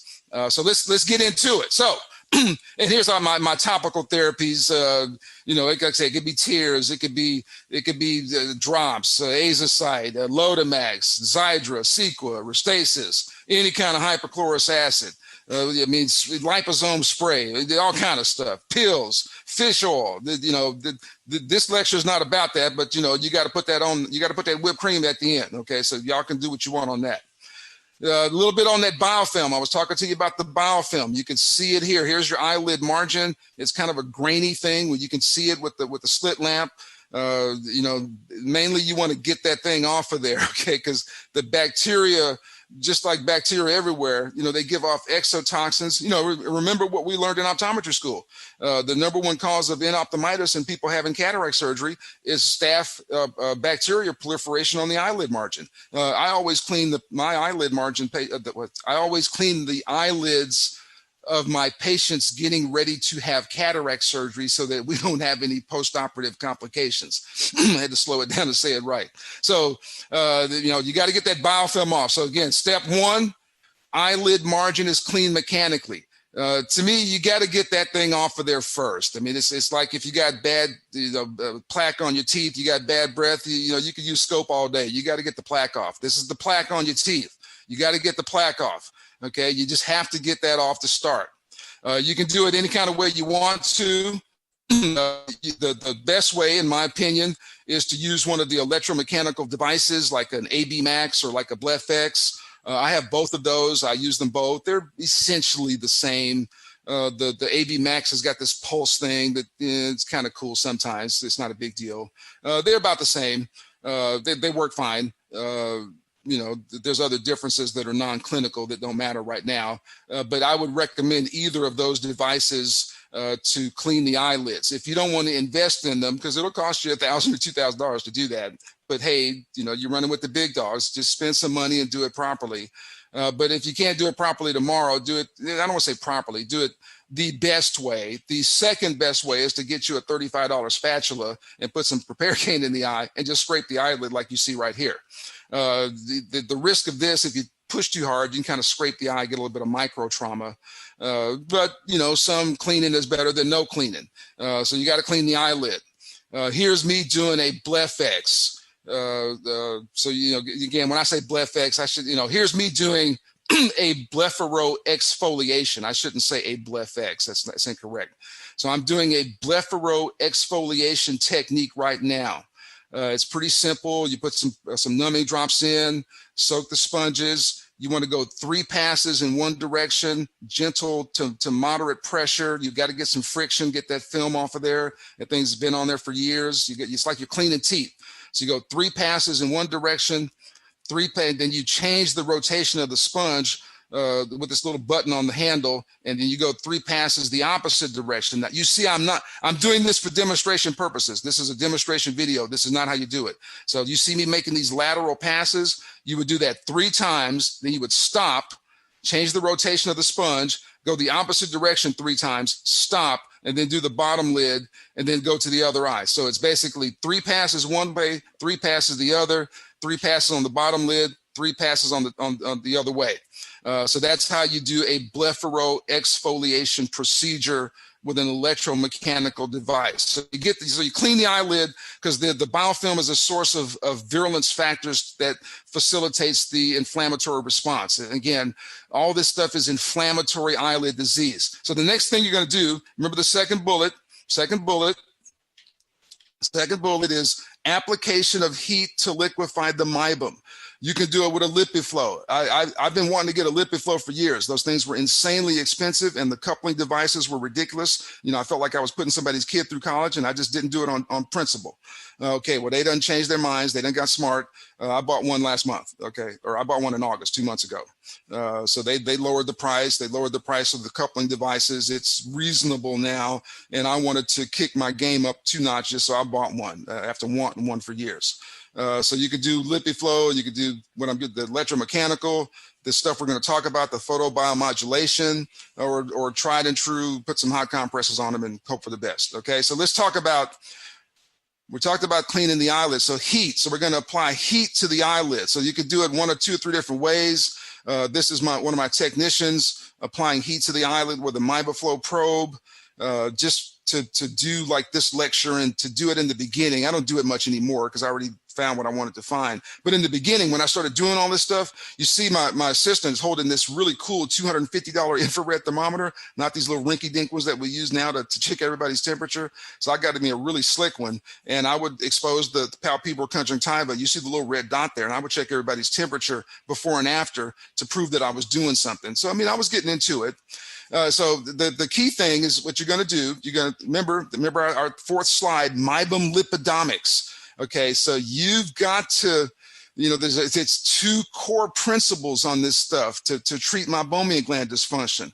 You've got to evacuate the glands to get any kind of healing going on. You got to squeeze all this old meibum out. You got to get that stuff out of there. It's nasty. You got to get that old meibum out, clean the glands out, evacuate them, that's the correct term, and allow them to reset and to reboot and to normalize and to start producing meibum that will actually lubricate the eye, as opposed to meibum that just simply clogs up the glands and does nothing else. So you've got to heat the meibum up, and then you've got to squeeze it out. Part 1, part 2. Okay, you can try to squeeze it out without heating it up. It won't be as effective. You can heat it up and not squeeze it out. That won't be as effective either. You know, we've gone for years telling our patients to go home and put hot compresses on. And there's some evidence that seems to do something. It's better than doing nothing. But think about it. You got the glands full of this cheesy, hard stuff. You heat it up and soften it up. But you don't do nothing else. You don't squeeze it out. They ain't squeezing it out at home. So all you did was heat it up, and then you let it cool back down and stay right in place. All you did was just play with it. You know, it's like a dog chasing his tail. You didn't do nothing. It's a waste of time. To me, it's a waste of time. You know, the at-home hot compresses without some attempt at expression is a waste of time. All you're doing is heating it up and letting it stay in there. Okay, you're not doing nothing. So to me, you gotta heat it up, and then, you know, at a base level, you go get you some of these meibomian gland expressor forceps, and you start squeezing that stuff out of there. That's what you do. Okay, then you got to do it. You know, and if you're not doing it, you got to do it. I got 3 or 4 of these things. I got them laying around everywhere. You know, you put a drop of alkane in, and you got to go gentle. You know, if you do it too hard, it's going to hurt. Okay, it's going to hurt. Now look at this. Look at this stuff, man. This is nasty. Look at this. You know, it's inspissated. Okay, the toothpaste type consistency where it comes out in a string. Okay, that's funky. That ain't lubricating nothing.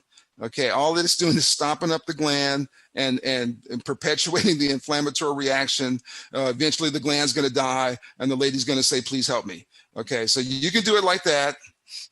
You can do it with your finger. Okay, you can do it, but you better do it. Okay, you got to do this. You got to see what's going on. So it's a diagnostic thing to see if anything's coming out, and it's a therapeutic thing as part of the treatment. Now, me piddling around with it like this is just diagnostic. I'm just trying to see if something's coming out of here. I ain't fixing nothing with that little old expression. You got to go at it if you want to be fixing somebody's meibomian glands. Okay. So again, you can again, this is a diagnostic expression just for me to get an idea what I'm dealing with, so you're seeing this kind of milky, yellowy, white stuff coming out. It's supposed to be clear, it's supposed to be like olive oil. Okay. That's not what's happening. So this is meibomian gland dysfunction, and this is abnormal meibum. This is thickened meibum of an abnormal color. Look how hard I'm pressing. I mean, I'm moving that guy's eyeball to get a smidgen of meibum out. Okay, it might be better to grab some Alkane and get some forceps, or it might be better to do all this other stuff. Okay, that's what might be better. Is let's do it for real. Okay, that's what I bought this LipiFlow for. Okay, so LipiFlow is the predicate thermal device. It's the Grand Poobah. It's the original. Okay, it's the OG. So the LipiFlow is what everything else is compared to. An automated technique for evacuation of the glands using heat and intermittent pressure. Okay, this thing's been around 8-9 years. I don't have to talk about it too much, other than I got one and I like it. Okay, and that's the best I could say. So you see a picture of it here being used. I also have the tear care. I bought the tear care right before the pandemic hit, and it's still sitting here because I haven't been trained on it. And every time I try to schedule my training, something happens. I've done it twice. So I got the tear care because I think the tear care, based on my research, gets the hottest. So it's like super hot. So I mean, if I get somebody where a LipiFlow won't get it done, or some of the other stuff, I'm gonna pull in this tear care out, and I'll use that. To me, all these technologies have pros and cons. Here, the LipiFlow, the pro is that it works. The second pro is that it's been around a while. The third pro is it lasts. I mean, it's all good except for the cost. Okay, it's expensive. Okay, I can't do it for free. I can't do it cheap. The price limits me, even though the price is manageable. But I'm dropping a couple $100s every time I turn this bad boy on. So that's going to limit who's going to get it done. But I'm getting it. We're doing people. Same thing here. Okay, this thing ain't free. Every time I bust one of these strips open, it's a couple $100s. Okay, that's going to limit who gets it done. And I don't care. It wasn't too expensive. I'll use it on somebody, and I want to have everything. I'm all in. Okay, I'm all in. I don't have one thing. I don't have two things. I got everything. So I got this too. I'll use it eventually. I just have to get trained on it. I've got this MeiboFlow. I've had this. This was my start. Was the MeiboFlow, me getting into eyelid procedures. And if you remember 3 years ago, this is what I talked about. And it was the only device I had in the beginning. But now I got plenty. I got 4 or 5 of them now. But this was the first one where the probe heats up to 180 degrees, and you kind of rub the eyelids and massage the glands, and it performs an expression procedure. I don't know if it's as good as me taking them to the slit lamp and squeezing their eyelids with some fancy forceps. But I like this because I don't have to do nothing. My staff's doing it. Okay, I really like that part a lot. Okay, and there's no disposables. So when people don't have any money, when the disease is relatively mild, I'll go with this MeiboFlow and do 3 treatments 2 weeks apart to begin the therapy program. And we've been doing this 3 years. People love it. They love it. It's really, really cool. The iLux, I put this in here so I could be, comprehensive and complete. This is the only device that I'm discussing tonight that I do not have, and there's nothing wrong with it. I just didn't think it was necessary because all the other stuff I got. I know several doctors that have them. They seem to work fine. I don't want to say anything bad about it. I think it's kind of expensive.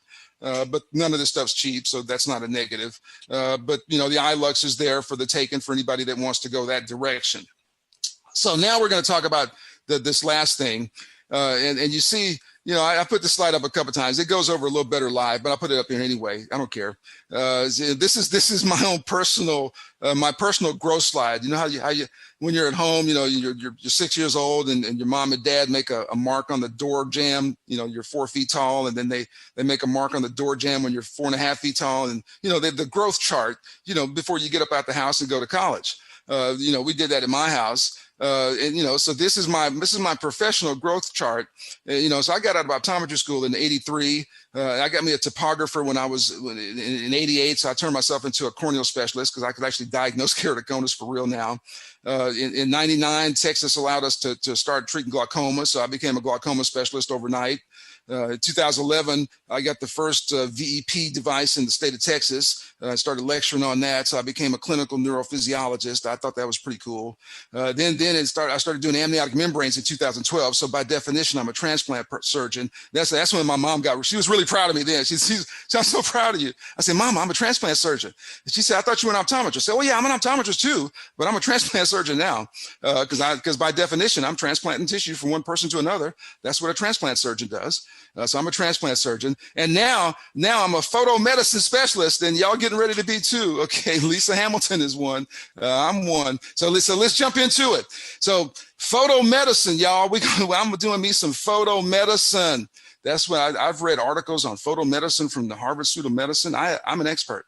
I'm good enough to lecture on it. Okay, photomedicine. So I'm going to deliver some photomedicine with this red mask. I just wanted to show it to you. It's real cool. I got me a blue mask. It's real cool. It's a different wavelength. The red mask does one thing. The blue mask is more of an antibiotic thing that we use for blepharitis, but it's kind of cool. So you see the patient's viewpoint and then what it looks like when it's on someone's head. So let's talk about this. So let's get started.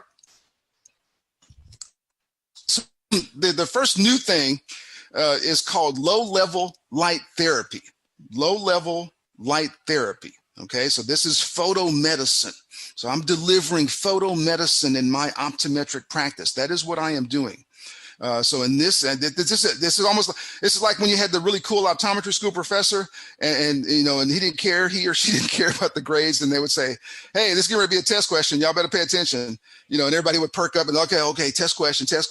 and everybody would take notes. So if I actually read a slide to you, it's like the friendly optometry school professor saying test question. So here in this therapy, the light source is placed near the skin, allowing the light energy. And I'm telling y'all, I've given this description and definition to patients, and they all understand it. Most of the people have been to school, everybody been to high school.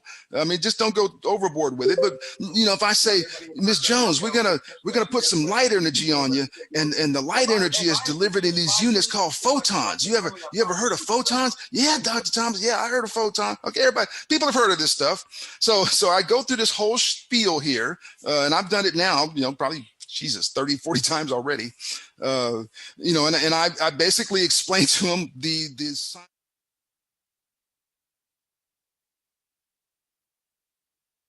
We are back, and Paul, are you there?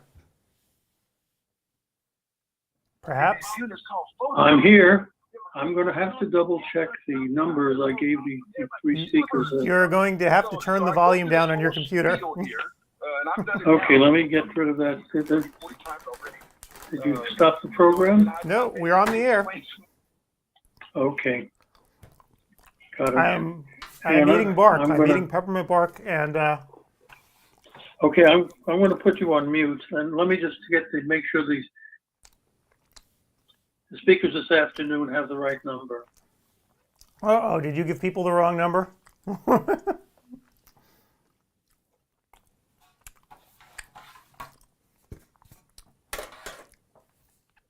I think I may have to fire Paul as my executive assistant. I think he might have given some interviews the wrong number, but live and learn. Anyway, we're back here. I hope everybody enjoyed, first of all, the Dr. Rasa video with her 10 cold starts and Craig Thomas's talk, which actually was from the CEwire this morning. And I'll pull up the schedule so you can see he gave that talk this morning. Pull it up here. All about using heat to treat the eyelid. So that was a morning show. And interesting one. We'll play the rest of it out later. I know it's kind of long. It's a 2-hour-long lecture, so it's about an hour and 40 minutes of actual lecture time. And we'll play it out later.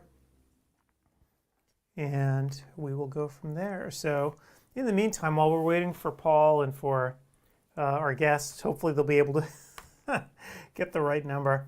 I just want to go back and thank our sponsors for all of this today and give you a little sense of what's going on at the conference. So let me pull that up so you can see all what's happening here today. So I will start it from the beginning. Get it going here for you guys. So we will show you, whoops. Just to give you a sense of how the conference is doing, I was taken aback today by how many people actually showed up. My sense of today was that we would have very few people actually attend because, well, it's the end of the year. We've done this 9 times now. But no, we actually had quite a crowd this morning. I don't know exactly how many. I know in each one of the rooms we had several hundred people in each. So kudos for you guys for hanging in there with CE to the bitter end. I guess some people still need their credits depending on where their, where their state cycle is. If they actually end on December 31st, some do, some don't. But anyway, thank you for coming. The conference has become the largest virtual conference in optometry and really the largest conference in general in optometry.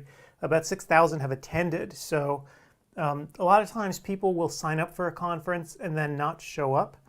That has not happened here at all this year.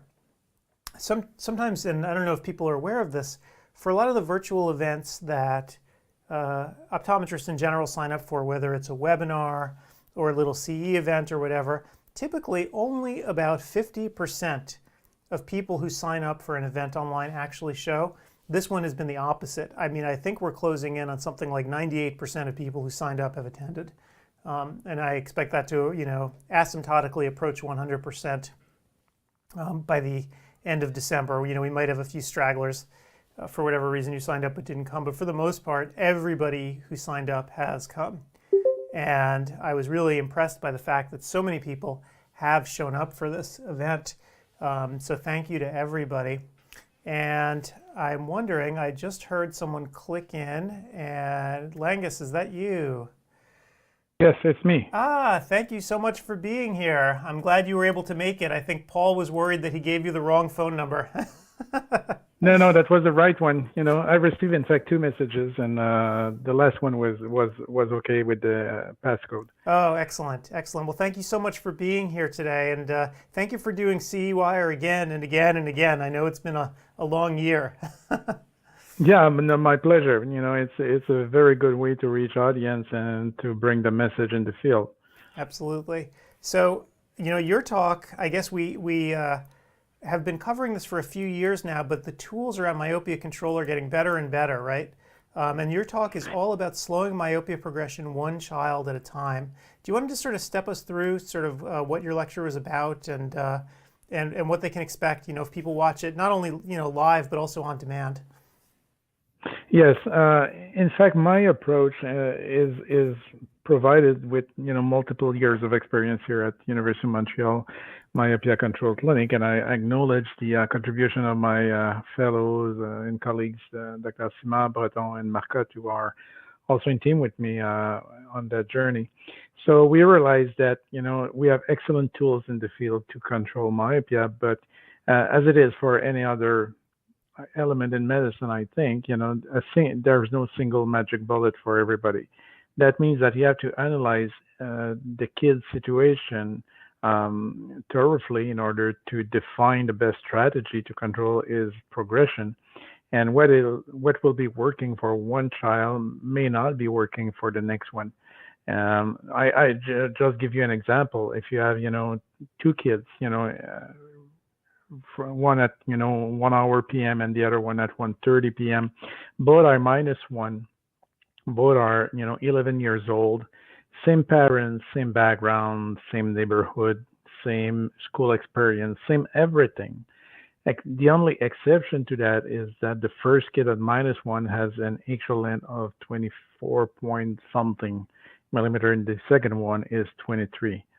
So the first one, we will have to be very aggressive because at 11 years old, 24.5 near 25, we are really looking at a very long eye. And if this kid is fast progressing, that means that this eye may have some challenge with retinal detachment and maculopathy over time. The second one, with the same diopters, with a very short eye, have almost no risk of developing pathology over time. So yes, we will control, but at a lesser extent compared to the first one. So this is one example that just highlights the fact that every kid is different, and obviously your strategy may be customized to the situation. Right, and you have to make sort of a different presentation to the parents, I assume, right, to try to be more persuasive in that first case where there could be actual danger involved. Yes, and because sometimes in very particular cases, it's rare, but it happens to me to start up front with orthokeratology and atropine at the same time, and you have to explain to the parents why you are using two strategies. Let's say that I have obviously we are a reference center and we have the worst of the worst cases referred to us, but a few weeks ago I had a patient with almost -5 already before the age of 10 and over 25.6 millimeter axial length. So under the age of 10, I know 100% chances that he will be a fast progressor. So I have to take no chance with him. So I had to put atropine in play and orthokeratology in play, and to control computer devices, exposure to screens, providing also environmental condition, like playing outdoor, and all of that stuff. So obviously we have to also explain to parents the rationale behind the strategy in order to have them to endorse it, because it's a partnership we are looking for here. Right. Now you mentioned. So, I have a question about the dosage. What's the favorite dosage of atropine for the children? We started, as everybody, in a few years ago with 0.01% based on the ATOM study.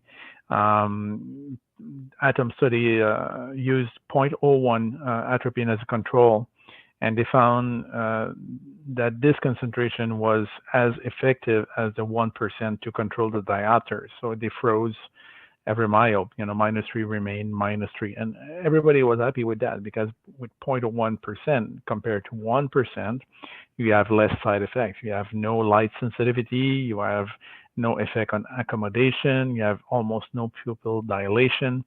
So it's very effective on diopters, but looking at the data, and the LAMP study proved that as well. If you look at the data on the axial length, you realize that this 0.01% concentration is not effective at all, because the eye continued to evolve and to grow as if you did nothing.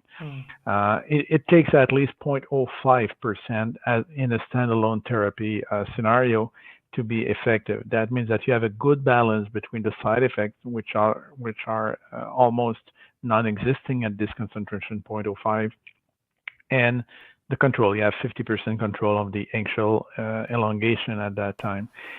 If you use atropine in combination with ortho-K or soft lenses or glasses, then you may reduce to 0.025%, and you are as effective, because you don't want to have the full effect of atropine. You want to have just a little bit more, just like if you prescribe a second drug on a glaucoma patient, even if that drug provides you 30% control, as a second drug, it will never reach 30%. It will give you probably another 10% or another 15% of control. And this is exactly what we want when you put atropine in combination with other strategies. But the message here is please don't prescribe 0.01% anymore, because it's not effective either in combo therapy or as a standalone therapy. So we are moving to higher concentrations, actually. Right. So that's good advice. Does the 0.05 have side effects for the child? Almost none, depending on the child again. I had a few patients very sensitive to that drug who developed, very large pupil and light sensitivity. a little bit on accommodation, but it's very, very rare. I can count these kids on my fingers. Habitually, we have no complaint at all. The pupil will be probably 1 to 1.5 millimeter larger compared to normal size. Accommodation will be reduced by 1 to 2 diopter. Habitually, kids can handle that very easily without having to prescribe progressive glasses or bifocal glasses. Really, I have no complaint from parents or from kids, habitually with that concentration at 0.05. Right. And there's no difference between blue eyes and brown eyes? Obviously, blue eyes will react a little bit more. Brown eyes will absorb a little bit. The iris will absorb obviously a little bit more medication, so the effect will be lesser. Blue eyes will be a little bit more affected, but not to the extent that would refrain me to prescribe that drug. Right. So CEwire itself is a sort of a conference for general optometrists who might just be getting started doing myopia control.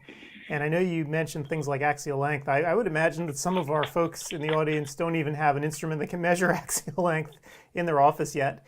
If someone wants to do a credible job of myopia control, what are sort of the basic tools that they should have in their office? Yeah, that's a very good question. I'm talking about axial length as the metric to really control myopia. But you may have a very decent practice if you don't measure it. But in the short term, you may make a little bit money just to buy this equipment. But it takes you first and foremost a topographer if you want to do orthokeratology. If you want just to provide soft lenses because you're not so familiar with ortho-K, that's okay as well. So it takes just regular equipment then. You have now one lens that is FDA approved for myopia control. You have other lenses that are not FDA approved but are used off-label, but they are widely used to control myopia as well in soft lens world. So it's better to prescribe soft lenses compared to do nothing.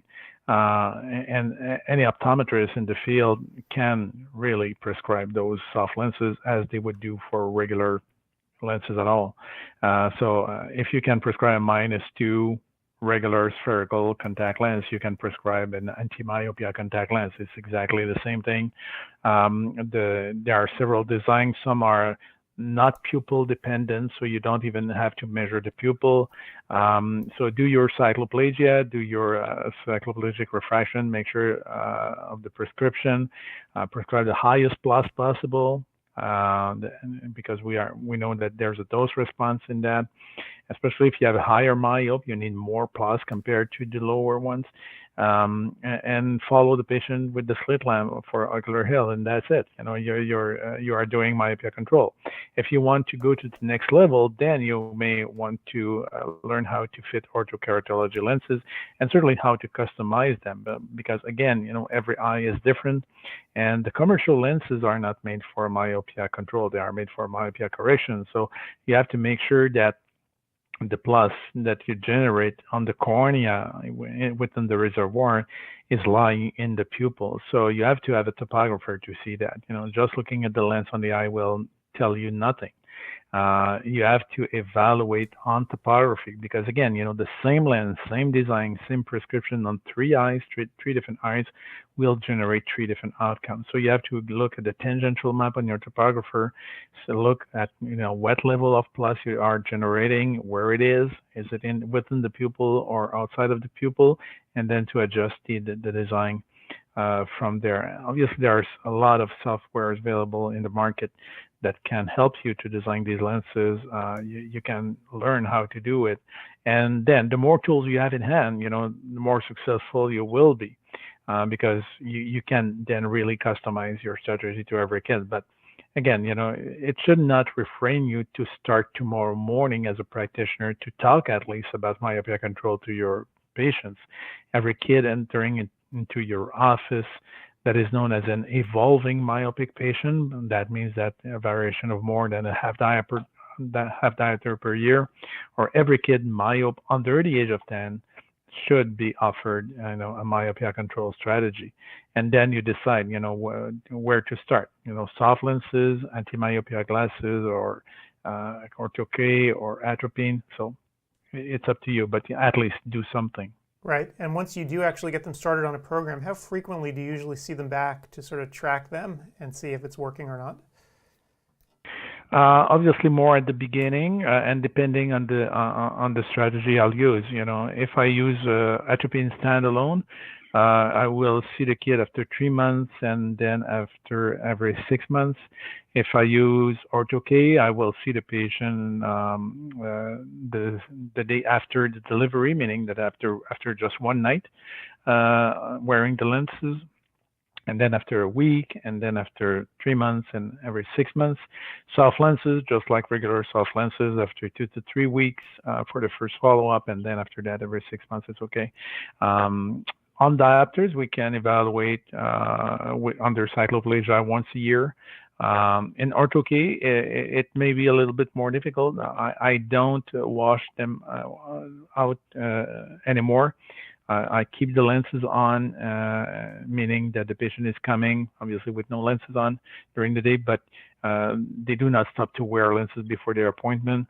And if I evaluate any kind of, residual myopia, I put the lenses on, and I remeasure the visual acuity. If the myopia evolve with OrthoK with the lenses on, I will have an over refraction that is more myopic. But if the patient is seeing 20/20 with lenses on, that means that the myopia didn't evolve. So these are the types of follow-up that I'm doing more closely if we are under OrthoK, because it's a little bit more complicated and you have to fine-tune the fitting at the beginning, and the ocular health is a little bit more crucial to evaluate over time. But once the strategy is established, every 6 months is okay. It should land once a year, just to make sure that it's on track with what we expect, because it's evolving at a slower rate compared to diopters sometimes. So you can measure it as every 6 months, but over a year it's better. Certainly more predictive of what will be the outcome in the future. Right. And you can adjust your strategy.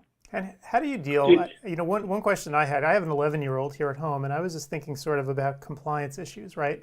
And I'm trying to think about giving him a drop every day, or putting an OrthoK lens on him, and just what a huge fight it would be. Do you have any strategies around compliance, that you tell parents or try to help them out with as you get started on one of these programs? This is where the partnership with parents is crucial. But if you give kids the responsibility of the lenses, habitually it works well. I say to the kid, I'm talking to the kid first and foremost. You're a big guy or you're a big girl. You're 10 years old. You can take care of your stuff. It's your responsibility, and you're a big man or a big woman to do that.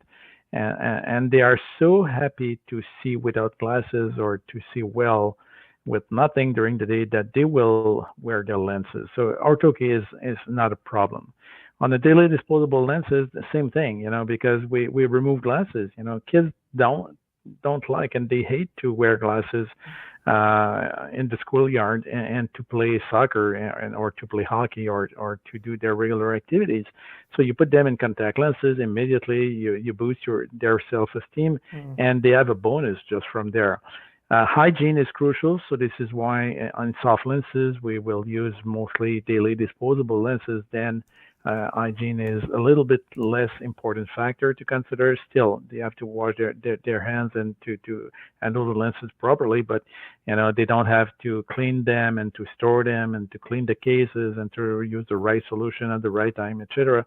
For the OrthoK lenses, habitually I recommend hydrogen peroxide, which is a very simple care system to use.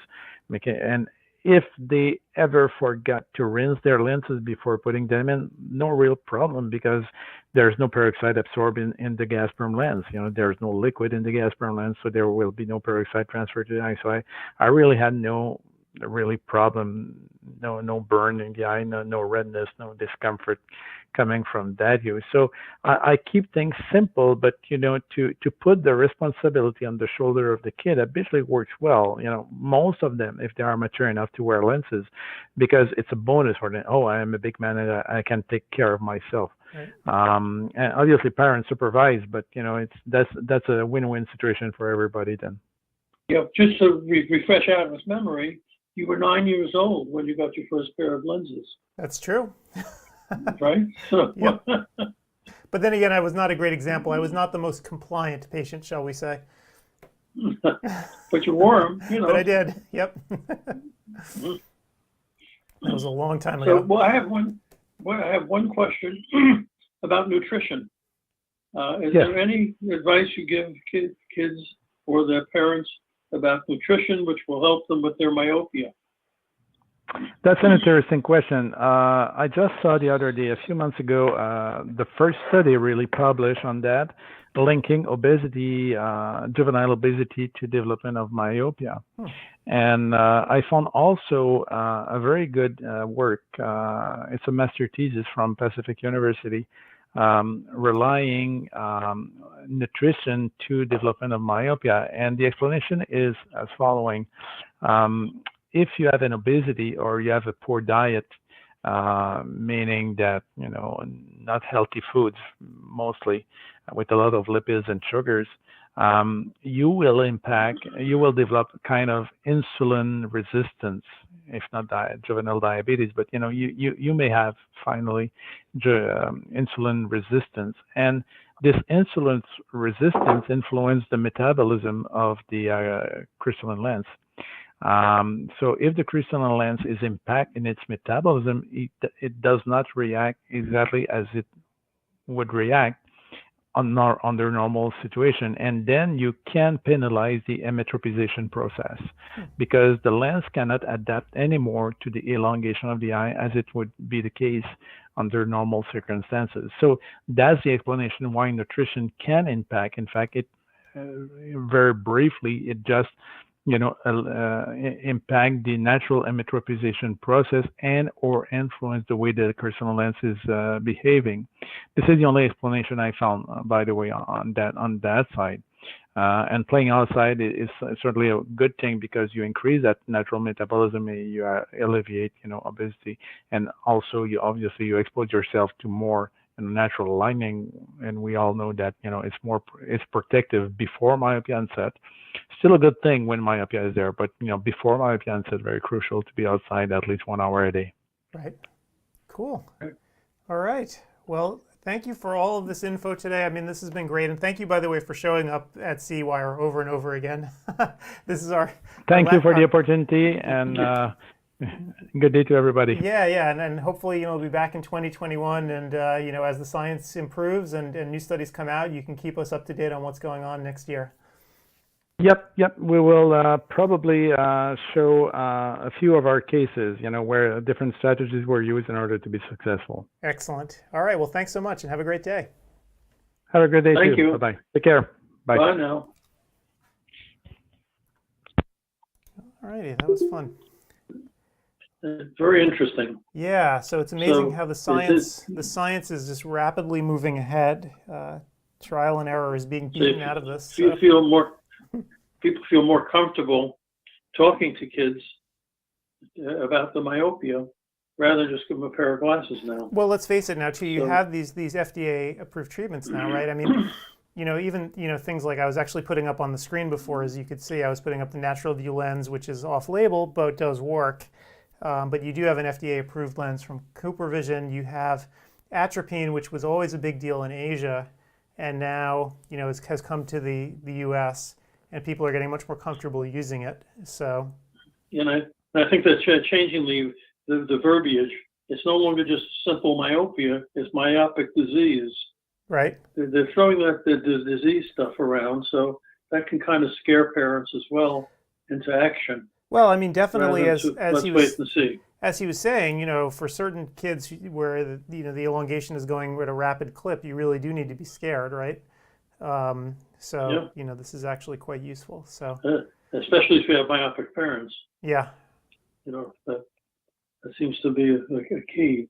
Yep.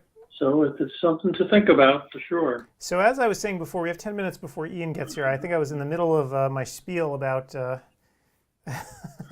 me get it back, about what's going on here at the conference today. So amazingly, we're having a lot of people show up today. At the same time, we aren't having any technical issues, which is great. So we're getting pretty good at doing this over and over again. to the point where, as I mentioned before, we're now the largest conference in eye care, virtual or otherwise. I mean, obviously this past year was a total wash and a major bust for all the large in-person conferences. They just didn't happen. But, Right. but what was remarkable to me about our meeting, I mentioned before as you were away doing your emails, usually when you have people sign up for events online, typically the response rate is about 60% or so in terms of the number of people who actually show up. And in our case, you know, almost 100% of people who signed up for this thing have actually attended. So Right. it's very unusual to have such a huge response that a huge number of people show up. So thank you to everyone, you know, who turned out for this. So it's really appreciated. For sure. And some even took the whole 64 hours. Yep, and in fact, we'll know more Which by is- the end of today, I guess, you know, how many people are hitting that mark, or I guess we'll know by tomorrow. Well, they still have until the 31st of December, so Yep, they can still take it on demand, but, you know, it's not over till it's over. It's just amazing how many people are getting up that high. So again, plan your day, download the course schedule, and at CEwire2020.com, and you can't be in two places at once, but if you sit there and sit all the way through the lecture, you will get your credit without having to do anything. Make sure you have your tracker number in the system as well. That's also really important. Very easy to do, and most people, I think, have that set up already. Be aware that there are reporting delays going on with Arbo. It's taking them forever to get everything finished, which is not really a surprise because they're overwhelmed with the number of people submitting credits. At the same time, though, you don't have to worry because you can actually go to CEwire2020.com, click on certificates. You can see it here at the top of the screen, and get a list of all the courses that you've passed. That'll be there, you know, at least for the next 5 years, so you can always come back. But I recommend going, printing out your list, and if you need to, give it to your state board directly. Don't wait for Arbo to get the OE tracker done, because that can be a challenge. They are drowning under the number of submissions I that they assume have. are people filling out the critique about the courses? Oh, yes. So at the end of each class, as you've noticed, there's a place where you can fill out feedback about the class, both quantitative and qualitative. And we have thousands upon thousands of surveys that have been filled out. So we have a treasure trove of data about the conference, for better or worse. So far, not too many complaints. Remarkable with, Yep. with the number of taking courses. Yep. And so I wonder how many total hours these 6,000 have. I haven't Number of actually course added, hours. I haven't, I started trying to add it up. Let me actually do the calculation, because I started to try to do it because I was curious too. And I think, let me just do it again in my own head here. It was, yeah, it was about 130,000 hours worth of classes. And Arbo has to approve each one. So we obviously hand them the data electronically, and they put it into their systems however they do it. But yes, it's a lot, and we're just, you know, one provider. There are lots of others out there. So yeah, it's a challenge. Arbo's, you know, trying to rise to it and meet it, but I feel badly for them. They're not the largest organization in the world. So anyway, your certificates are safe with us.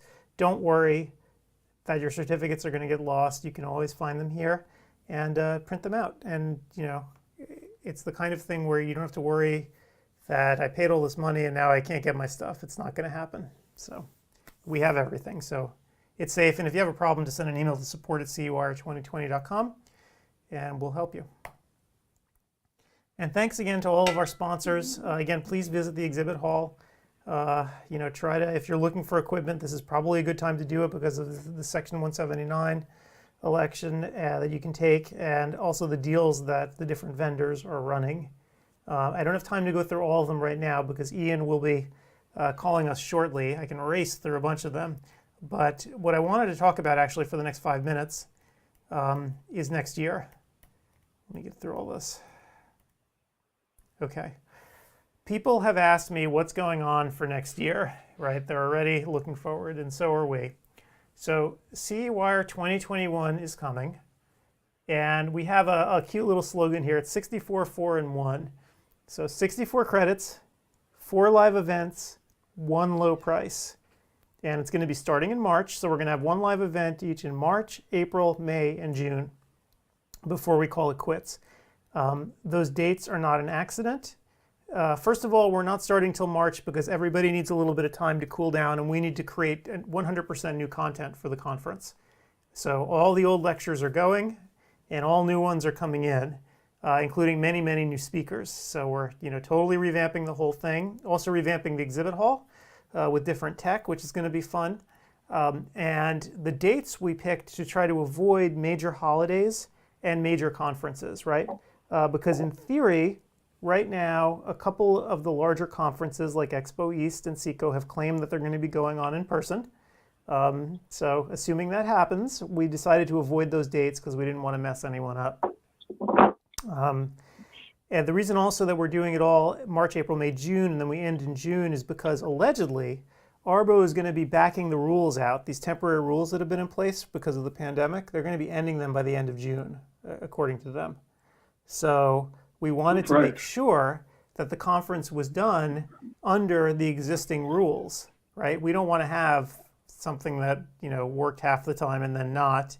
We want to make sure that we get everything in under one set of rules. It'll be done in June, and then we're going to keep it on demand through December anyway. But the on-demand rules, of course, had never changed, so that's not a big deal. So, and the reason we picked Saturday, Sunday is to allow people that work Saturdays to be able to take at least half those hours, 32 hours live on Sundays. Yep. Right through the four weekends. Yep, and it's likely, even if you work on a Saturday, you'd be able to pick one of those weekends and try to take some classes as well. So we do weekends. I see some conferences do stuff in the week, and I always shake my head because I'm like, who can show up on a weekday the entire day? I mean, obviously in the beginning of the pandemic, it was easy to, but now I don't think so. So yeah, these are all on weekends. 64 credits, 4 live events, 1 low price. The idea is you register, you pay once, and it's going to be a low price. If you're listening to my voice, it's probable that you've already participated in CEwire 2020, and that being the case, you're going to get a deep discount to attend 2021. You're going to get an email from me when registration opens with your discount. So be on the lookout for that sometime. I'm going to guess we're going to get registration open probably around the first of the year, maybe a little bit after. So boy, if we get any cheaper, we're going to have to pay them to attend. Look, our prices are getting lower and lower. The states that depend on income, they must be pulling their hair out. Well, look, that we can offer things at $3 a credit hour. Well, I mean, we rely on volume. The whole idea of CEwire is that we wanted it to be inexpensive, right? So we want to try to get it as inexpensive. And especially for people who've taken the courses before. I mean, you want to give people a loyalty discount because they come back year after year, right?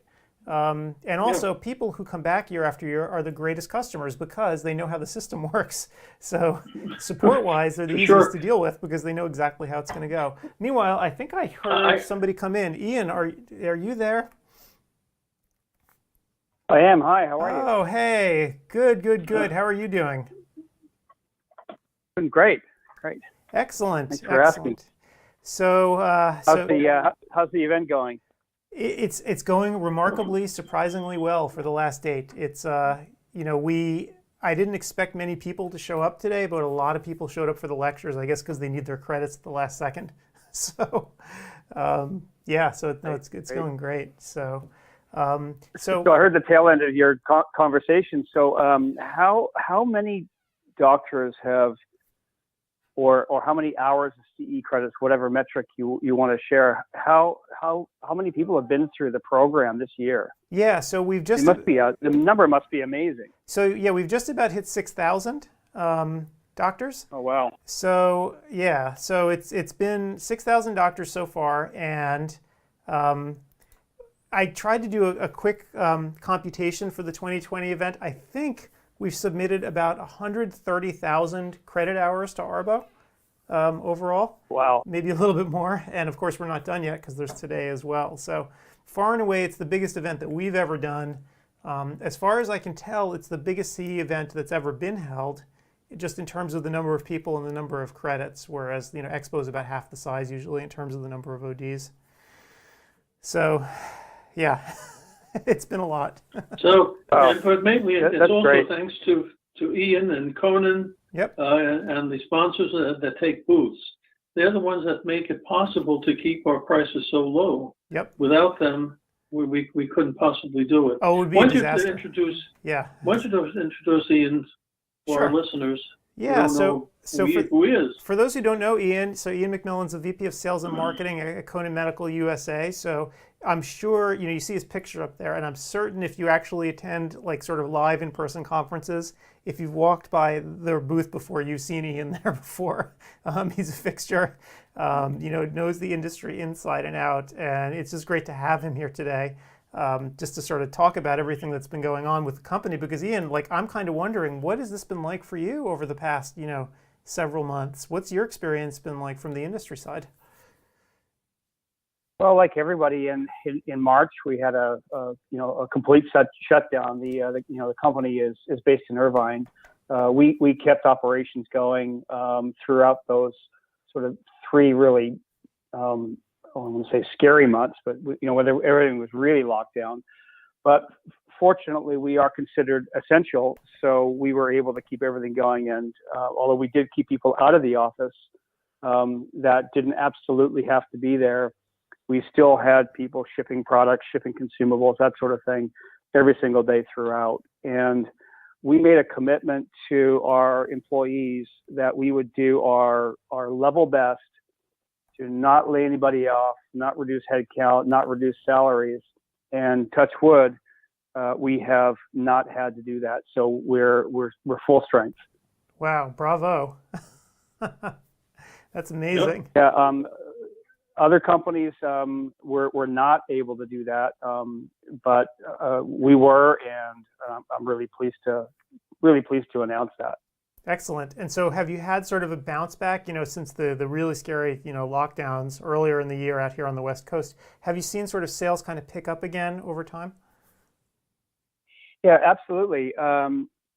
So we Q4, which is, typically the best quarter for everybody, like contemporary, competitors and other industry players, Q4 is always the one to look for. And it started off slow, to be honest, and I was a little bit concerned. But towards the end of November and the beginning of December, literally just last week, things have really, really ticked up. So I'm a little bit bullish at the moment that we might beat Q4 of last year if all goes well. Wow, really? Which would be amazing. That would be amazing. That's shocking. Well, you have a bunch of new-ish and new products, right? So let me actually pull them up so people can see. I'll pull up your website. In fact, it's funny, this morning, Steve Silberberg, when we were chatting, he was talking about his cell check that he has in his office. It's an older one. And then I know that you guys have actually just come out with something, a brand new version, right? CEwire2020. Yeah, exactly. So CEwire2020 is by far the biggest leap forward because this is the third specular microscope that's been launched since I've been with Conan for 7 years now. It's the third one under my time here.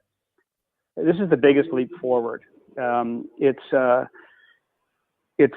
smaller. It's got a wider field of view. The resolution, the visualization of the cells, the resolution is much better. But you just take it out of the box, fold up the screen, plug it in, and go.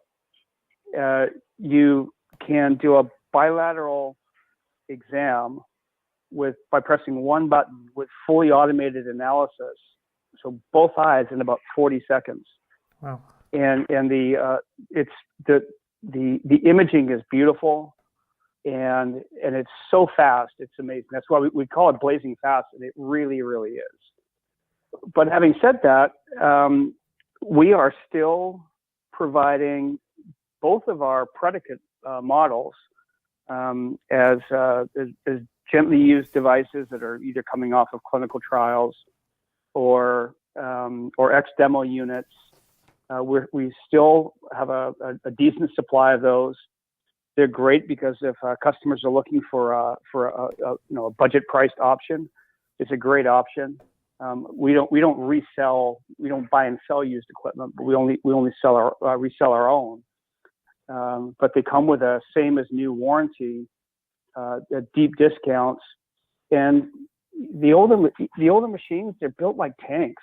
They literally will just keep on going and going. I've got 15-year-old devices where the computer dies, we put a new computer on it, and we just keep on trucking. So we have those available now. We have the new ones available, and lots of other great options for doctors that are looking to capitalize on Section 179 before it's too late. Excellent. And in fact, I put up on the screen here, you mentioned the demo units. Here's what you communicated to me earlier about the different offers. So that's pretty amazing, because I was also talking to people about the fact that you're right, these devices don't die. You get these solid state devices that don't have too many moving parts in them, right?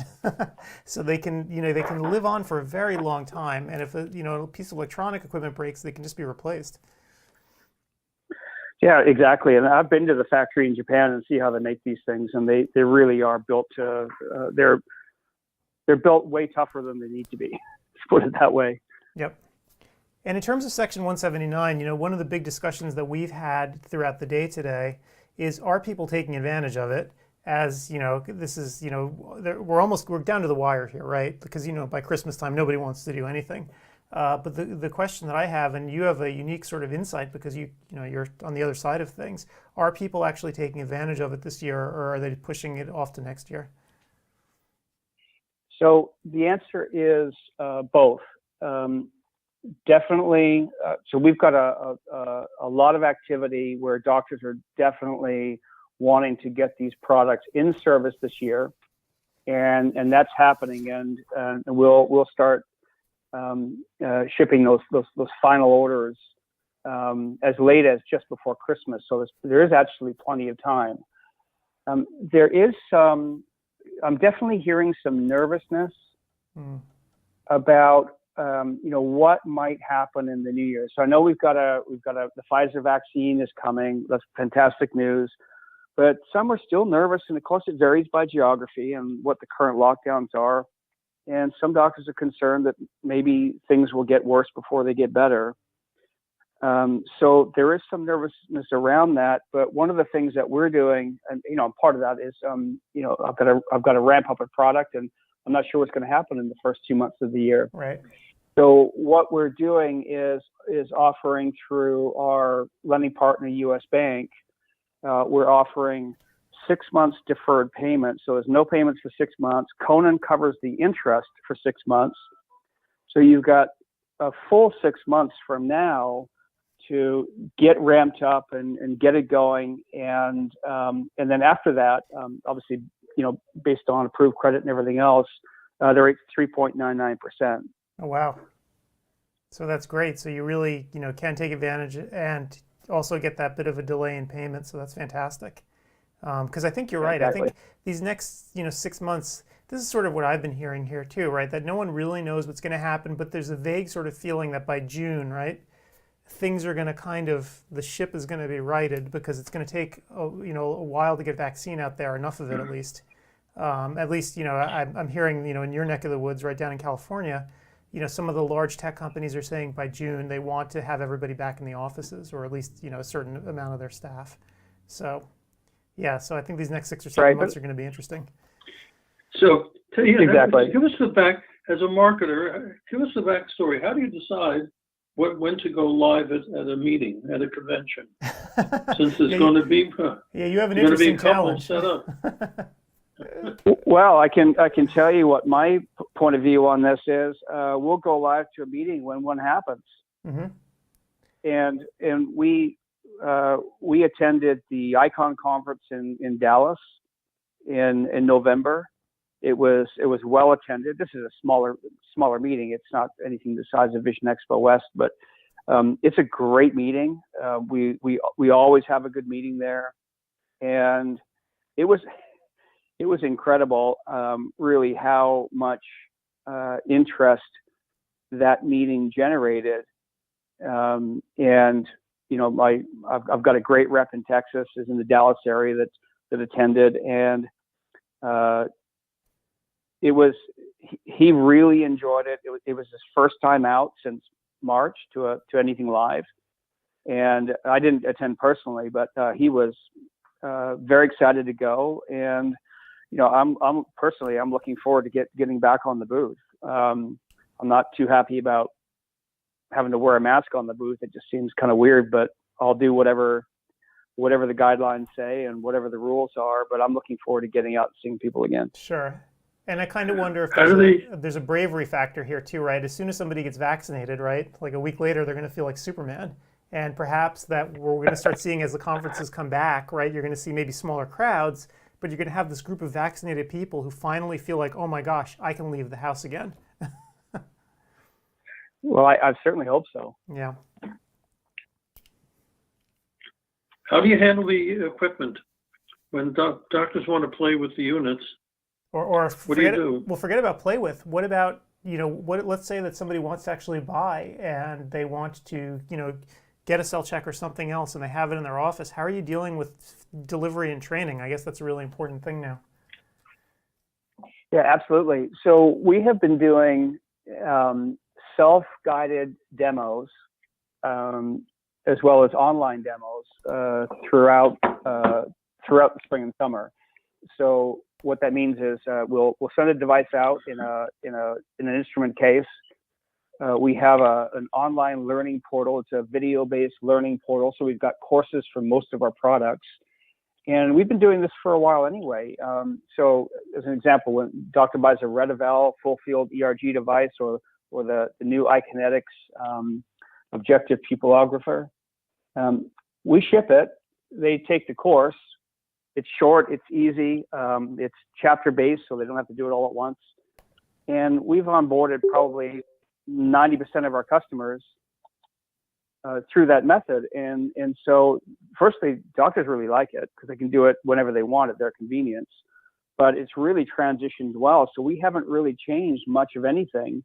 It's just how we were doing things with being able to do mostly online learning. And also, we support that with remote one-on-one training and clinical application support, printout interpretation, that sort of thing. We've been doing that for a while anyway. So it just lends that process, that hands-off process really lends itself well to the current circumstances.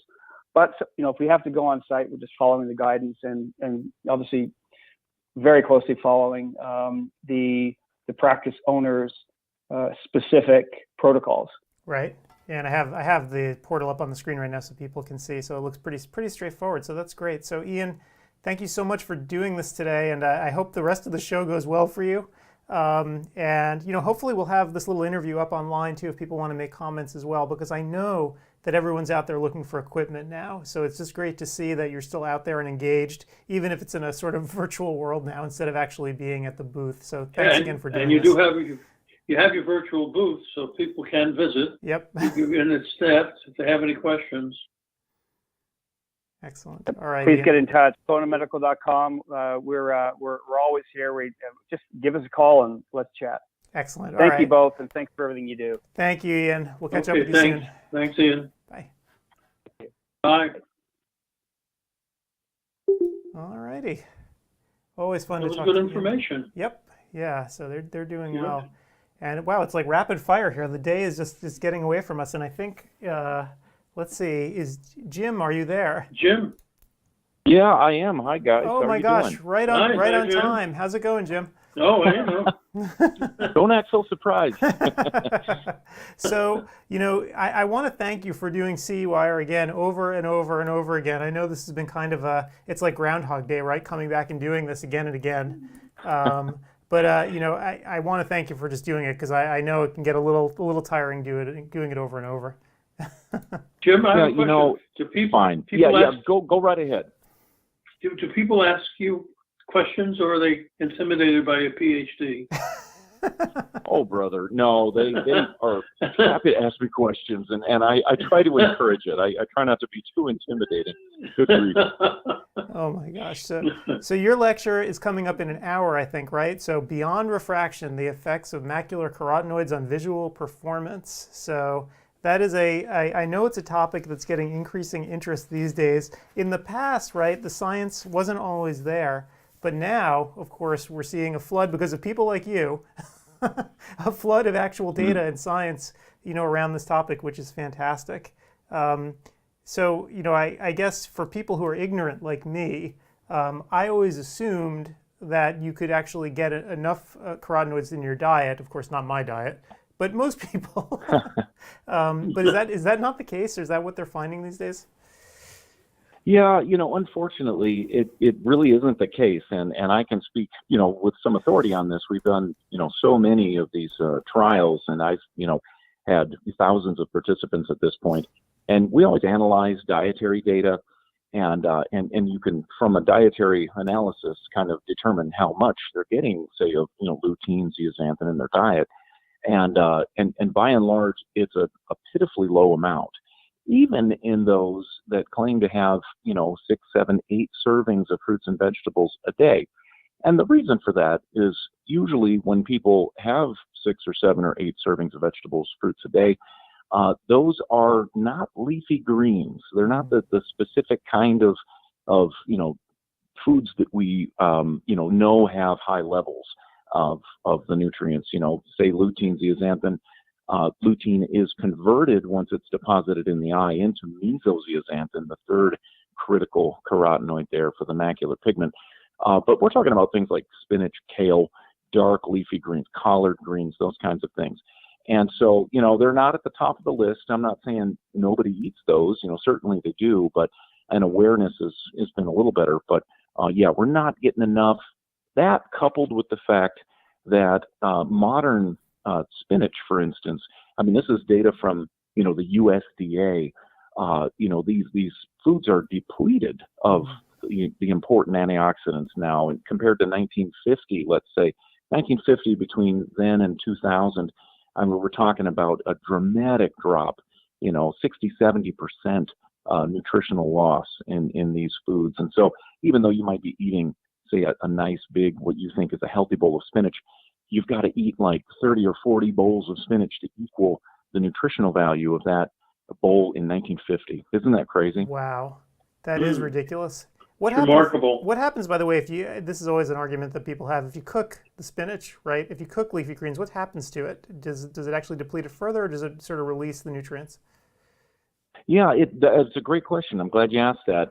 And I basically am calling my grandmother a liar here, because I remember when she used to boil, spinach, and you know what happens? You boil a couple of cups of spinach, and it gets decreased into a little slimy wad, and there's, of course, the green water in the pot. She used to always say when she poured the water down the sink, there goes all the nutrients, but my grandfather liked his spinach cooked. And, it's interesting because the crux of the matter is, the human digestive tract has a difficult time breaking down plant cell walls. Mm-hmm. And so by boiling or even putting spinach or kale or, collard greens or whatever into a blender, for instance, you're breaking up those cell walls. And in the case of cooking vegetables, you're warping the cell walls. You may lose a little bit, say, of the lutein, while you're cooking it, but what's remaining, roughly half of it, is 100% bioavailable. Mm-hmm. So your body is able to take it up much more easily. And so while there's a lot of value to fiber, don't get me wrong, that's a good thing. Raw spinach is fine. If you cook it, you're going to make specifically the carotenoids like lutein more bioavailable. So it's still very good for you. Are you giving me permission then not to eat my wife's kale salads, which I really don't want to do? What you need to do with I know they can be a little chewy. I understand, and palatable is questionable, right? But if you take that kale, and I mean, this is what I do. My wife and I do with our children. I have 3 daughters, and God help me. You take the kale or the spinach, and you can throw it into a smoothie, with bananas, blueberries, whatever, and you really can't taste it. You break it up, and that's very good for you, in fact. And again, it breaks down those plant cell walls. Still, I would contend that, we're overall not getting enough consistently. But, you're not going to hurt yourself by eating raw kale, in terms of a salad, but it's, I get you. It's maybe not the most tasty thing in the world. Yeah, that The cream spirits at Ruth Chris, however. Yes, cream spinach is really good for you, Dad. Nutrients, but that'll kill you. You know, you can you can make an argument. These carotenoids are lipid soluble, so you need to have some fat with I like these carotenoids. But you know, so now I've given you permission to eat the cream spinach at Ruth's Chris, which I enjoy as well. Yeah, so you get the fat there. You don't need a stick of butter, but you know, a little bit of fat helps absorption. Right. So there you go. So one question that I know the people have had, you know, around the mesozeaxanthine is why wasn't it included in AREDS? Now I admit I'm not an expert on the AREDS 2 study, and is there even an AREDS 3? Like what's happening next? But why wasn't meso included in that particular study? Yeah, it appears that the AREDS line of studies is done. They're still, matter of fact, analyzing data from the studies. But, you know, the primary reason I would say is that, you know, first of all, the ability, the technology to actually extract and produce mesozeaxanthin in sufficient quantities to put it into a supplement was not really developed. And remember, AREDS came along in the sort of early to mid at least the design part came along in the early to mid 2000s. And so, you know, that coupled with the fact that we knew mesozeaxanthin was in the retina in an equal ratio to lutein and zeaxanthin, but it's somewhat scarce in nature. And so where did it come from? We didn't have, the science wasn't fully developed like it is today. We know so much more about the importance of mesozeaxanthin. And, you know, we've, you know, shown in several studies now, I mean, I'll only use a carotenoid formula with mesozeaxanthin in my studies, you know, the benefits of that in terms of raising macular pigment.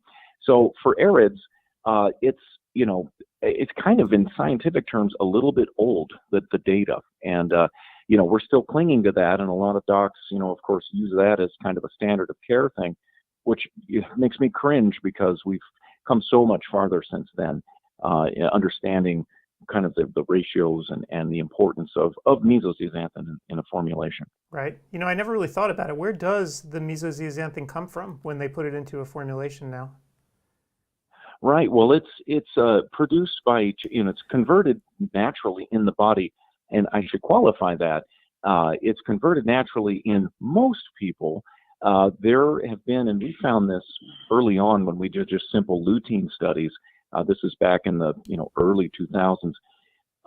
Some people didn't respond. We had this, you know, somewhere between 10 and 15% of our subjects who were, you know, verified taking the supplement every day didn't respond to it. And we're thinking, well, what is going on? These are year-long studies where you're, you know, taking the equivalent of a couple of bowls of spinach a day, and it's not going up in the retina.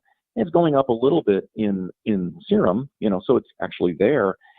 What was the deal? Well, naturally, normally, the body converts with an enzyme, converts a fraction of the lutein, a fair amount of it, in fact, makes it into mesozeaxanthin, puts it right in the dead center of the fovea, where it's most vulnerable to, you know, attack by free radicals because of the, you know, really high cone photoreceptor density there. In terms of putting it in a supplement, you can do that conversion outside by using lutein and heating it to a certain level. This, you know, in short, kind of converts the lutein into mesozeaxanthin. You can feed then somebody mesozeaxanthin with a supplement, and they respond. Even those that don't convert in the retina, you fix this abnormal density distribution in the retina within 3 to 6 months. And those non-responders become responders. I mean, 100% of people respond when you have mesozeaxanthin in the formulation. And so as a scientist, that's, you know, really important to me. And certainly as an optometrist, I mean, you want to have confidence that you're recommending something for your patients that's going to do, you know, what it's supposed to do, and it's going to make the macular pigment go up. And then you'll be able to see all of these visual performance benefits, you know, protection against AMD, et cetera. Right. So are those people who are non-responders, are they a particular risk for macular degeneration? They are a very high risk, in fact. And I'm glad you mentioned this, because 2 days ago, Thursday, a paper came out by, Rutledge et al. And they found that 41% of the descendants of AMD patients have this central dip in their macular pigment where there's a lack of mesozeaxanthin. So it seems to swim with these, predisposition factors for developing macular degeneration. Now, it happens in folks that, aren't necessarily, related to people who've had macular degeneration, but it is particularly present in those who, have a family history. And so that dip goes right with the lack of a conversion enzyme or an inefficient conversion enzyme to convert lutein into mesozeaxanthin. So, of course, the way to get around that is to feed somebody mesozeaxanthin, and you fix that dip. Right. And then, presumably you offer, extra protection, perhaps slowing down or even preventing the onset of macular degeneration. My thinking would be, is there an easy way to identify these people? But I guess not, right? Other than just testing to see if they're not converting what they're adjusting. Yeah, that's a tricky thing, and so you kind of got to leave that to the scientists like me. Right. I do studies on this, and then of course you can infer that if you feed, everybody can benefit from mesozeaxanthin. I study athletes, military personnel in the past. I've worked with the Air Force, Marines, etc. And what you want is to build the macular pigment, because most of these visual performance effects that I find are directly related to macular pigment going up. It scales linearly with that. And so if you have somebody who doesn't respond, then you're not building it up, then you're not going to realize those benefits. And again, that could be anybody, even those without a family history of macular degeneration. But yeah, that's typically the case. Right. So basically, for just clinically, and we want to get to Macu Health, how is that advised? Is the advice like taking just a vitamin pill every day, whether you need it or not? And how much of it is too much? Yeah, these are great questions. What appears to be crucially important is just consistency. And yeah, one a day is fine. I have, all of my friends, myself, my parents taking one a day with a meal. These are, the MacuHealth formulation is one that I've used in my studies, and in fact, it was developed based on the scientific studies, this formulation. And consistent absorption, consistent ingestion, you're going to show this, linear increase, and of course the macular pigment will go with that. In terms of sort of overdoing it, potential toxicity, you worry about lipid soluble nutrients with regard to the liver. You can potentially do damage, and it's been shown with other kinds of nutrients. But in the case of the macular carotenoids, they have done extensive testing for toxicity, mutagenicity, and have been unable to establish a toxic level. And that's very odd, because almost everything has some kind of a toxic level. The body there are a couple of reasons for this, and the body has a number of storage sites for it, not just the retina, also the brain, cardiovascular tissue, adipose tissue, and skin as well serve as depots for these carotenoids. If you take too much, you can excrete it from the body. So the body knows how to get rid of it very efficiently as well. So this is an interesting little factoid. The toxic level has been kind of arbitrarily set at roughly, for the average person, roughly 3,000 milligrams a day. And now the average, the MacuHealth supplement has 22 milligrams in it, and that's a daily dose. So 3,000 milligrams a day, it would be like eating 300 bowls of spinach or something like that, which is insane, right? So, you die of leaf ingestion before anything to do with the carotenoids. Yeah. So let's talk about this for a second. Then I have the MacuHealth bottle up on the screen here. Maybe you could just step us through what this is all about, and these microcell and this new technology that they put into it, which I guess just happened this summer, right?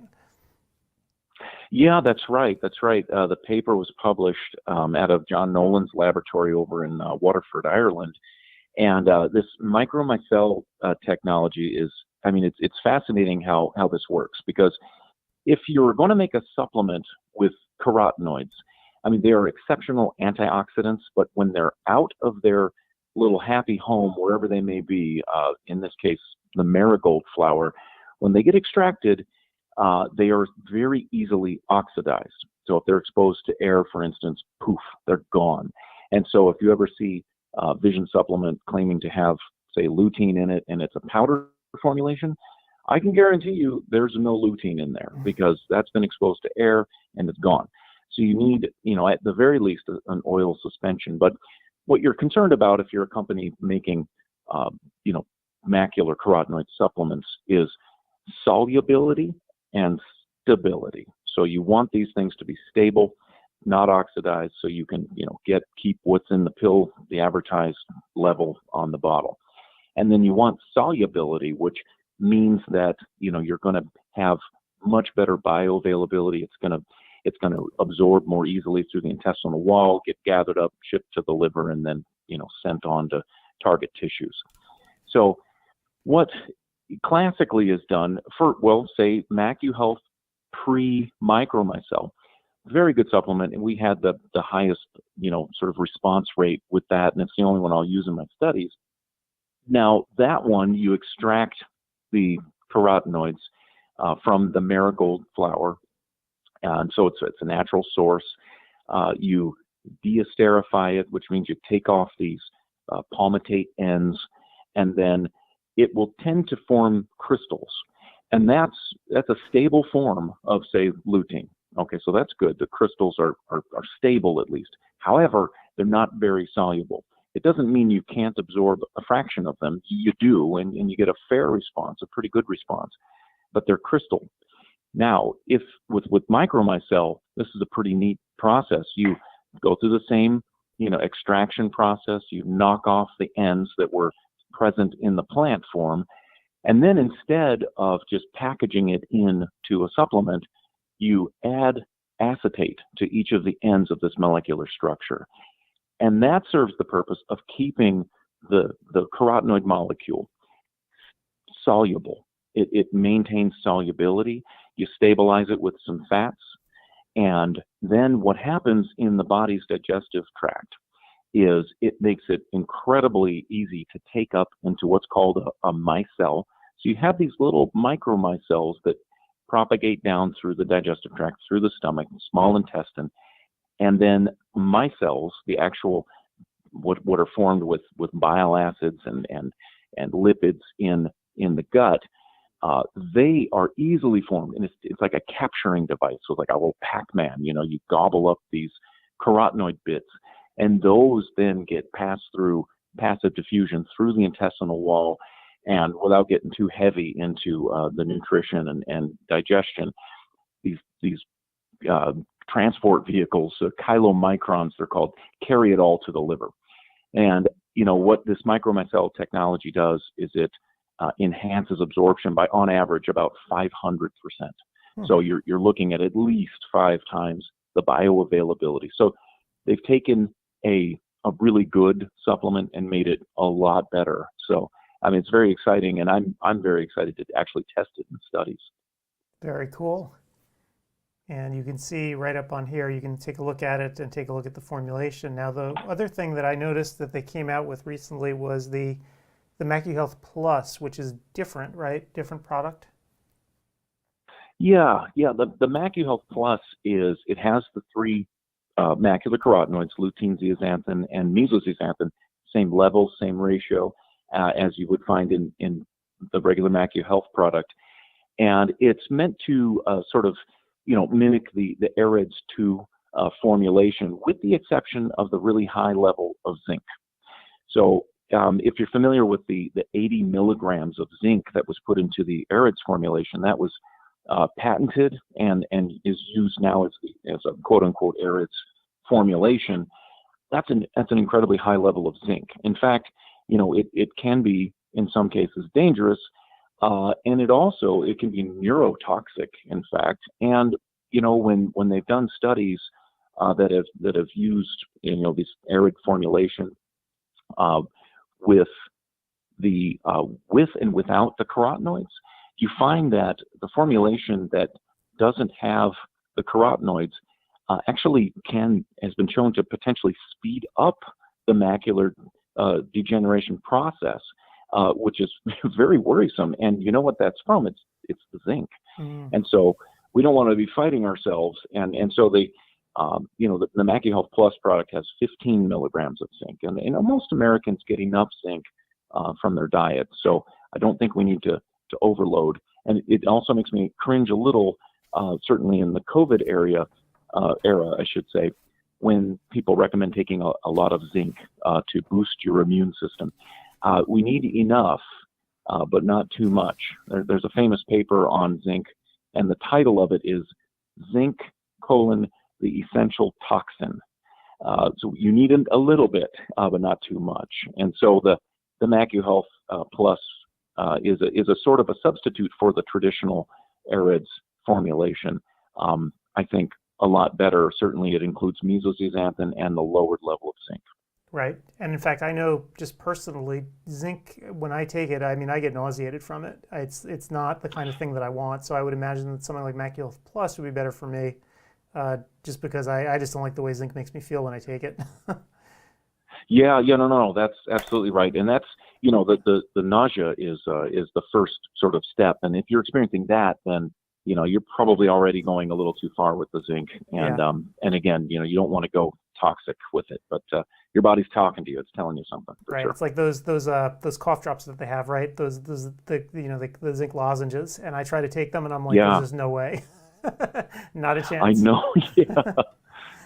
Don't do it. It's a terrible feeling. I know exactly what you're talking about. Yep. All right. Well, Jim, thank you so much for doing this, and thank you for being here. And we're going to see each other online soon, I think, because you're participating in the Sports Vision Conference, right?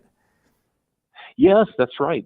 I'll be, that's in February. That's right. The International Sports Vision Association. So, yeah, really looking forward to that. All right. Cool. Well, thanks so much. And I guess I will see you then, and have a great New Year.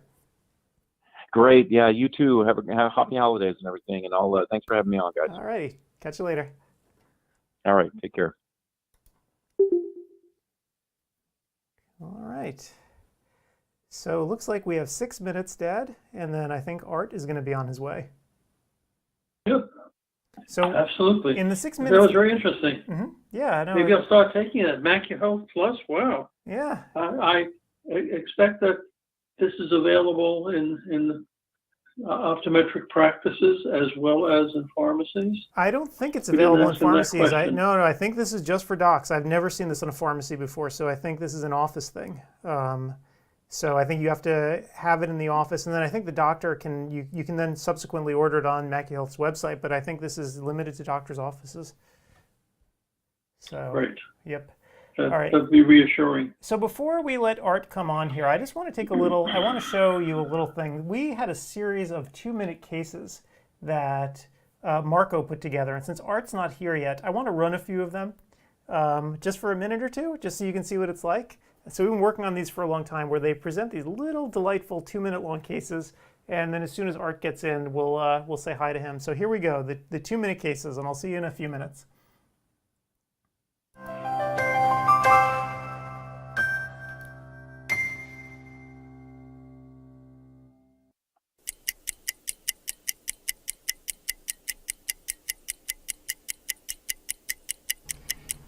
So we're going to take a look at 2 cases together that will illustrate some of the power of using integrated wavefront aberrometry as a diagnostic tool.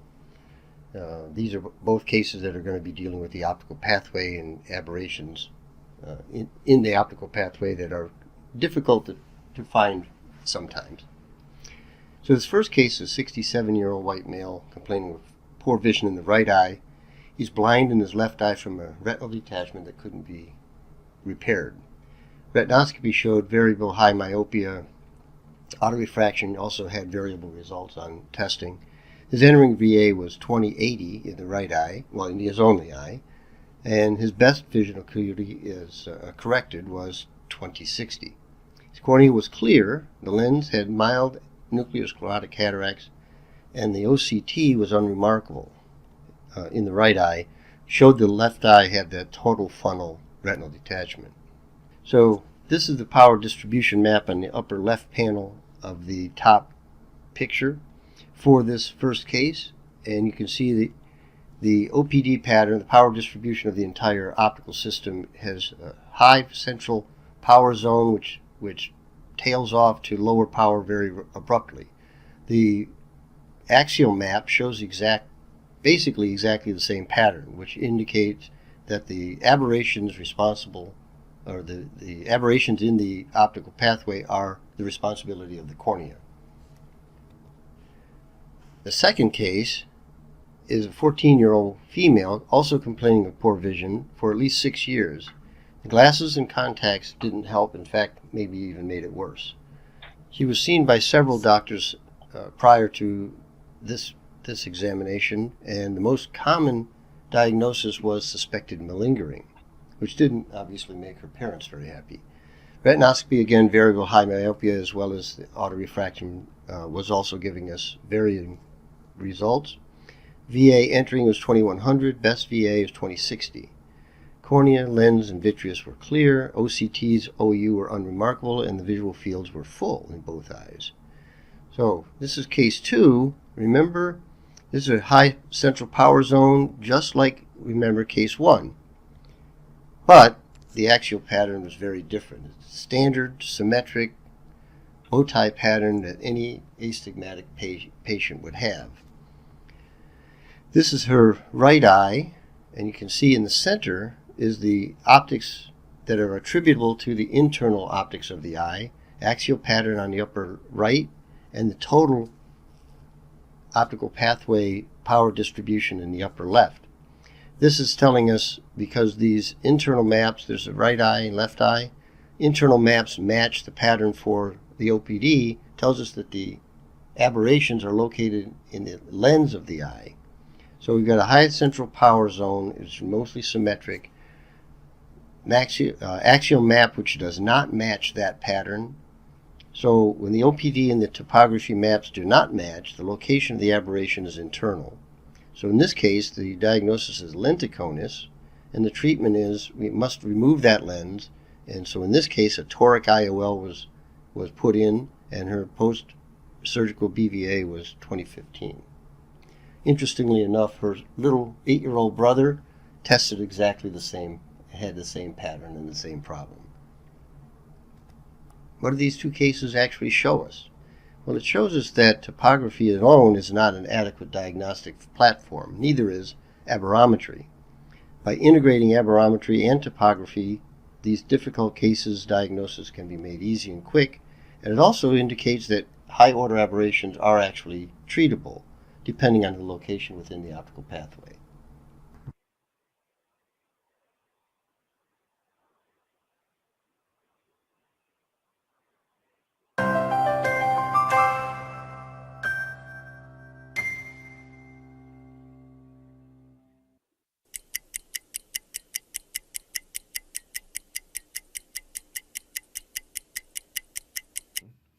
Here is another case of the use of integrated wavefront aberrometry by the Marco OPD Scan 3.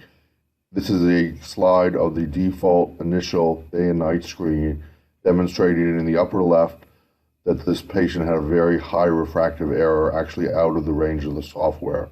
So the power measurement of the OPD could not be taken.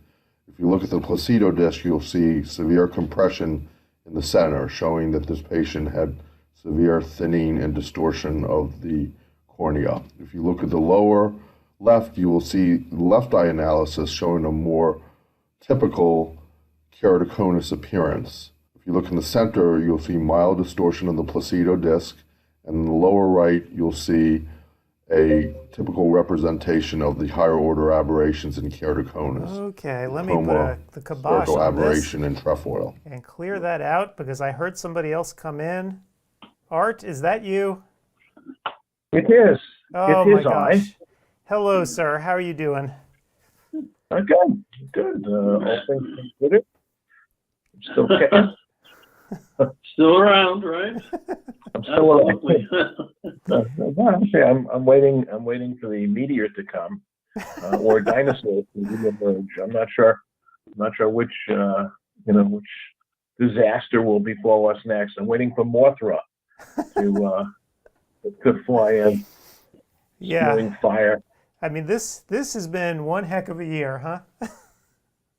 Yeah, well, it's funny. I often wondered why, when I was a kid, when summer started, it was the beginning of a decade. You'd start out, it would get warm, and next thing you know, it would go on, and you'd play stickball and hit the penny and stoop ball and hang out with friends, and it would go on, and then in the distance would be school. The disaster to come, in the fall was so far off. And then when you got a little older, it kind of went faster, and then when you get a little older, it started getting fast, and you notice that, boy, this is really quick. Yep. Yeah, like, wait a minute, Memorial Day, just, and then, so, I thought actually what was happening is our science was not really very adept at understanding the reality, and time was actually contracting. We actually, our own sensitivity to it was much greater than our ability to measure it. So I thought, time was, collapsing in and on itself, and we'd go up in a ball of something, God knows what. We wouldn't be here to see it. And then I listened to, I don't know, some YouTube guy who I listened to for a while until I got sick of listening to him. But he said something interesting. He said, my kid, the summer takes forever for my kid, but it's much quicker for me. And I guess he's probably in his 30s or 40s. And he said, and the reason why is because it's a much bigger percentage of my son's life. So it, has the greater appearance to him of greater dimensionality. And so I thought about it. So, Paul, for you and I, this COVID thing is like, it's not going to last very long, but it's taken up like 80% of the rest of our time. I mean, it's like, that's a concern, isn't it? Yeah, I mean, come on, I want to get back to traveling and, doing my stuff. I don't want to walk around, with a gator covering me.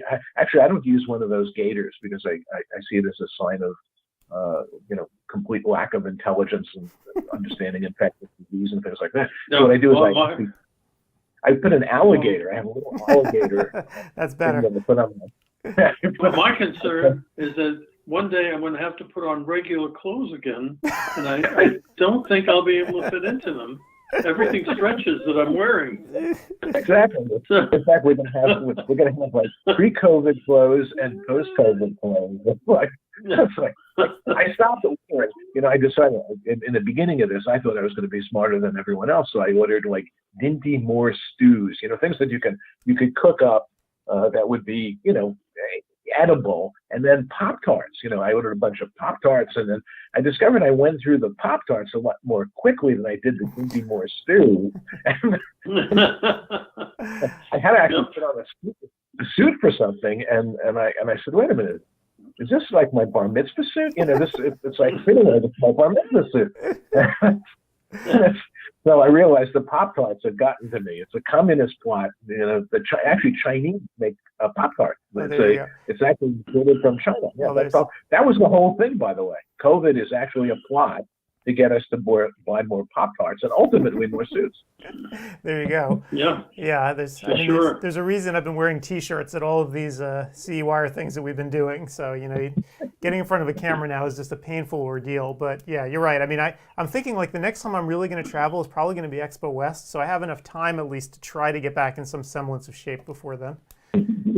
Yeah, I keep saying that to myself too, but I wouldn't count on Expo West so fast. Really? I think, I think we're going to be very, very surprised. Yeah, I mean, look at the numbers. People are venturing out. I'm not a big, what's the word I'm looking for? I don't want to say believer, but I think there's going to be more issues with the vaccine than most people think. Even just distribution. Let's say it works flawlessly. Yeah. Distribution is going to be a big issue. It's going to be. And the other issue is. Yeah, I mean, I think you see the temperature they have to store it at. I mean, I don't know how many facilities around the country can actually competently handle that vaccine. Yeah, and it's also a have and have not, and it's also going to be a, from what I understand, again, the news media is absolutely worthless. So the one thing that's come out of this is that Walter Cronkite is dead. Walter Cronkite, in fact, not only dead, he's rolling over in his grave continuously now because there's no source of credible news, virtually none. Sure. So you can't believe anything. And in fact, the real news, the data-based news, is actually largely suppressed by a media that is focused on whatever their agenda is. I don't want to get into political issues and things like that, because it varies depending on the media outlet. But when it comes to the science and distribution of knowledge that I think would be helpful for people, I think they are doing us such a major disservice that I think they threaten the First Amendment. I've never seen a threat to the First Amendment, that was significant enough to be worrisome. But when you have a news media that feigns journalism and actually is agendized, weaponized attempts to control thought, I read a great article about how the Chinese are becoming rapidly a cashless society. In part because they have an ability to understand literally what everyone buys and everyone does. They track people in the streets. They incentivize them with various brownie points, so you can get a better apartment, your kid can go to a better school, and I've seen evidence of that during my travels to China, where you can see significant shifts in behavior over reasonably short periods of time, sometimes for the better. I've seen improvements in driving. When I first went to China, I don't know, 15 years ago, the smaller cities, the 500 million population cities, driving was like, you could have put a blindfold on and you would have fit right into normal traffic patterns. And it was just, I called Jen and I said, this is the weirdest place. The only reason they have steering wheels in China is apparently for the horn. Yeah. And then literally 5 or 6 years later, people were driving like it was LA. It was amazing to see the transformation. Yep. Well, for here, I think the thing that that I find most interesting about what's been happening around COVID is that I find the most reliable source of information to be companies like Pfizer itself, right? And I never would have thought that before, right? You used to be able to rely on something like the CDC, but now I'm thinking, well, actually going to the source and actually listening to the pharmaceutical company who has the most to lose. They have the most to gain, but also the most to lose. This is a disaster. I was reading that they were going to actually handle the distribution themselves, right? Set up their own distribution centers, and I'm like, yeah, exactly, that's fine. The interesting thing is, we have an interest. People are so distrustful with everything now. That's one of the great things. My editorial this weekend was about how patient behavior has changed, even in Phoenix, which is low key. Paul, you know what it's like to practice in Manhattan with demanding patients who were very direct. Well, Phoenix was a breath of fresh air because, not that I don't like New Yorkers, obviously we're all talking here. So, in fact, I feel it's a treat when I get someone from New York, because just the type of banter that you have with a patient. But, it's like people have gotten so edgy. We're getting, issues with payment and things like that we never had. So people are really on edge. So they don't trust the news media. They don't trust pharma. They don't trust a lot of things.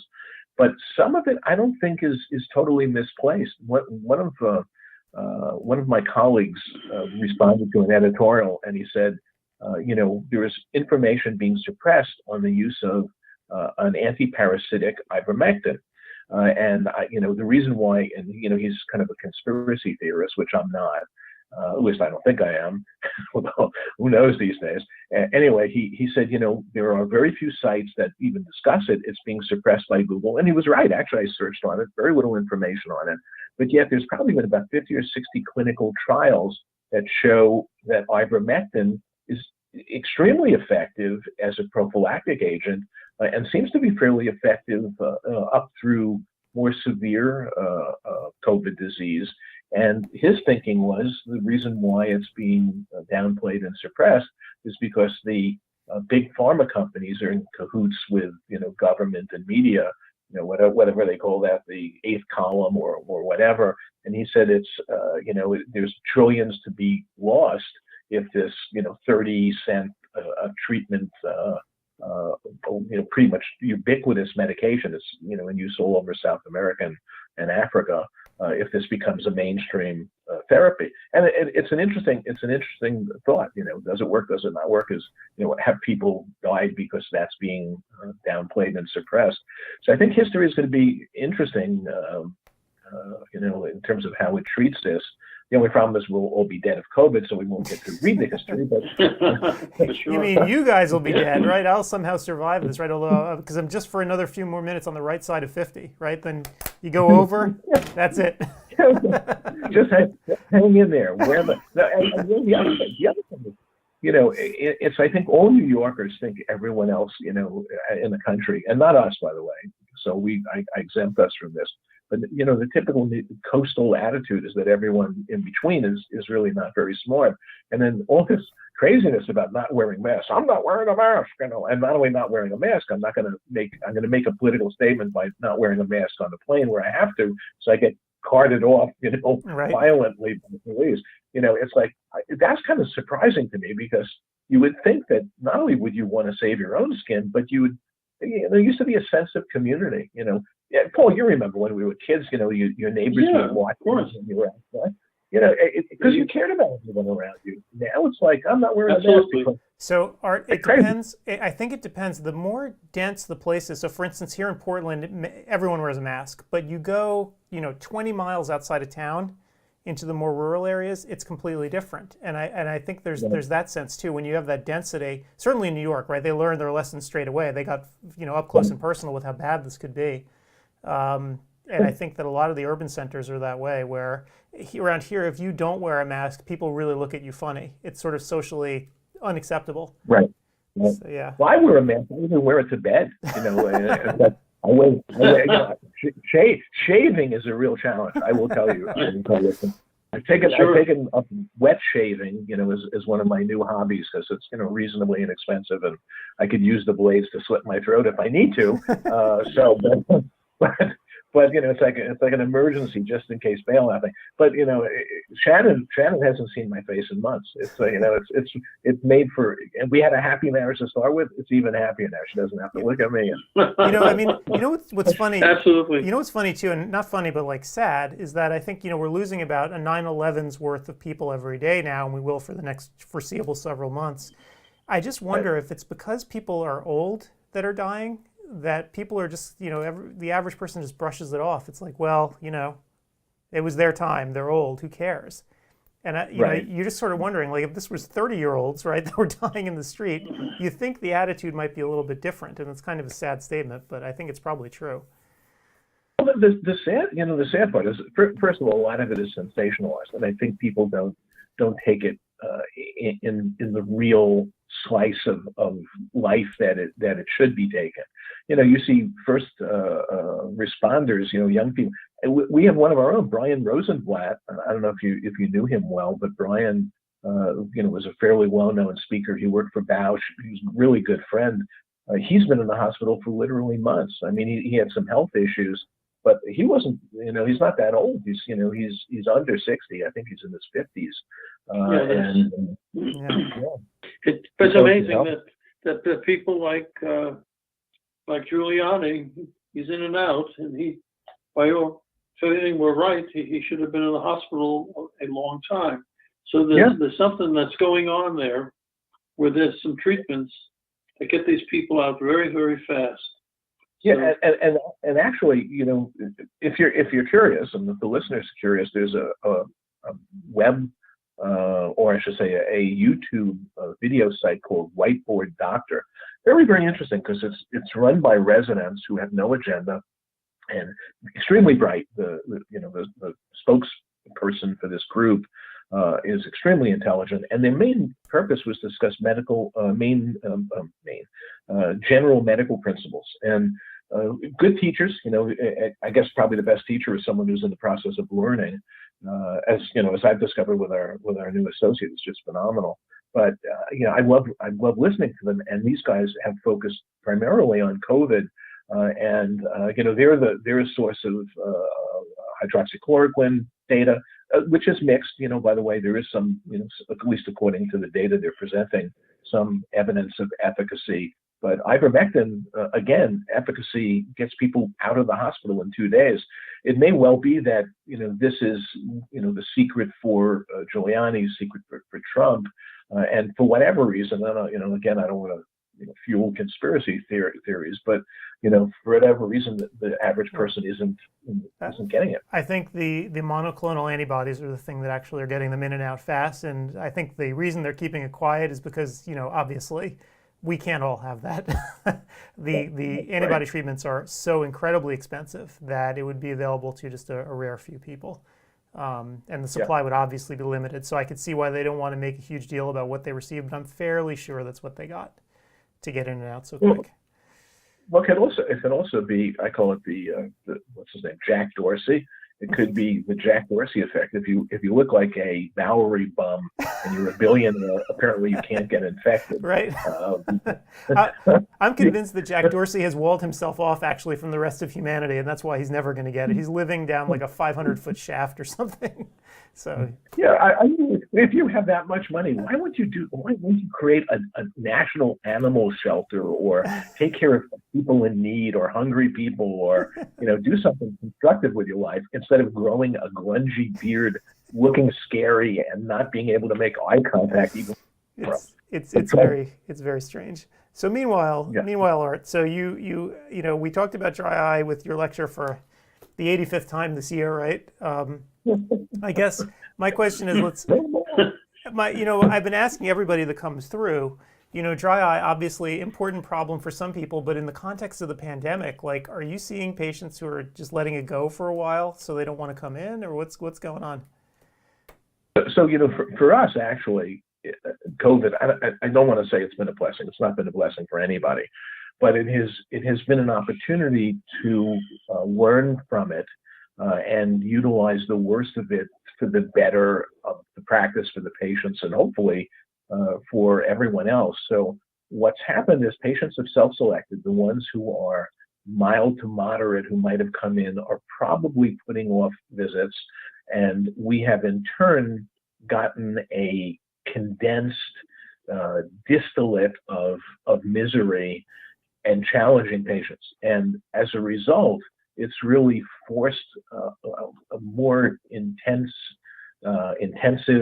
in-depth analysis of what we would normally see over a longer period of time.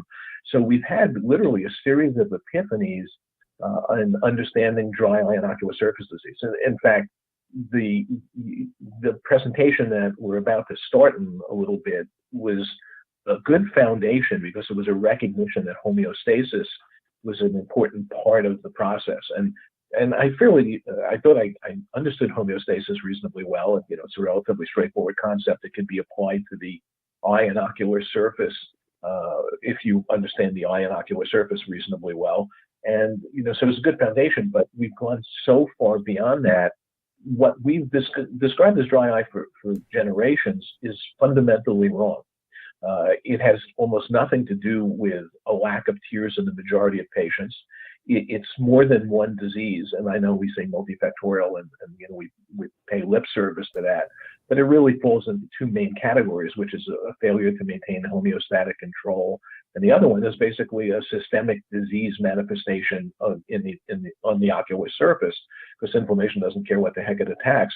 But we've made so many breakthroughs that our ability to help some of these really difficult patients has advanced tremendously. So the next iteration, next year, and I'll, get everybody kind of excited, both here and in my own masterclass, because we started doing the masterclass to kind of pay a fortune for this education. I think education should be shared at relatively low cost, and should be virtual as well as in person, because I think there's a lot of advantages to virtual education.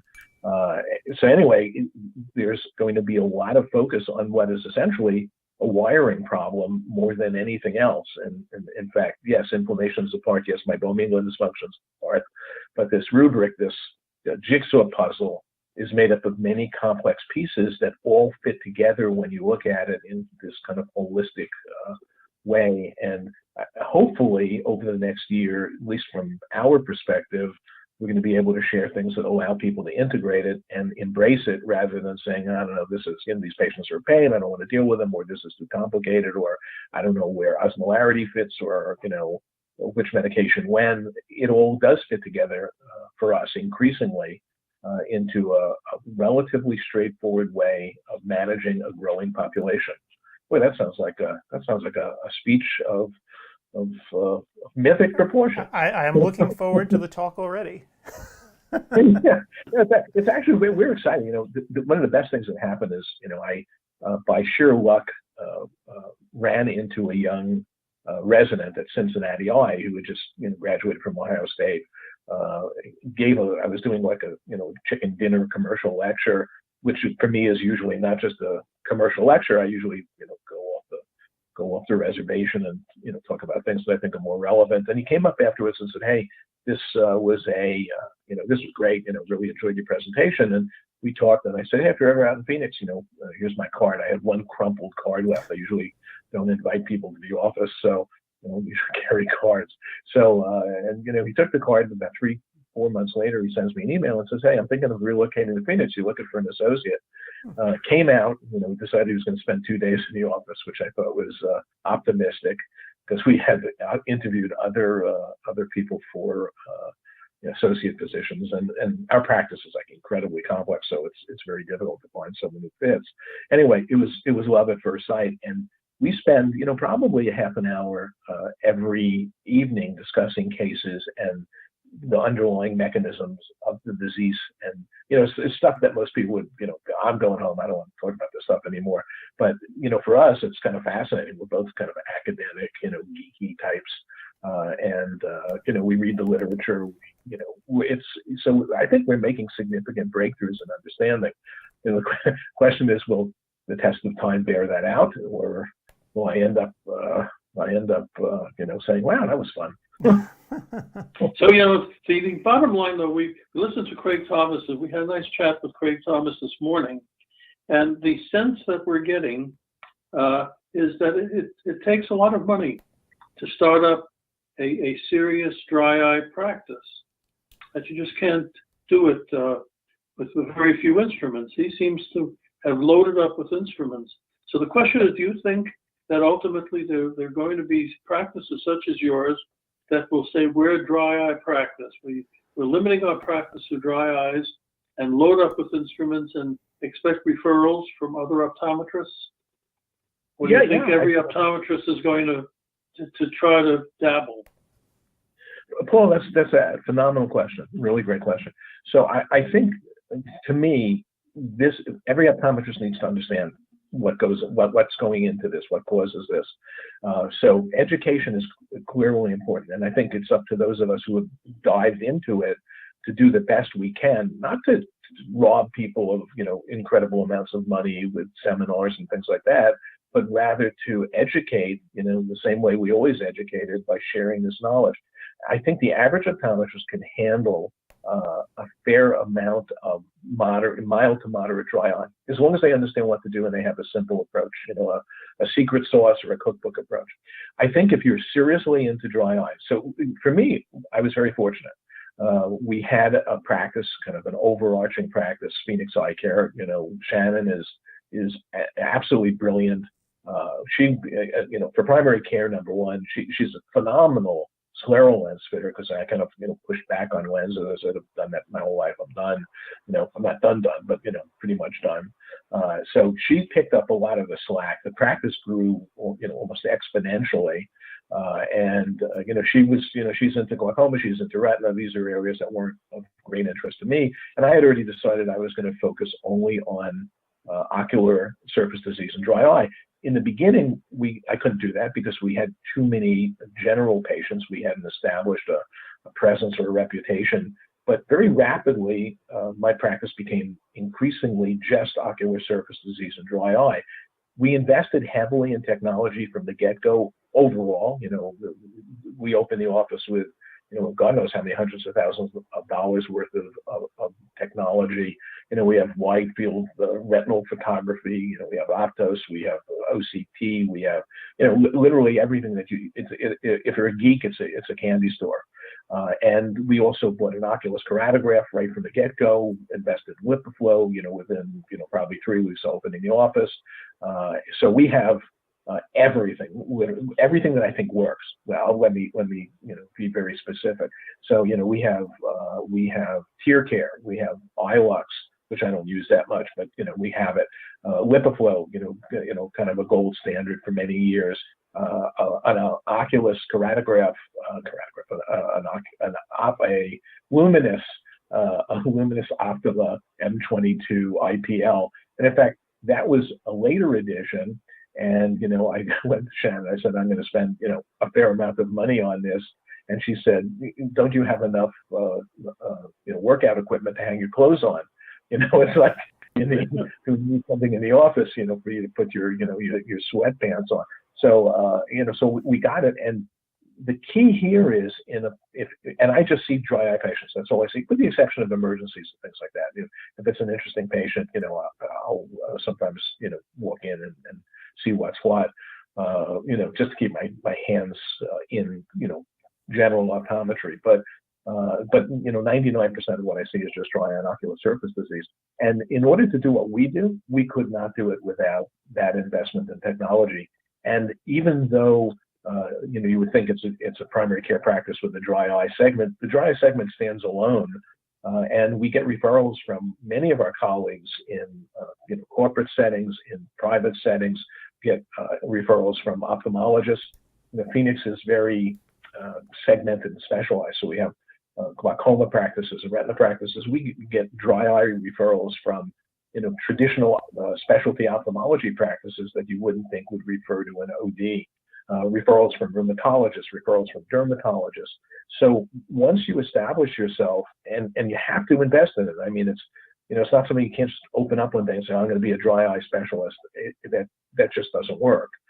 You actually have to build it and earn it and invest in it. So yeah, you got to spend a fair amount if that's what you want, but it doesn't mean that you shouldn't be doing dry eye at all, or that you can't be taking care of your patients for the most part.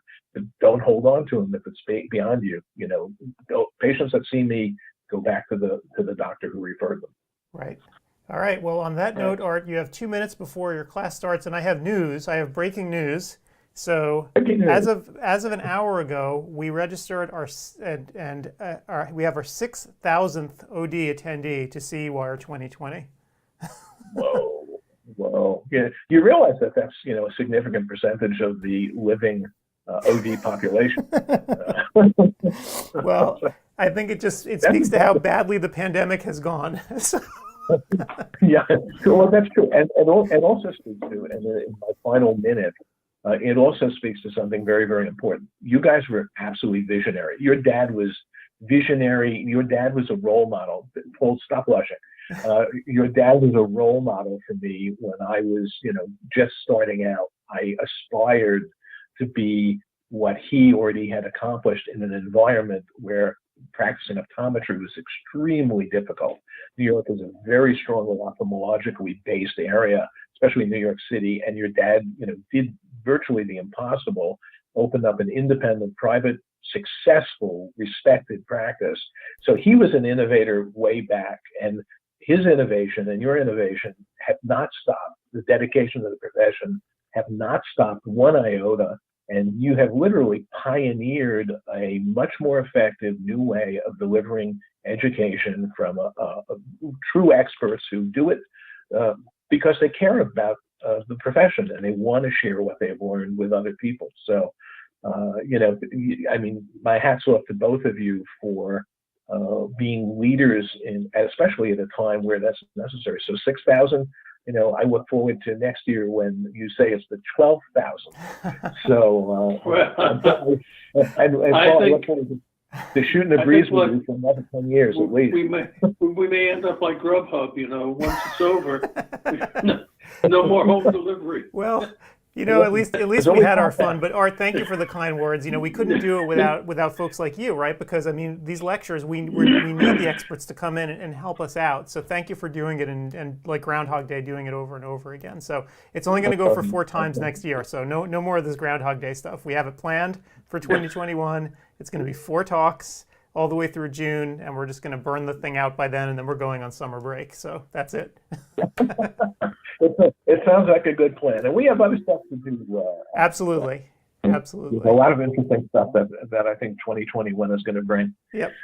So with that, I'm getting back to where I've been for every one of them, and then largely because of my relationship with you guys. Believe me, there were times I can't listen to myself again, but I wanted to do it for the cycle, so to speak, to make sure I was there for everyone.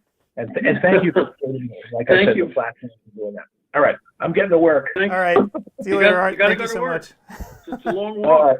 Bye. All right. Happy New Year. Talk to you later. Bye. Bye now. All righty. Always fun to talk to Art. Okay. So I think we're getting to the end of the broadcast here today. Tomorrow we have a bunch of other interviews set up, which will be fun. And I have to go answer questions now because Steve, of course, is on an airplane.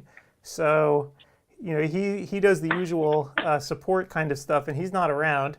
So it looks like technically, though, everything's going quite well today. Yeah, there are very few complaints. Yeah.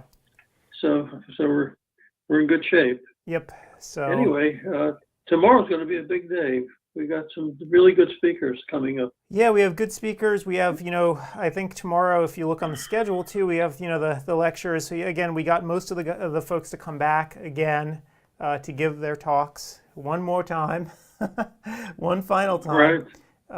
And then, just looking at who we have for interviews tomorrow. Let's check that out here. We have a few. You have to look at the update. So so we'll have to check. We'll have to check it out and see. But I'll post it online for people to see too. So it should be fun. It's been quite a year. I mean, I feel very mixed about having so many folks at this year's conference. I mean, I'm shocked actually that today was the day we went through 6,000. And not the just, number of course hours. And I mean, just the sheer number of hours that we're submitting. I mean, it's a lot. I'm the thing that surprised me most, I think, was the number of people who actually showed up. Because like I mentioned before, it's usually 50% or less. Someone will sign up and then just say, to hell with it, I don't feel like doing it. But the fact that so many people showed up who actually registered, I think really has to do with the fact, that the pandemic's going on. And I'm just glad that we were able to, give people all these hours. So we'll try to do our best in 2021 as well. We have the conference planned now. We're working on the lectures. Hopefully, it'll be good. If our audience can help us, if you have courses and that you'd like to hear, parts of optometry or parts of medicine, we can get experts from outside of optometry. As you can see from our courses. Yep. We're getting PhDs in. We have MDs. Yep. So you can have the very best from the country because they don't have to travel. It's nice to be able to do this from home. Yeah, I mean, so you can get the very best. We're in planning right now too. So, we have a bunch of the hours already spoken for from a lot of the experts. We took feedback from all the lectures from this year and then planned this coming year accordingly. But we leave a bunch of open spots as well for new people and suggestions that people have. So we have the dates planned. We're starting to get the lectures together. But if you have any ideas, send them on forward. We're here to listen. So, should be good. So, I wonder if I should, let people out today with a lecture, right? Because we have a bunch of different webinars here that we could definitely show off. The CEwire2020 Livestream lecture, to me, which is one that she gave here at this conference, is one of the more interesting ones. And I wonder if we should exit with that today. Sure, why not? Yeah, why not? I mean, Absolutely. We're here. If anyone stumbles across it and they want to watch, they can. And then if they feel like getting credit for it, just come on to CEwire, log in there, and the system will, note that you're there. So I guess that's it for us for today. So if you have any questions, just send us an email at support@CEwire2020.com. Otherwise, I'll get the movie started, and we will see you tomorrow morning, I guess, at 11 a.m. Eastern Time. So have a great evening, everyone. Okay, see you all. Bye now. Hi everyone, welcome to our talk on acquired blepharoptosis. We thank CEwire for the opportunity to present on this uncommonly discussed topic. I'm here today with my co-presenter, Dr. Whitney Hauser. I'll be starting off the discussion by reviewing normal lid anatomy, the changes in structure and function which lead to blepharoptosis, and an overview of the etiology and classification. Dr. Hauser is then going to take us through the clinical workup and conclude with an overview of current treatment and management options. These are our disclosures.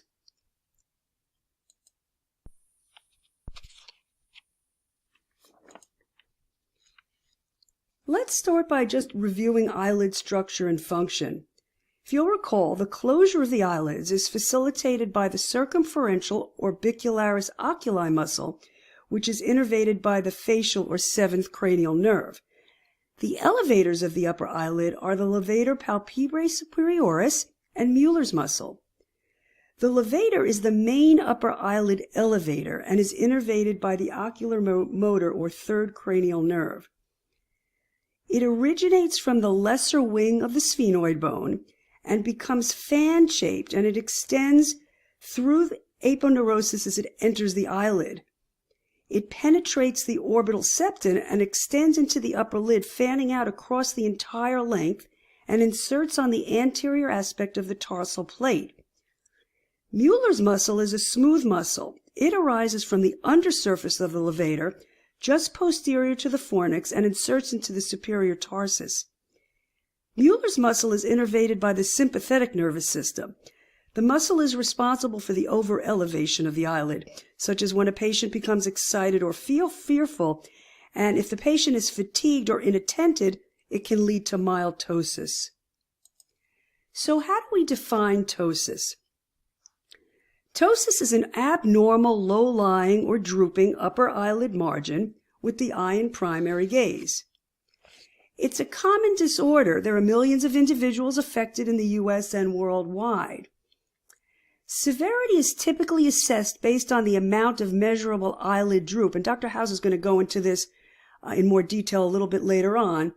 But just as an overview, if there is a droop of 1 to 2 millimeters, it generally leads to limited visual impairment, 2 to 4 millimeters with mild to medium visual impairment, and more than 4 millimeters with significant visual impairment.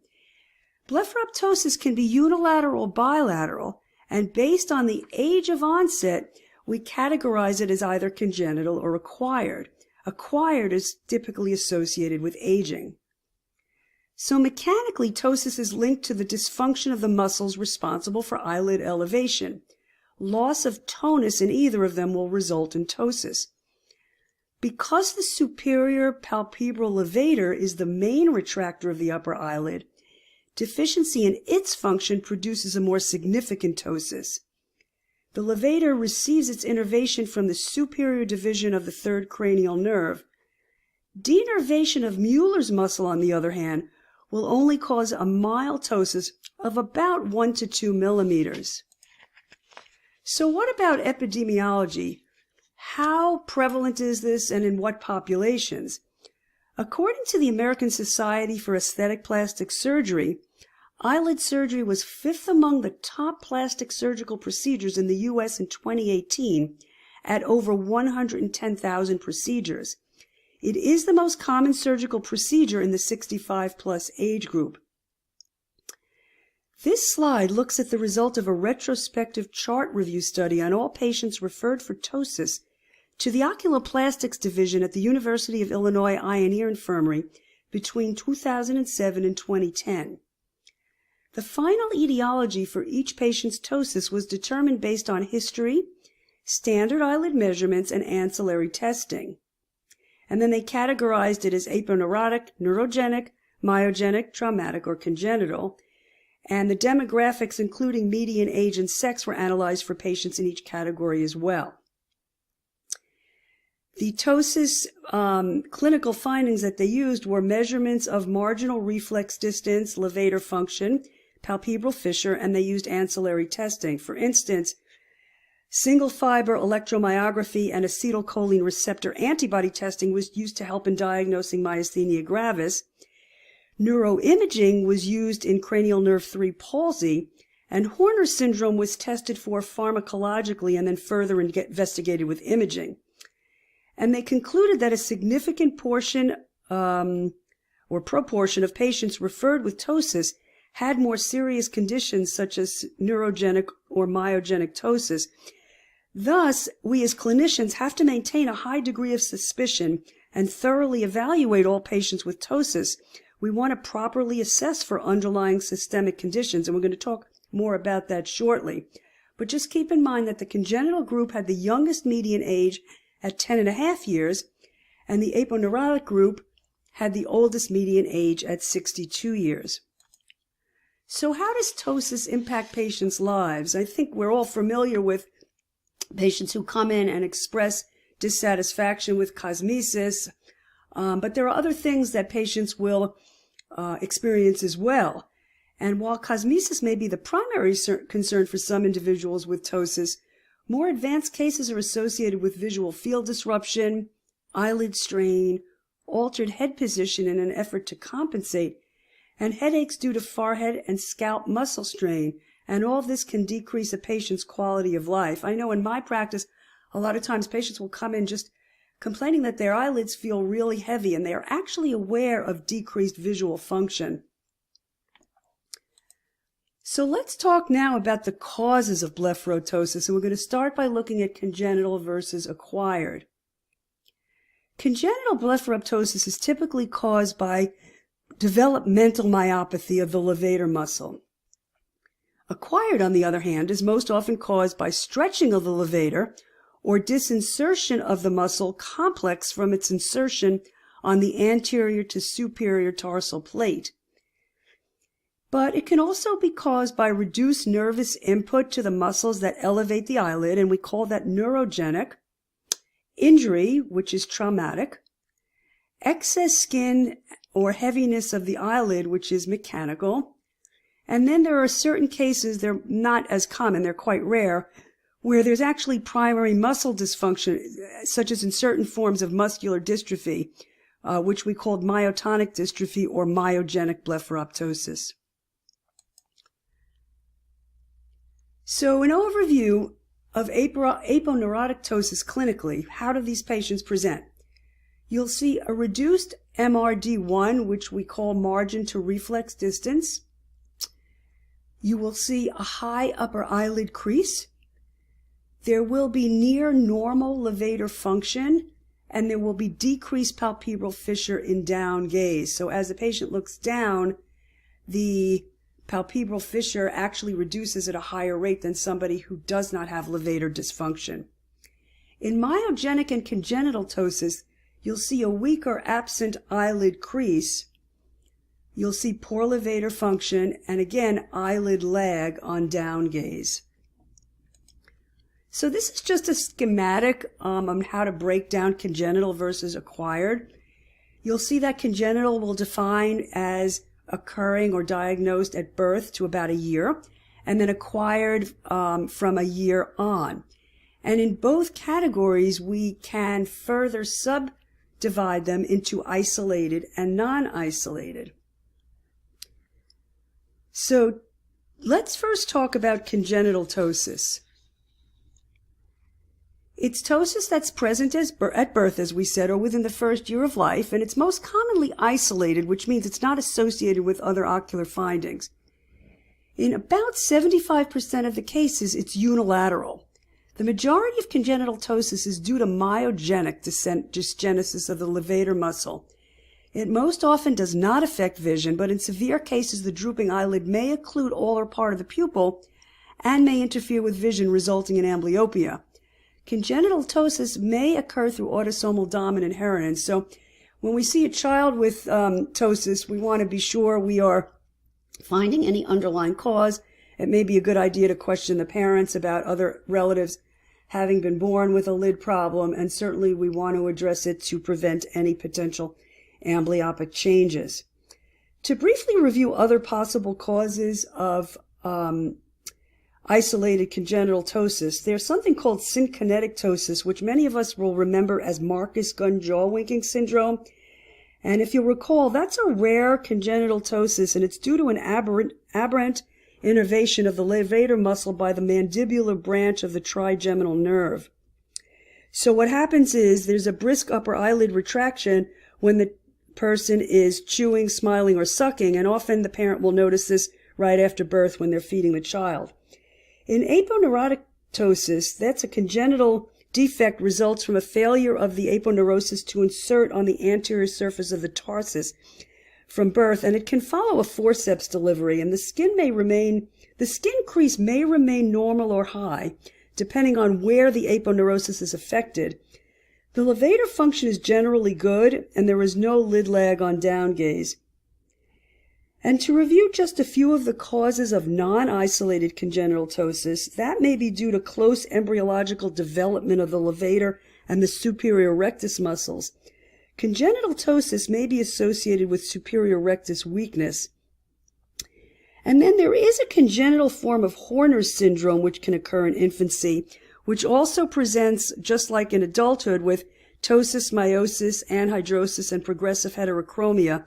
Again, the lighter colored iris will be ipsilateral to the affected side, and the lesion may occur anywhere along the oculosympathetic pathway. So in these patients, it's important to evaluate for possible etiologies such as congenital varicella, tumors of the neck and mediastinum, and vascular lesions of the internal carotids or subclavian artery.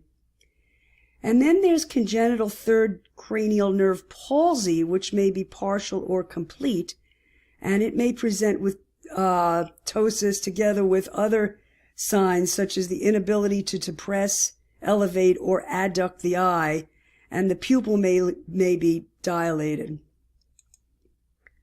So let's focus now on acquired blepharoptosis, which is the main subject of our talk from this point on. Acquired blepharoptosis is typically associated with aging. A study of 400 patients in the UK found that blepharoptosis was present in over 11% of adults aged 50 and older. And if we extrapolate this to the United States population, this prevalence corresponds to an estimated 13 million patients aged 50 plus in 2020. Other known risk factors, either temporary or permanent, include ocular surgery, and this can include glaucoma surgery, cataract surgery, corneal strabismus, which can lead to temporary or permanent blepharoptosis. Contact lens wear, wearing hard or soft contact lenses, has been found to increase the incidence versus no contact lens wear, and one potential mechanism would be levato-aponeurosis dehiscence due to the method of hard contact lens removal. And then, of course, we always have to be suspicious for underlying disease, such as myasthenia gravis or diabetes. As previously discussed, similar to congenital ptosis, acquired ptosis may be categorized as isolated or non-isolated. The most common cause of isolated acquired ptosis is aponeurotic. It's most common in adults. The abnormality is in the levator. There is a dehiscence, disinsertion, or stretching. It can occur in younger patients as well. In younger patients, as mentioned, repeated manipulation of the upper eyelid during contact lens wear, and this can occur in both hard and soft lens wearers, may cause disinsertion of the levator. It occurs frequently after ocular surgery and following trauma. There are some other causes, though, and that can include eyelid trauma from infection or allergy, blepharochalasis, pregnancy, chronic use of topical steroids, and frequent lid rubbing. Mechanical ptosis is caused by excess weight of the upper lid. There are a multitude of causes that can easily be distinguished on physical exam. A few common causes are edema, inflammation, tumors, chalasia, dermoid cysts, neurofibromas, and amyloid deposits. And scarring from inflammation, surgery, Stevens-Johnson syndrome, or ocular pemphigoid can also lead to mechanical ptosis. Always perform orbital imaging in patients with an underlying mass or infiltrative lesion.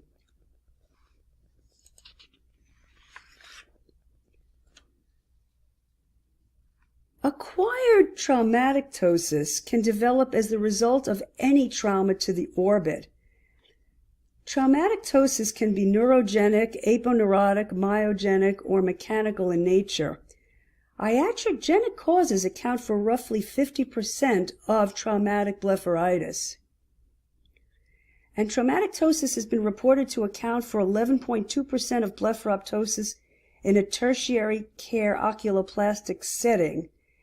And there was a study that showed 4% to 12% after cataract surgery procedures, and there's about 10 to 12% after trabeculectomy alone and combined trabeculectomy phacoemulsification.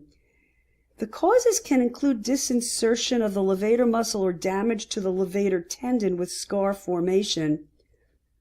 Alternatively, cranial nerve 3 damage can also sustain damage leading to the ptosis.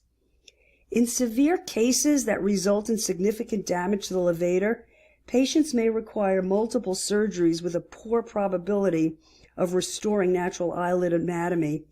Patients who are at increased risk for cranial nerve 3 involvement include those with head trauma injuries, post-traumatic cavernous sinus thrombosis, orbital apex fractures, and nerve compression by foreign bodies. Patients with CN3 damage will typically resolve on their own with time and should be observed for spontaneous recovery over a period of 3 to 6 months before considering surgical intervention. As we mentioned, rigid lens-induced eyelid ptosis is a well-established condition. It's thought to be caused by years of mechanical traction from pulling the lids while removing the lens. Patients can typically resume wear of their lenses 2 to 6 weeks after surgery and are instructed to use a plunger. Some patients, however, may best be suited for a soft lens refit.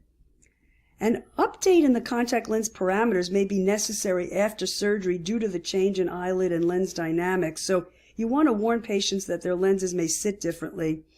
They may have more problems wearing their lens even if the lens is in exactly the same positions, and patients may feel drier and have more trouble wearing their lenses after surgery. Investigators compared the rate of hard lens users in ptosis cases with that in a control group and then estimated the odds ratio. So the study you see here included all patients aged between 30 to 60 years who were seen with aponeurotic ptosis. And ptosis was defined as a margin reflex distance of both eyes that was less than or equal to 1.5 millimeters. And the controls were subjects with an MRD of both eyes that was more than or equal to 3 millimeters. And the control subjects were selected from an age-matched group of female hospital employees. And they concluded that the pathogenesis induced ptosis is aponeurogenic and is similar to the involutional changes that are associated with attenuation or disinsertion of the aponeurosis from its distal insertion in the eyelid. As we discussed earlier, before treating blepharoptosis, it's important to conduct a differential diagnosis to identify any potentially serious underlying cause. Because in some cases, ptosis can be a sign of more serious cause, a focused neurological exam should be carried out on patients. And serious conditions masquerading as blepharoptosis can include Horner's and myasthenia gravis. If Horner syndrome is suspected, pharmacological testing with eye drops such as hydroxyamphetamine and iopidine and imaging may be an important part of detecting the underlying cause. Myasthenia gravis is a unilateral or bilateral ptosis with upper eyelid position variability that is often accompanied by diplopia and/or strabismus. And those with myasthenia gravis could also have respiratory compromise or a concurrent thymoma. A history of intermittent diplopia and worsening symptoms throughout the day suggesting fatigability should increase our suspicion for myasthenia gravis. And in 85% of patients with myasthenia, the initial symptoms were either ptosis or diplopia. The gold standard for diagnosis is serologic confirmation of autoantibodies to the acetylcholine receptors, as well as electrophysiologic studies. So there are bedside tests such as edrophonium and prostigmine that result in temporary elevation of the ptotic eyelid. Also, cooling the affected eyelid with an ice pack for 2 minutes may also result in temporary reversal of the ptosis.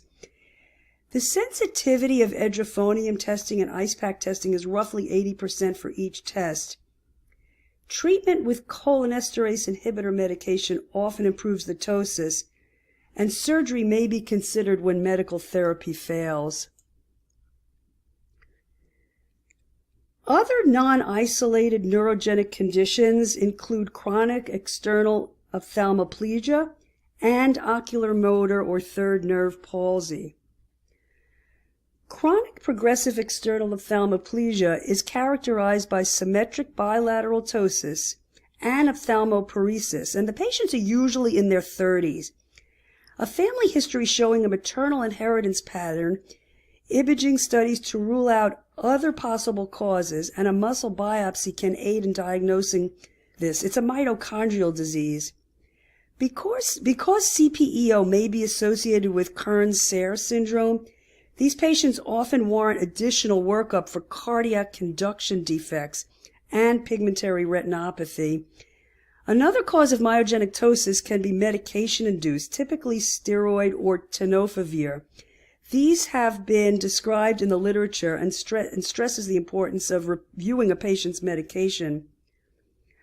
Ocular motor nerve palsy is characterized by ptosis accompanied by ophthalmoplegia, diplopia, and poorly reactive dilated pupil, and can be a result of ischemic injury or aneurysm. CN3 palsy may necessitate imaging to rule out a compressive etiology. So let's just take a look at a couple of cases here. The upper image shows CN3 palsy. So just recall that the ocular motor nerve innervates the medial rectus, inferior rectus, superior rectus, and inferior oblique. It also innervates the levator palpebrae and carries sympathetic innervation from the Edinger-Westphal nucleus. So dysfunction can result from ischemia, infection, compression, trauma, and demyelinating disease such as multiple sclerosis. Some patients may present with any combination of ptosis, ophthalmoplegia, diplopia, and a poorly reactive dilated pupil. The ptosis may actually be profound. So when seeing a patient with CN3 palsies, you have to differentiate between complete and incomplete. In other words, pupil sparing and pupil involved. Pupil sparing CN3 palsy is commonly due to ischemic injury in patients with vascular risk factors such as hypertension or diabetes. In older patients, typically older than age 55, giant cell arteritis needs to be considered. Pupil involving third nerve palsy often indicates a compressive etiology because the parasympathetic fibers supplying the pupil travel on the outer, more easily compressed portion of the nerve. And these should be attributed to compression from a posterior communicating artery aneurysm until proven otherwise. So therefore, they warrant urgent investigation. You want to send these patients out right away for computed tomography angiography or magnetic resonance angiography. The lower image shows Horner's syndrome with a classic triad including unilateral ptosis, ipsilateral meiosis, and anhidrosis. And since Mueller's muscle only contributes to 1 to 2 millimeters of lid retraction, the associated ptosis is mild. The syndrome results from damage anywhere along the sympathetic pathway, which can be divided by first-order neurons. That would be hypothalamus to spinal cord. Second-order neurons, which is the spinal cord to the superior cervical ganglion. And the third-order neuron, which is the superior cervical ganglion to the orbit. So it's important to determine which order neuron is involved because Horner's syndrome secondary to involvement of the first or second-order neurons may be caused by underlying malignancy. The diagnosis of Horner's syndrome is confirmed if aproclonidine drop testing results in reversal of anisocoria. And then you use hydroxyamphetamine drop testing to localize the level of dysfunction. The drop will result in pupillary dilation if the dysfunction is at the level of the first or second order neurons, while no dilation will occur if the third order neuron is affected. So now Dr. Hauser will conclude this section on differential diagnosis by talking about pseudoptosis, and then she'll take us through the clinical evaluation of ptosis patients and talk about current therapies. Dr. Hauser. Now, what is our differential diagnosis for pseudotosis? Pseudotosis, again, having that upper lid droop and the absence of pathology of the upper eyelids. So what are our options here? Our causes can be dermatochalasis, brow ptosis, superior sulcus deformity, microphthalmos, and hemifacial spasm. What we're going to do next is take each of those piece by piece and kind of unravel them a little bit and figure out which one of these may be impacting our patients. First, let's look at dermatochalasis. Dermatochalasis is redundant or sagging eyelid skin. Depending on what your practice is or where your practice is, odds are you're seeing this almost every day. The patient population that I primarily work with is patients, generally speaking, 50 and up. I see dermatochalasis all day, every day. So it's an important thing to identify in our examination. Manual lifting allows for assessment of that positioning of the under eyelid skin. And the reason that's important is, and we'll find out later as we look at brow ptosis, it can really be a differentiating factor between true dermatochalasis and more of a brow ptosis. Now, the prevalence of this in individuals over the age of 45 is about 16%, and it affects males more than females. Now, why are we seeing these changes? We're seeing this because we're living longer, and the longer we live, the more chronic problems that we have and more involutional eye problems that are identified.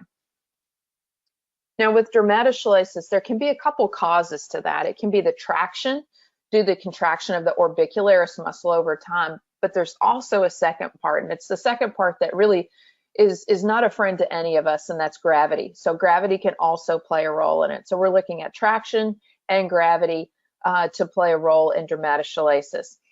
And eventually, we're going to see a change or a loss of that quality and quantity of elastic tissue in the skin that causes those lids to kind of droop. All these factors ultimately are going to result in a lowering, particularly of the lateral 1/3 of the eyebrow, and that excess skin kind of weighting it down on that lateral corner of the upper eyelid. So the thing about dermatochalasis, not unlike what I said about ptosis in the beginning, is dermatochalasis has a cosmetic concern to the patients. The patients have those droopy eyelids and that dull appearance. However, they also can be subject to ocular irritation, and sometimes this goes unnoticed clinically. So why do they have ocular irritation? It can be secondary to chronic blepharitis. They can also have dry eye issues, and sometimes misdirected lashes can also cause problems for the patient. Additionally, dermatochalasis can cause a reduction in both superior and temporal field of vision, and quality of vision changes as well. So there can be definite visual impacts both from how the patient sees and how the patient feels.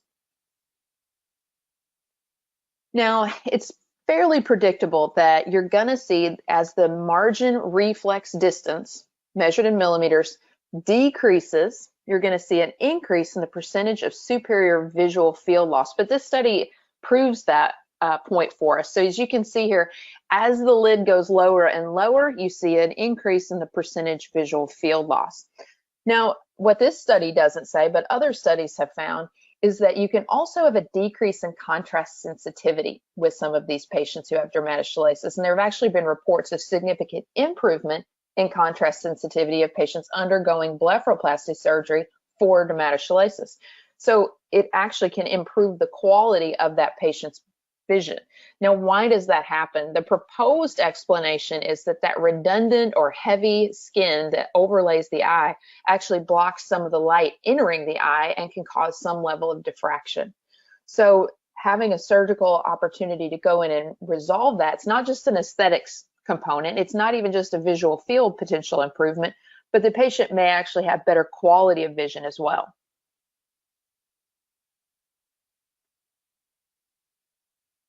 Now, I mentioned brow ptosis a little bit. We're going to talk about some of the etiologies of that and then how you can evaluate for it clinically to see if your patient is suffering from a brow ptosis or perhaps dermatochalasis. So as you see here, there's several different etiologies. Number one, involutional changes. Number two, secondary to weakness of paralysis of frontalis. Now, what does that mean for us? You know, this could be patients who have Bell's palsy, maybe an acoustic neuroma, surgical trauma. It could be a birth trauma, or it can even be congenital. Now, I've had a couple patients that have fallen in this particular category. I've had a patient with an acoustic neuroma and one with surgical trauma who's ultimately had a brow ptosis due to those two factors. The other possibilities there under the secondary weakness of paralysis is myotonic dystrophy. You can also have myasthenia gravis, a lot of different options. You also may have patients who have brow ptosis associated with neoplasm, as you can see here, basal cell carcinoma, squamous cell, and so forth.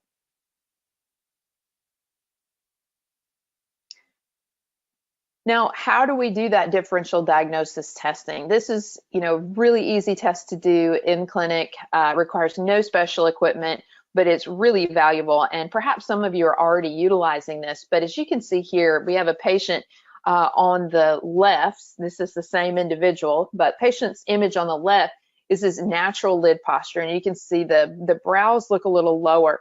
Normal brow is going to sit above the superior orbital rim. So we do see that little bit of lowering of the brow. Again, male brows tend to be lower than female brows typically. But what we see in the second image, the image to the right, you have to kind of take a peek right up at the edge of the top of that image where you can see some fingertips that are in there. What we have here is the patient's brow is manually being lifted. You're seeing it elevated, so maybe that frontalis isn't fully engaged. And when we manually lift it and stabilize, you can see that there's a resolution of what appears to be an acquired ptosis. So we don't even have a frank dermatochalasis in this patient. If you look at it at just face value in that image on the right, one may interpret that as a dermatochalasis. However, with elevation of that brow, you can definitely see that it's not exactly so much about those heavy sagging lids as it is the brow is not really fully engaged and lifting the brows as they should.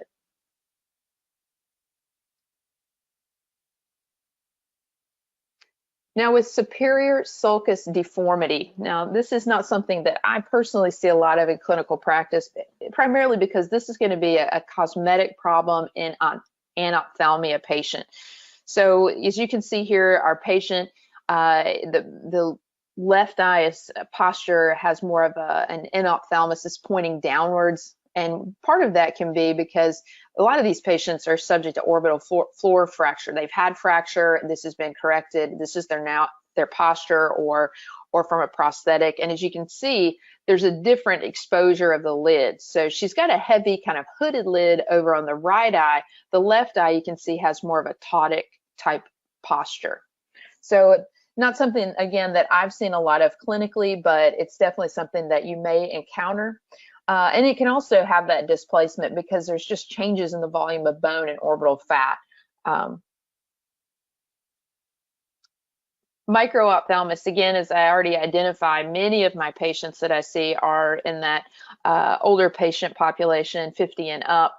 And I don't see a lot of pediatric patients like you see here, but just taking a look at this patient's reflex, you can see that the MRD1, or that reference distance or reflex distance in the left eye, is going to be smaller than it is in the right. So measuring from the reflex to the lid margin, we're seeing what appears to be a ptosis, but may not necessarily be identified as that. As we look at the etiology of micro-ophthalmos, frankly, the precise etiology of it really is unknown. However, there are some factors that may play a role, and many of those tend to be environmental or hereditary factors. So what would those be? It could be the maternal age, if the mom is over 40 at the time of birth, multiple births, low birth weight, and gestational age. And it could be gestational acquired infections, which I'll go through here in just a moment, some of those specifics, or exposures and deficiencies. So if you have a patient with micro-ophthalmos, You definitely want to get a good birth history and pregnancy history from the mom to see kind of what might have been risk factors for this particular child. And, you know, what some of the gestational and acquired infections are. There's several of them. Most commonly, you're going to see risk factors like rubella, toxoplasmosis, and varicella. You may also see cytomegalovirus as a risk factor, parvo B19, even influenza virus, which is definitely, of all those that I've listed so far, probably the most common that we would expect someone to be exposed to, and Coxsackie A9. In terms of the deficiencies or exposures the mother may have encountered during pregnancy, vitamin A deficiency, fever, hyperthermia, exposure to x-rays, solvent misuse, and exposure to other drugs like thalidomide and warfarin, as well as alcohol. So again, getting a good case history in these patients is really important to have better understanding perhaps the origins of their microophthalmia. Hemifacial spasm. Now, hemifacial spasm, and we're going to kind of go through this as it relates to our image there on the right. But first of all, a little bit about the patients that are most at risk. So more frequently in middle-aged women or elderly women, more commonly amongst an Asian patient population.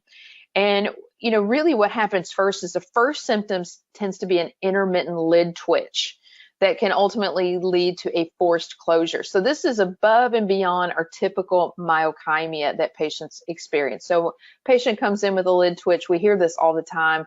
And they say, you know, this started, frankly, it can be really alarming to a patient when they experience myokymia. And we're usually recommending things like lower your stress level, rest more, decrease your caffeine consumption. However, for hemifacial spasm, it's really taking it to a whole new level. So again, you get that forced lid closure, and you can even see that spreading of the spasm into the lower face. And as you can see here in our image, the patient's mouth is drawn to one side. This can be related to nerve injury or tumor. However, many of them are without known apparent cause.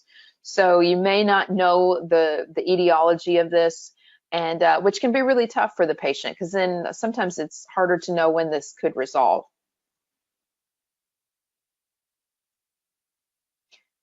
Now, as we look at assessing acquired blepharotosis, so from a clinical perspective, how do we not only identify our acquired blepharotosis, but how do we make quantitative and qualitative assessments of this? Now, one of my favorite tests for this is the marginal reflex distance, or MRD1. And we've talked a little bit about that already, but just to kind of circle back and hit on that one more time, as you can see here in the illustration, MRD1 measures from the corneal reflex to the upper lid margin. Now, MRD2 measures from the corneal reflex down to the lower lid margin. But in assessing acquired blepharotosis, we're going to be focusing on MRD1. Now, that marginal reflex distance, again, is really important because it's giving greater precision than measuring strict total fissure height. I know a lot of clinicians like to measure just fissure height, but you're really getting again, more clear assessment by measuring that MRD1. Additionally, in my own clinical practice, I'll use visual field testing, and we're going to go through those various types here in just a minute. I have not leaned as much on levator function and the eyelid crease height, which is used in superior sulcus deformity evaluation. With the levator function, what you're doing is assessing by firmly pressing on the brow and measuring the distance moved by the upper lid margin when the patient shifts from downward gaze to upward gaze. So just food for thought about how you might want to incorporate this differently into your practice as you're evaluating a patient with acquired blepharotosis. As I mentioned, some different visual field types. We're pretty familiar with all of these: Goldman visual field, Humphrey visual field, and LPFT. However, you know, many of us in clinic are using the Humphrey visual field type of analyzer. It's sort of a mainstay, if you will, of clinical care. One of the things that I would say in terms of a ptosis patient, I might potentially rely on a Goldman visual field in a few cases. If a patient has some mobility issues, if they have trouble concentrating, Some of my elderly patients, and these folks are ones that are going to be more subject to that acquired blepharoptosis, they may need that little bit of extra time to get the precise measurements that we want. So, I might kind of go towards a Goldman visual field for that subset. So all of these work for measuring what we need to do in terms of superior field, but they do it a little bit differently. Again, Goldman being our kinetic perimetry versus our static perimetry with our HVF and LPFT. Now, what about severity? As you look at these illustrations here, the first one you might look at and say, no big deal, right? 1 to 2 millimeter droop, assuming there's no underlying systemic issue, and perhaps this is a function or cosmetic concern. That's not too big of a deal, right? It looks like a pretty normally positioned eye. Now, certainly I think patients may be more aware of that 1 to 2 millimeter droop. It may pop out to them a little bit more than it does to us clinically, even though there's limited visual impairment. Patients starting to get that little bit of awareness raised when they look in the mirror. As we transition now to a 2 to 4 millimeter droop, now we're in that mild to moderate category. Patients definitely going to have some awareness of it. We're going to be noticing it clinically because now we're getting some coverage from the pupil. So not all the light is going in the way it should be. And now that's when we're going to have to start that discussion. What are we going to do? Is this something that we need to do more about? Is this patient going to become a referral to oculoplastics? It's almost a point of discussion and negotiation and really kind of feeling where that patient is living in terms of their motivations. Now, as we go into that 4 millimeter greater droop, we're seeing significant visual impairment. We can see half the pupil is now covered by the lid. Not only is that going to be a functional concern, it's also going to be a pretty significant cosmetic concern for the patient. At that point, I think all parties on board are going to be on board to make that referral to oculoplastics and get further evaluation and consideration for a blepharoplasty treatment or some type of repair. So we do see our discussions kind of change with patients as we see the worsening or severity of blepharoptosis. So what are our current options for treatment? Now, I did talk a little bit about surgery as we're looking at those greater than 4 millimeter people with more of a severe acquired blepharoptosis. So surgery is an option. The pro of that always is going to be improved function and hopefully improve quality of life. Now, the con is that not all patients are good candidates and there are complications. Now, the complications that are listed here, bleeding, scarring, and infection, those are things that are almost ubiquitous across surgery. So these patients, the risks, benefits, and alternatives need to be discussed with them before that referral is made. Now, if we look at different options, off-label medication or use of apriclonidine is another approach. The good news there is we're going to see an increase in that upper lid elevation, so we're going to see a change in posture. The con is some unwanted side effects may go along with that, like pupil dilation. So consider that you're almost trading one asymmetry for another if you're using a medication like that. So what you might notice is, again, elevation to a normal posture for the lid, but now having that dilated pupil in that one eye is also not going to look perfectly, quote, normal. The patient may also be somewhat increased risk for contact dermatitis with the use of apriclonidine. Now, as we go into non-surgical options, mechanical intervention. These are probably my least favorite.